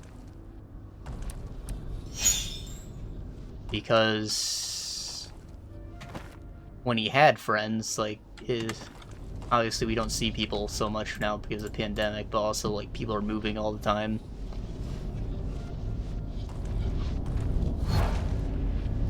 Like, our one boy, he just moved over to Florida because he, like, went to some kind of festival over there and, like, met someone. He's like, alright, I'm gonna go live with them, even though we just met for a day. I mean, if that works out, good for him, though, like, I doubt that you should have moved in with someone who you knew for a day. Anyways, he's gone.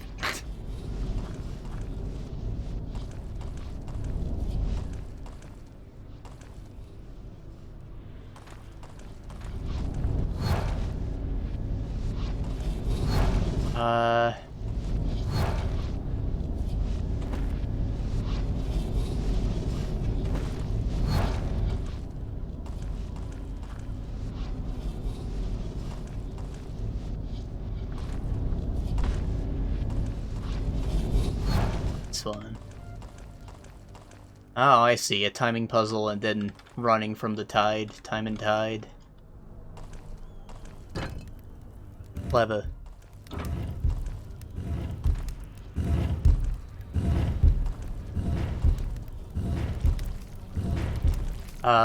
Anyways, when you have friends, you, like, go to the bar with them a lot, and alcohol is, of course, expensive, but also, like, part of being at the bar is once you're drunk, they want you to buy more food.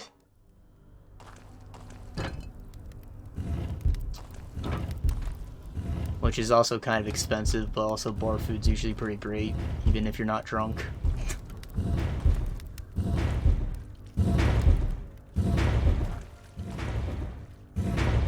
Right,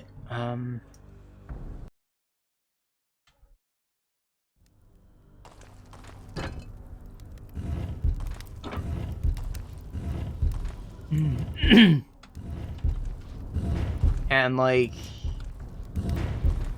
no, it's not that I don't drink, I just don't get invited to the bar very often, because people know that I, like, don't like big crowds, I guess? I don't know. Ideally, it's something that, like, you do after work, but, like, you know, I don't work with my friends, so I'm just not there. I'm not on their minds, but also it's not really my scene either, so it's fine. But aside from that, like, having a girlfriend's expensive. I'm, of course, don't have one.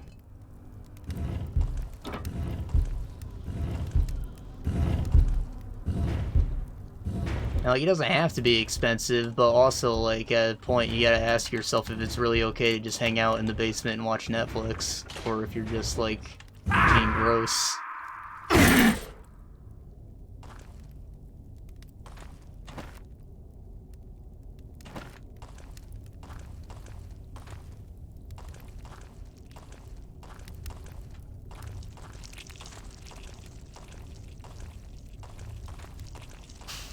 Where the fuck am I? And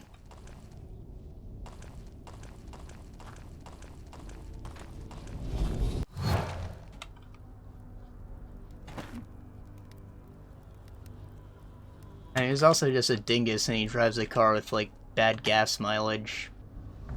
He drives a Jeep, which, like, work isn't too far for him, but he also just, like, gets bad mileage out of it. He's always spending money on it.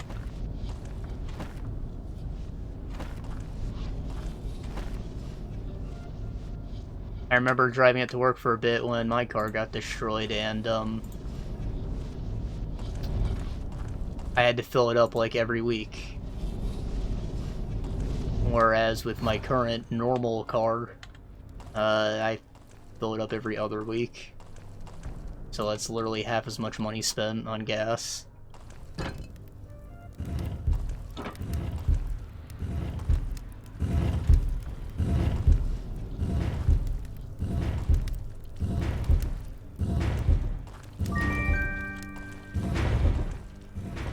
So, like... Bah!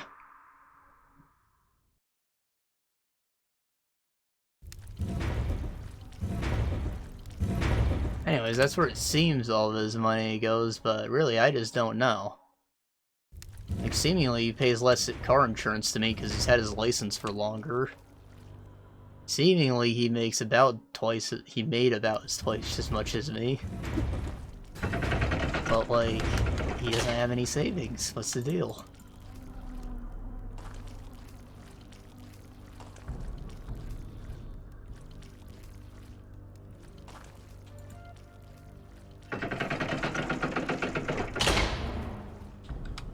Meanwhile, I'm sitting on, like, an exceptional amount for someone my age.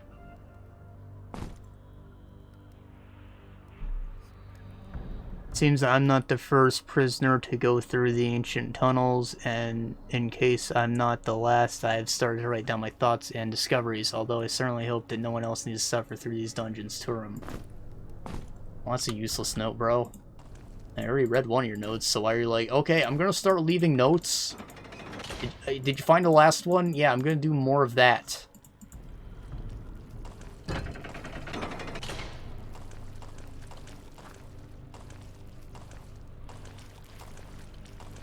Oh. that was the correct way. Cool. So then, do I need to go down here?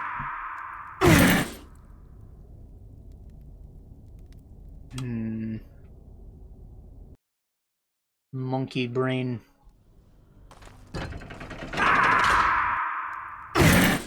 No. Alright, I just want to make sure that, like, leaving a rock on this panel doesn't open the gate, and I probably should have did that before I, like, even went down that last time. Okay. We're gonna loop back around and go through that door that we walked by, because I thought that was the correct way. Despite the fact I had to push secret buttons to open it, so of course it wasn't.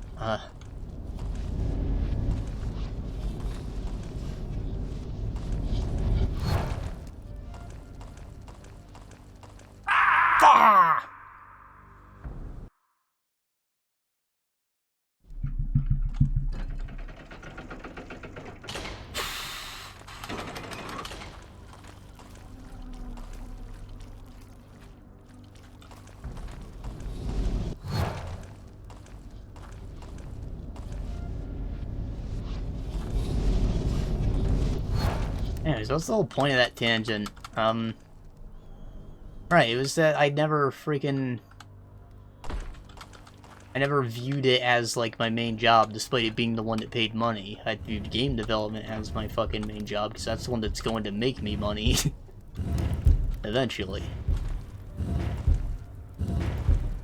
Like, you know, I just want to put a decent amount of time into that, and, like, the fucking job that makes me unhappy, yeah, that's the one that can, like, go eat a dick. I don't care about it. Secondary.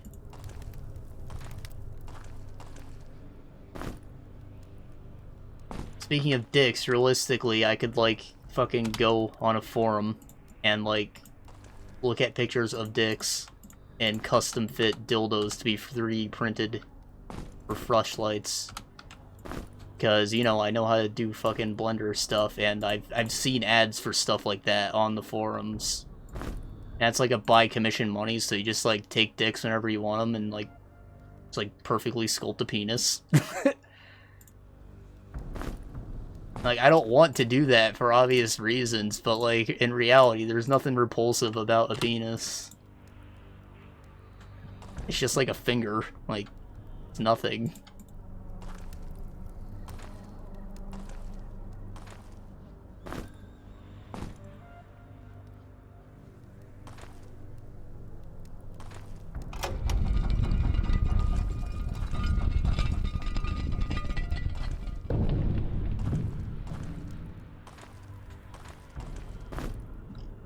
Not to mention, it's a pretty simple shape, so, like, once you built one, it shouldn't be any more difficult than just, like, moving vertices around.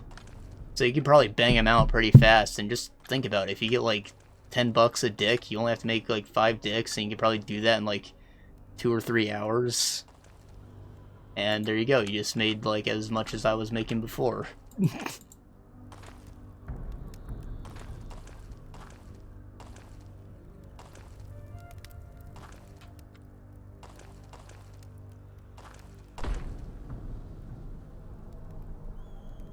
What the fuck was the point of throwing the thing if I could have just done that?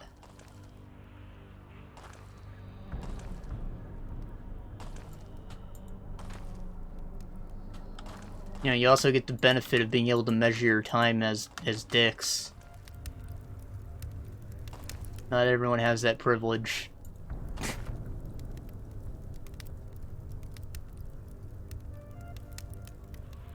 Okay, so this right here is this here.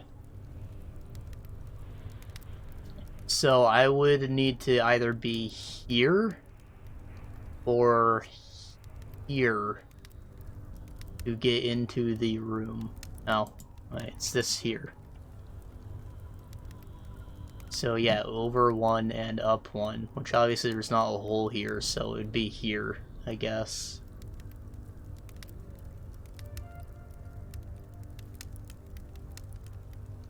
Let's give it a shot. It's gonna put us back where we need to be anyways.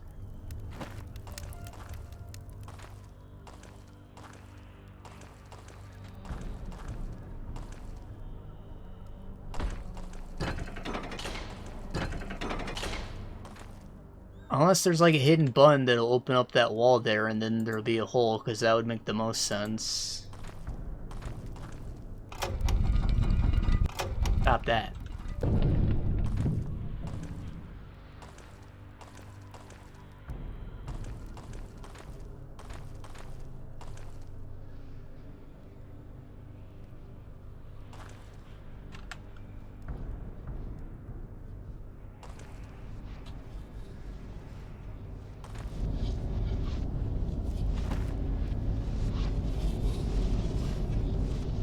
Where was that?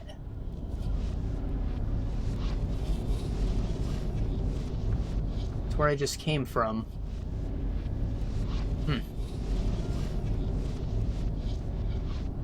Alright.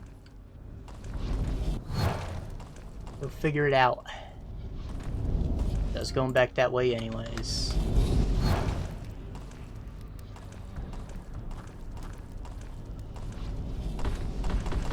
An axe and a portal. So I need to take a portal to get in there, I guess. Of course, that could also just be the way to the room I'm trying to get to.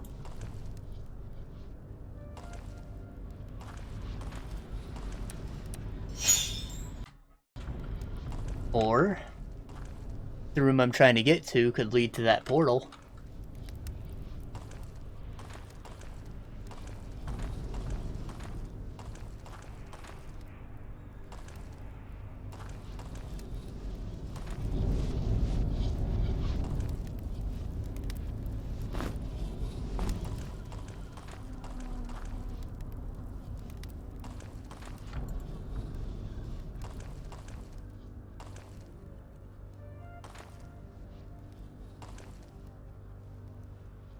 Is my character looking down because there's something on the floor? Or, like, what's with that? Okay. I'm both, like, looking for additional wall buttons. And also...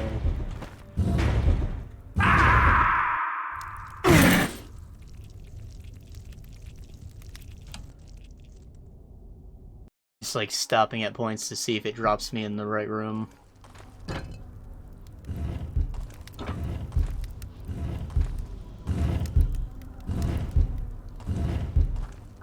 Bah! That was the same spot as before. Duh!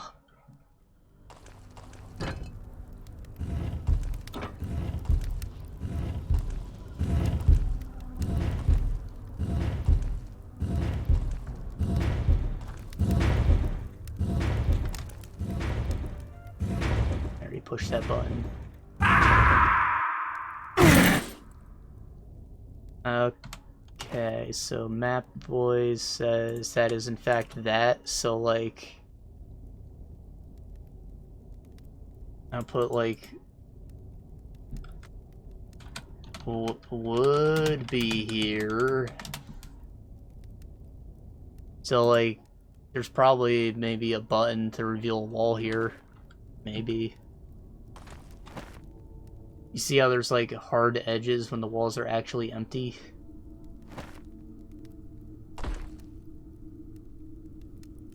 Seemingly there's no holes in the floor, but there is one over there. So like, over here? What is this?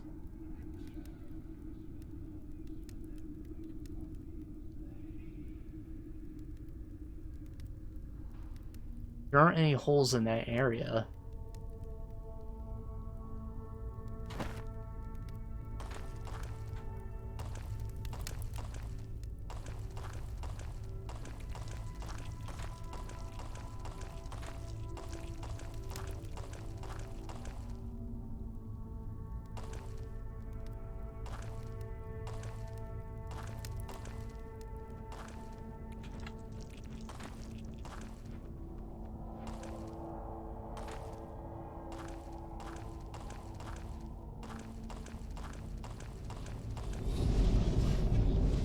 I still don't know how to get down there either, so like... Mystery and mystery. I know it's not a question mark, but whatever. Maybe there are other ways to get there, so like... I'm just gonna put down my scroll. Crimes forgotten. But never forgiven. That one's obvious.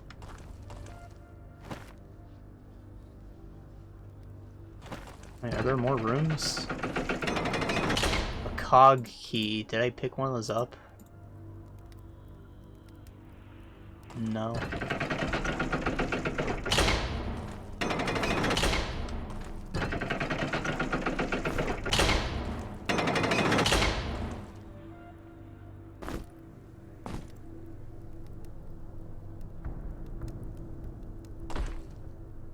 Note.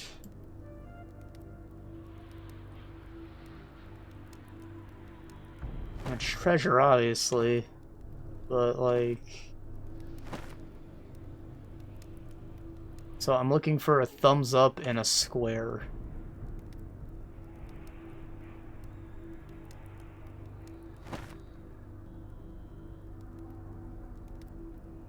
And also a gun.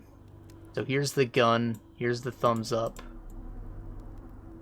So it's just talking about this right here then, right? No, can't be. Is it somewhere up here? In fact, it might even be in this next room, for all I know.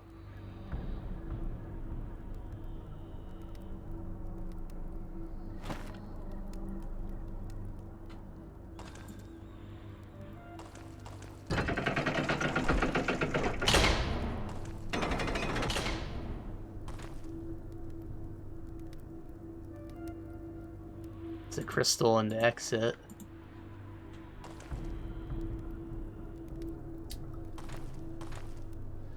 Oof.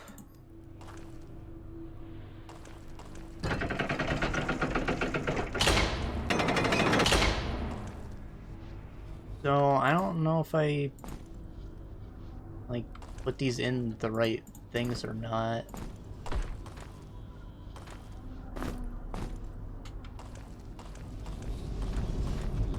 I feel like I would have heard something move if I got them correct. So like cavern's still echoing from his call. Put to sleep but still dreaming, maybe? I don't know. The depths beyond measure. Eternally imprisoned beyond the depths beyond measure makes more sense, maybe. Right? Eternally imprisoned to depths beyond measure. Put to sleep but still dreaming. This doesn't really seem like a contradiction to me, but alright. Like, why but put to sleep and still dreaming? Put to sleep to dream eternally.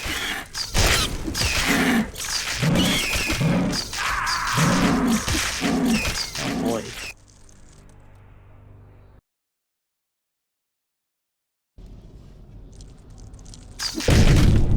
It seems like I need to go this way to avoid the toothsome. The terrible toothsome.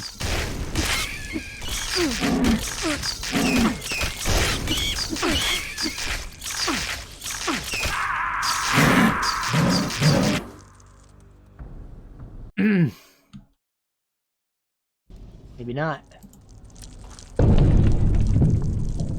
There, now we can do them one at a time.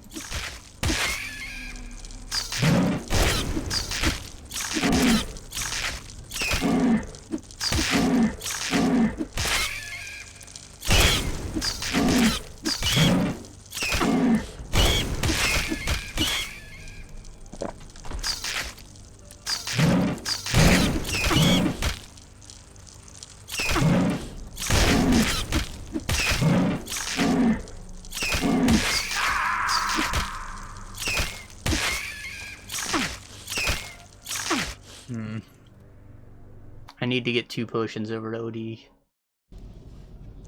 Otis Crab.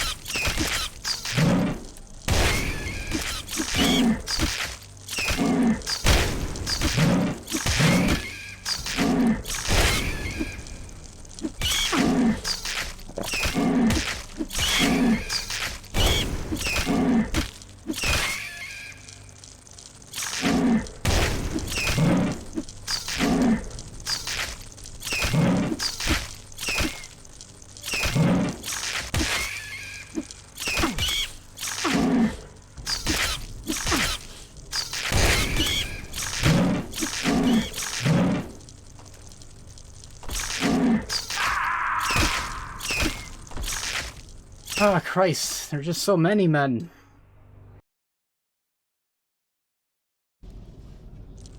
I also wish there was, like, damage text to show that you've dodged an attack or whatever.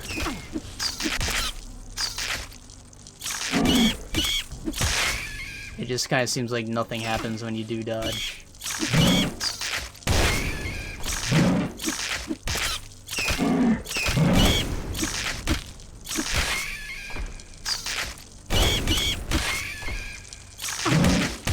Damn you frame perfect boys. Let me get my shit back.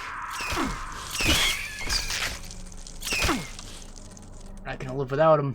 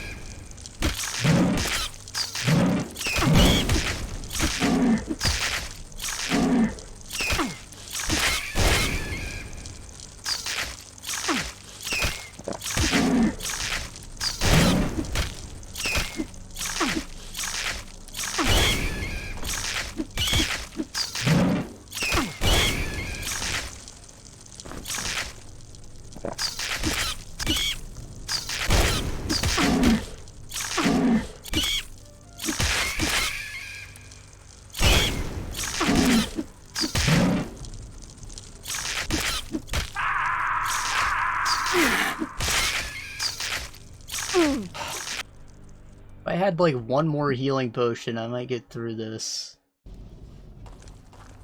So I might have to make one on the fly, actually. Oh, bombs! I should use some.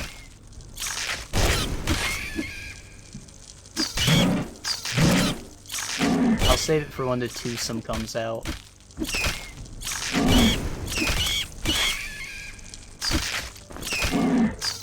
Fucker!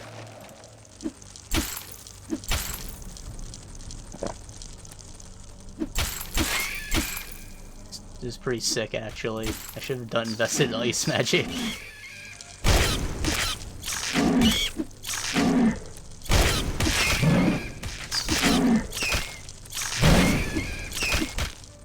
And I think fire does burning damage, question mark, fuck me.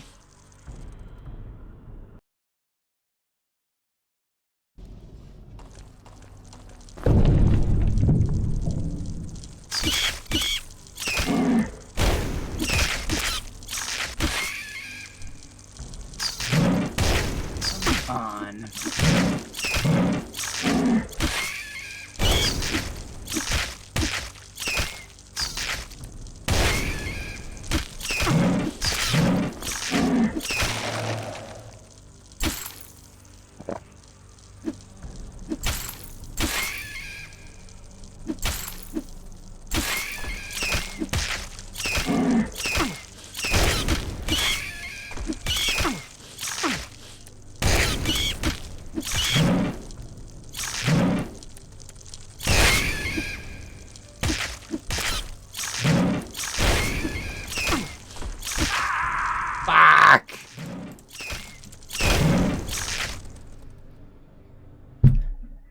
I moved the potion over to him preemptively, but like the other guy's relying on RNG to not get hit. So it doesn't quite work out. I also have more bombs I could use, but I put them in a bag. So like, fuck me, right? There we go.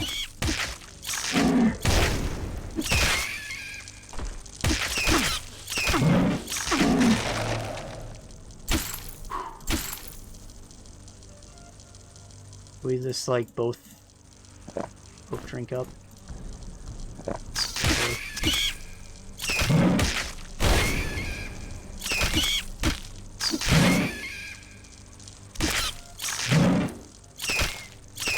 Fuck.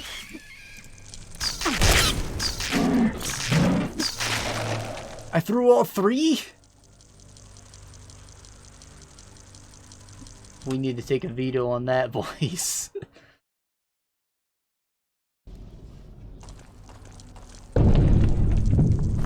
Fucking open this up, take a single bomb out, start slashing.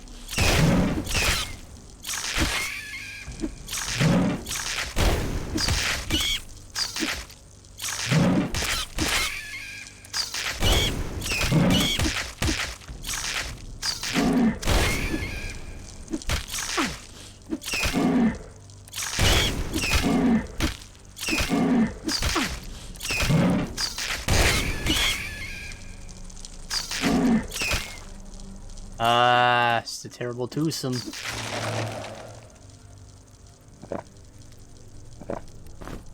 Just mixed up some things real quick.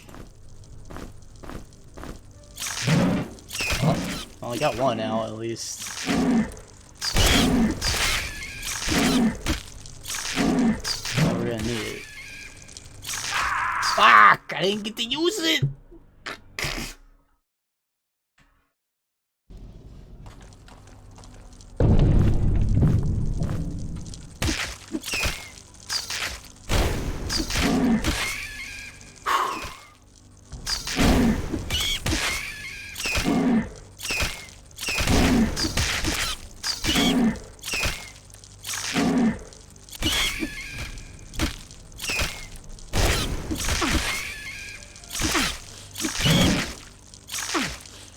I am at handling the mouse, because I'm bad at shooters. Like we were talking about last time.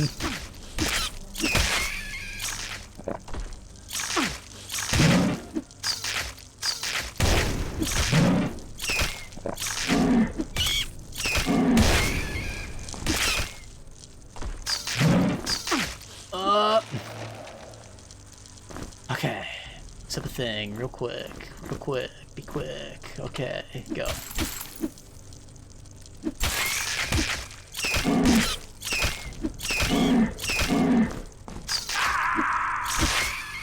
It fucking killed them anyway. It's almost like armor's worthless.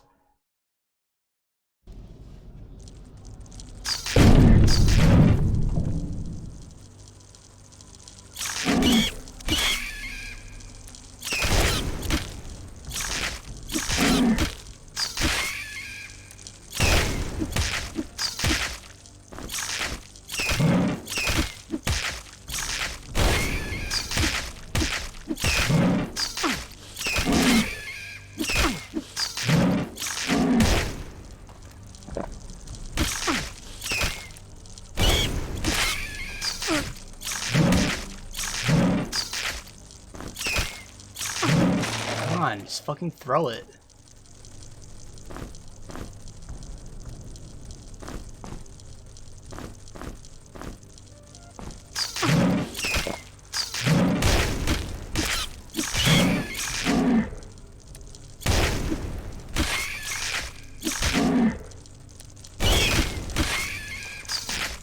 Oh.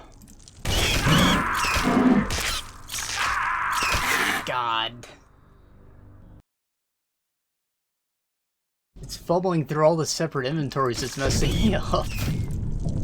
I wish they just had like a combined one that used their strength value. Like they're all staying next to each other and passing his shit around anyways. It really can't be that dead. Too much of a stretch to make it believable.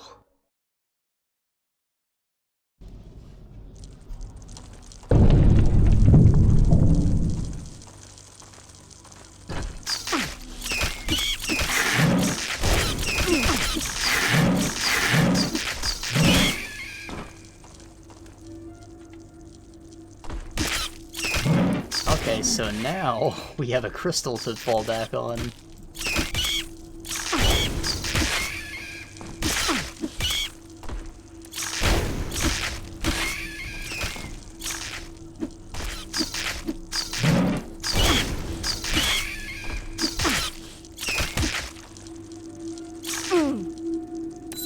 Fucking use it!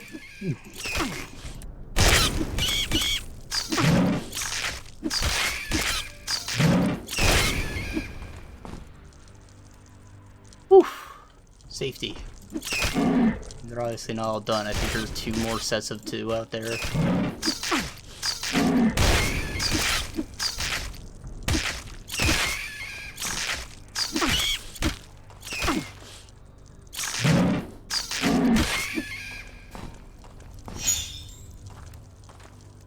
Free XP. Thank God.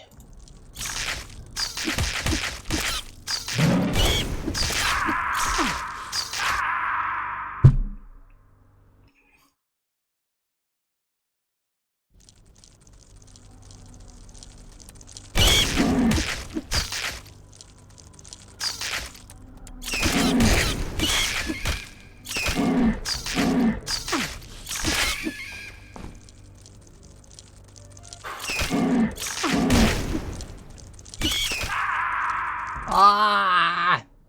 I fumbled around too much.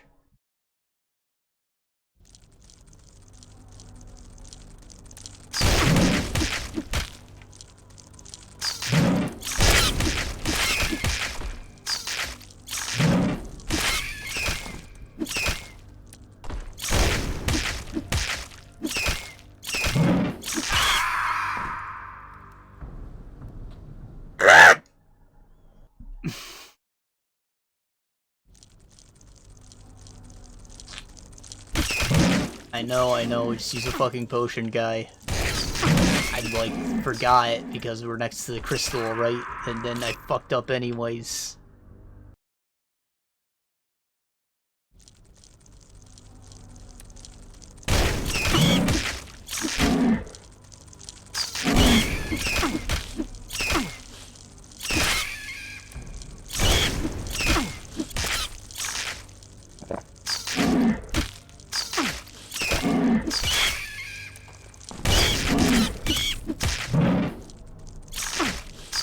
Fuck you, bitch!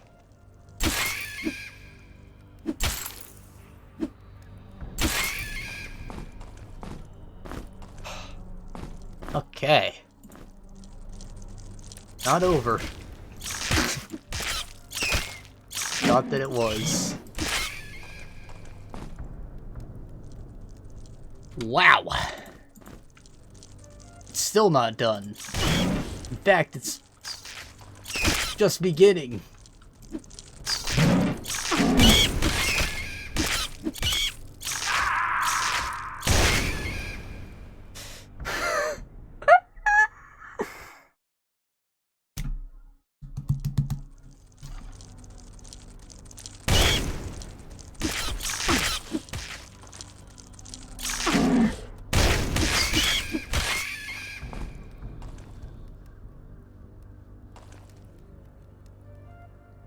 Are we safe?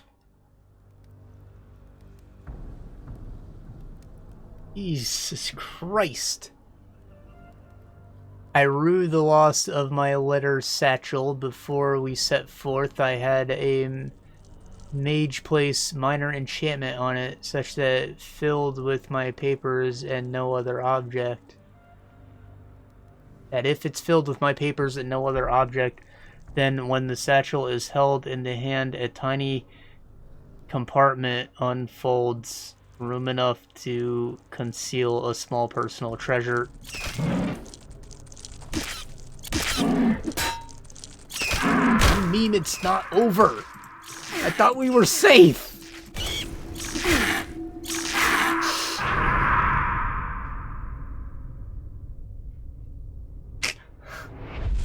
Alright.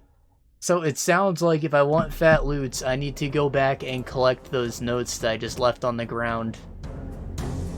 So I'll probably do that off camera.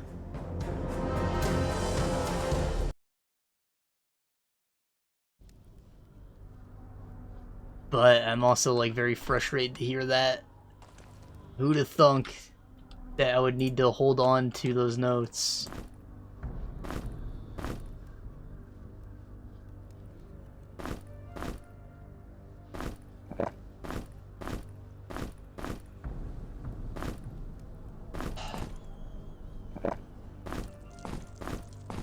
Okay, we'll probably live.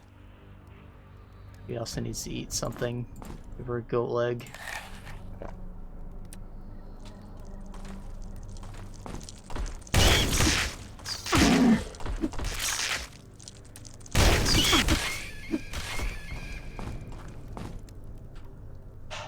I ain't fucking around this time. Where you at, bitch?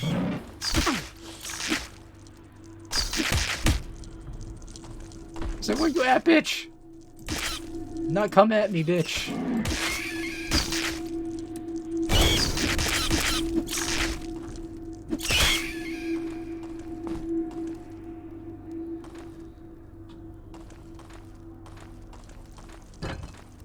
Ah, God. I think I still hear more. Of course it's a 2. Howdy. Fuck you.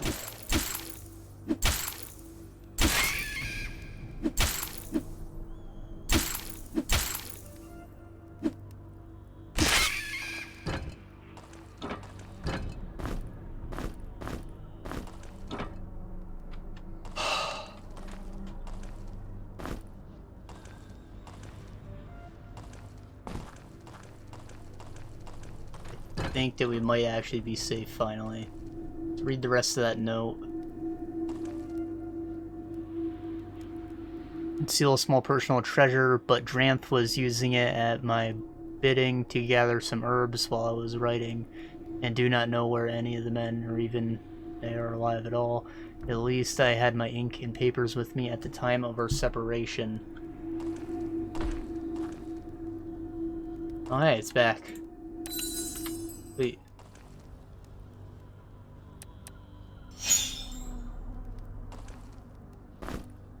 Scroll. Restore energy, 1 flask, 1 blood drop. Alright. Energy potion.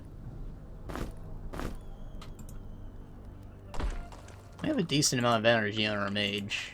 We're kind of running out in big fights like that, but like, just 1 potion's fine.